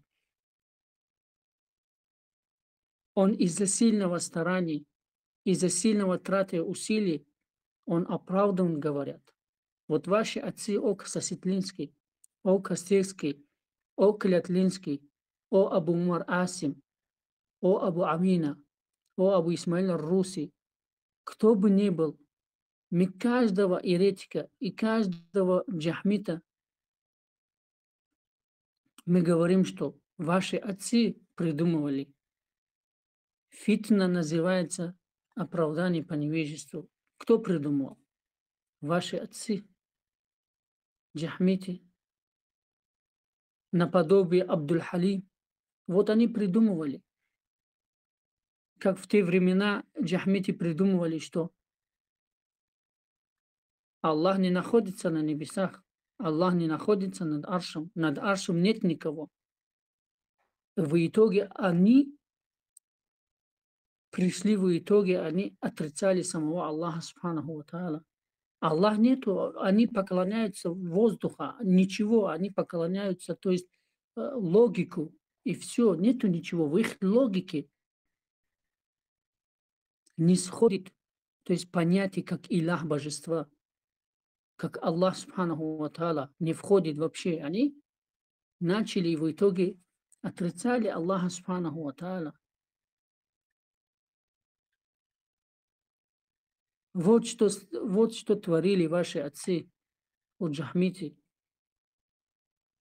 И также они исказили религию Аллаха Субханаху ва Тааля. И потом придумали и перешли на второй план. Что якобы если мы скажем, что Коран – это речь Аллаха, но не будем утверждать, что он сотворена. Не будем этого говорить. Просто скажем, что да, Коран – речь Аллаха, но мы будем молчать и не будем утверждать. Они вот таким образом начали обманывать людей. Вот ваши отцы в то время обманывали наши отцы вот таким образом. Альхамдулиллах, хвала Аллаху, что наш отец, имам Ахмад, да помилует его Аллах, сказал, это поколение, которые говорят, что Коран – речь Аллаха, но они останавливаются в утверждении, что он не сотворена, ихняя куфр хуже первого. Ихняя куфр и неверие хуже первого, хуже тех, кто говорят, что открыто говорят, что Коран сотворен. Клянусь Аллахом, мой отец, имам Ахмад, да помилует его Аллах, он вот таким образом ответил ваших отцов и опровергал ваших отцов. И также потом появились некоторые люди, и это пришло в словах имам Ахмада, в Табакатуль Ханабила, что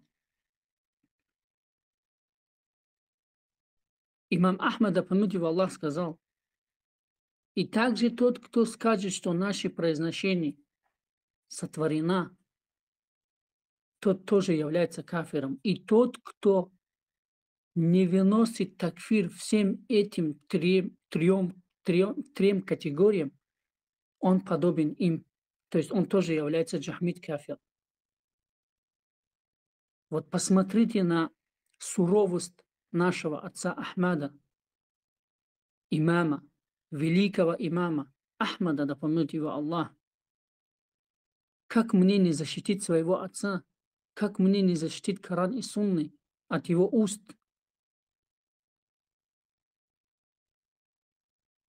А вы начали защищать своих отцов, джахмитов, которые пришли и создали смуту и сказали, что вынесение такфир мушрикам и выдавать им наименование мушрика, и тот, кто впал в ширк, в большое многобожие, именуется мушрик. То есть он автоматически называется мушриком.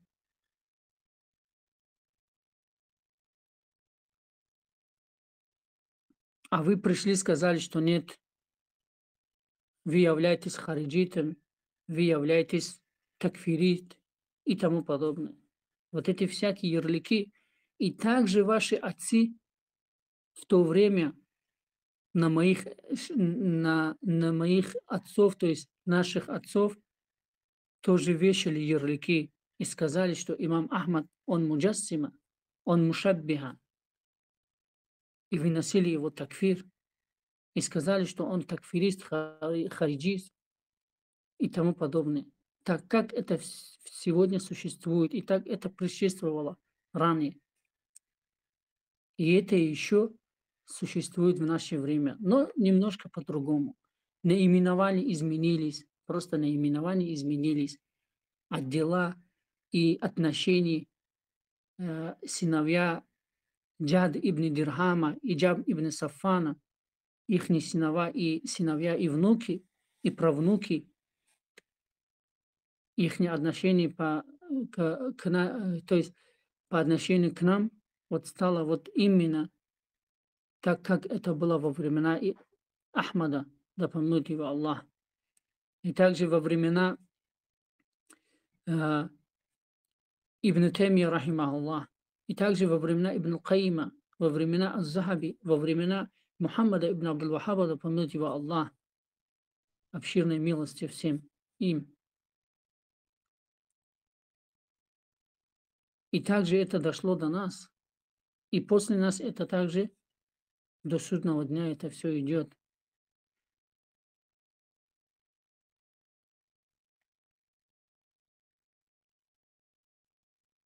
Поэтому, о братья, не слушайте таких.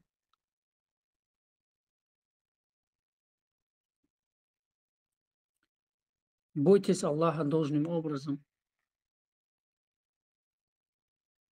О брат, о сестра, ты являешься ответственным. Ты являешься ответственным за познание Таухида, ради которого Аллах создал джиннов и людей и отправил всех посланников, призывающими к Нему. Также ты являешься ответственным за то, чтобы познать его противоположность, является ширк, который не прощается Аллахом. И нет оправдания по невежеству в этом вопросе, и не дозволено слепое исследование в этом, потому что это основа из основ религии. Шейх Аллама Абдуллах ибн Абдуррахман ибн Абдул-Азиз ибн Абдуррахман ибн Абдуллах ибн Султан ибн Хамис Абу Бутайн ан-Наджди, да смилуется над ним Аллах обширной милости. Ад-Дурр Сания, 19 том, 5 страница.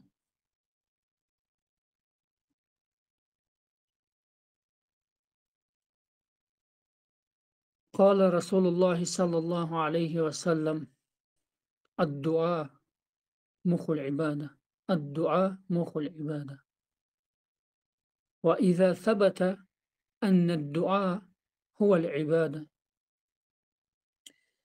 فصرفه لغير الله شرك فمن دعا مع الله أحدا من الخالق فقد أشرك به شيء.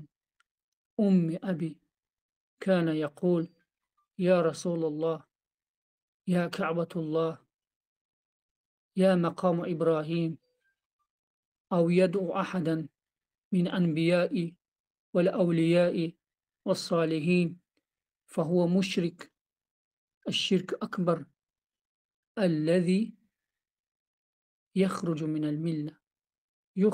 الملة قال الله تعالى إن الله لا يغفر أن يشرك به ويغفر ما دون ذلك لمن يشاء وقال تعالى إنه من يشرك بالله فقد حرم الله عليه الجنة ومأواه النار وما للظالمين من أنصار.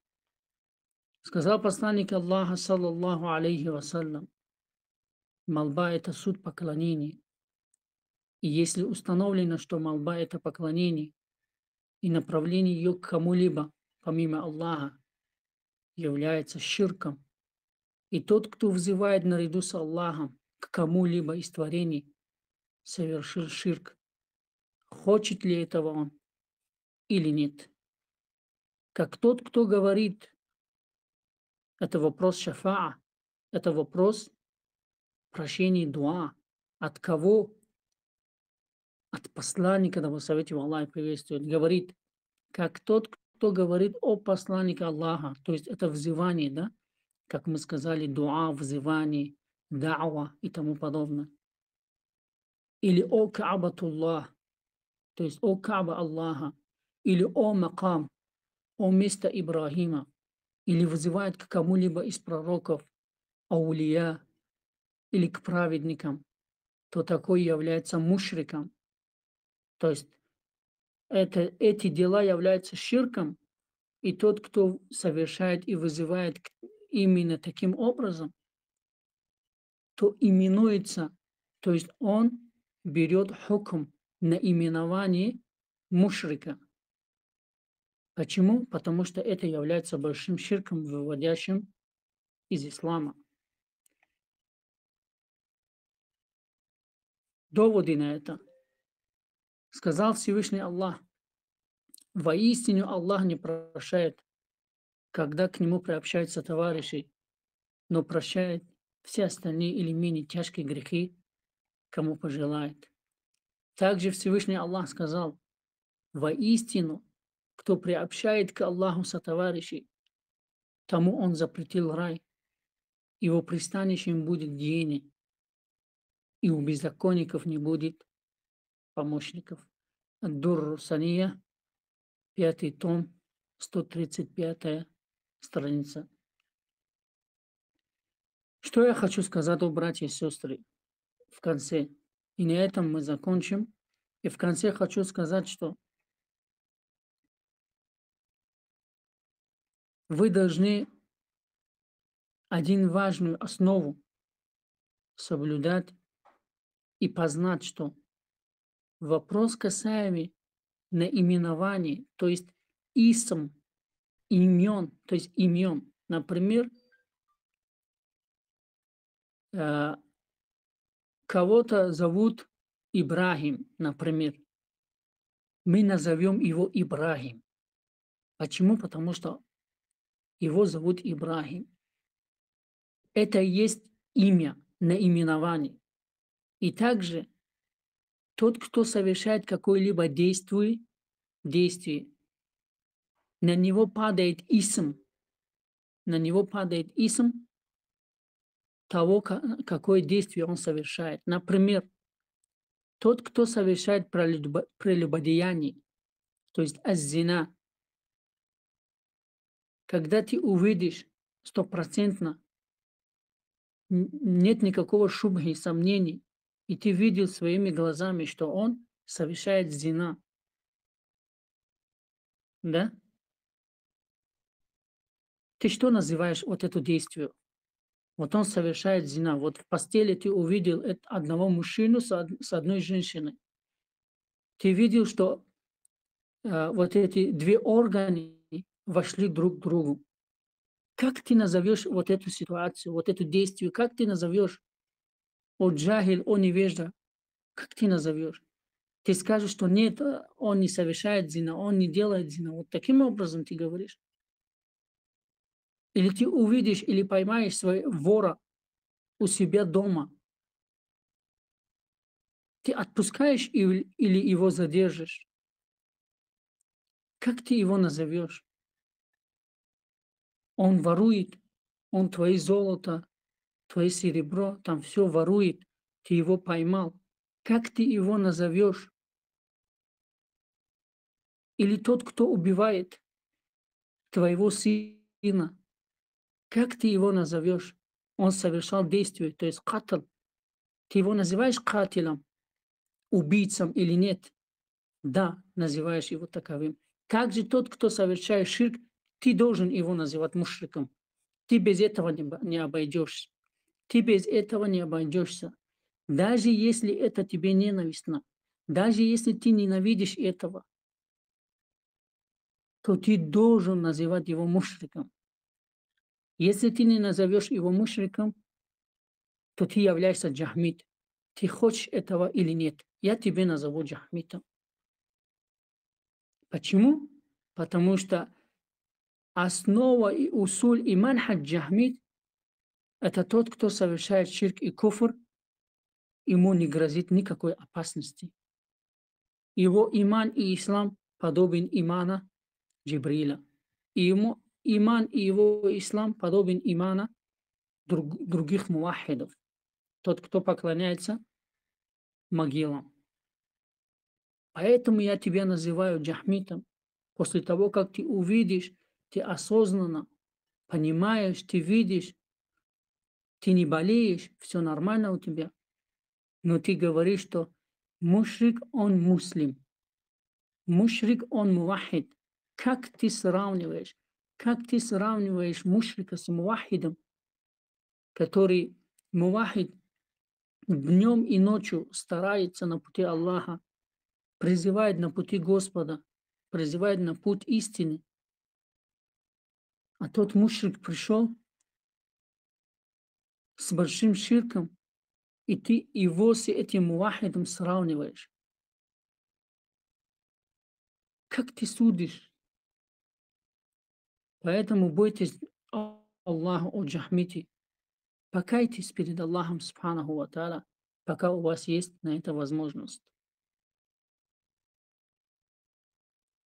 И, иншаллах, следующий урок у нас будет тема, вопрос касаемый асма валь ахкам, то есть наименований, наименований и ахкам, то есть постановлений. Постановлений – это общее понятие, то есть обширное познание, то есть обширная, то есть тема, которая и означает наименование, и также ахкам, то есть вопрос касаемый хукму ридда, то есть вопрос касаемый наказаний, каким образом наказывается доведение довод, худжа и тому подобное. То есть до установления довода тот, кто является джахилом, невежественным, и до него не дошел посланнической миссии, то он не наказывается. Но в этой дунье, если он совершает ширк, то мы называем его мушриком. Это категорично таким должен быть. Поэтому в следующем уроке у нас будет тема остается по-прежнему, но мы будем продолжать эту тему. Тема, вопрос и разъяснение асмау ахкам. Я буду тоже говорить, и также другие шейхи, если готовятся на эту тему, иншаллах, то они тоже будут говорить, но с далилами, с доводами, иншаллах, со слов, то есть сперва аяты из Корана, хадисы, и потом слова ученых, и тафсири, и также тафсири, и знаменитые большие тафсири, как Табари, как Абу Джафар, Багави, Шаукани, Ибн Каthир, да помилует их всех Аллах, субханаху ва та'аля. Джазакум Аллаху хайран, хайякум Аллаху байякум, и на этом все. Джазакум Аллаху хайран. سبحانك اللهم وبحمدك وأشهد أن لا إله إلا أنت أستغفرك وأتوب إليك. И на этом мы завершим эфир. До новых встреч. Пусть Аллах укрепит вас на имане и на таухиде. Хайякум Аллах.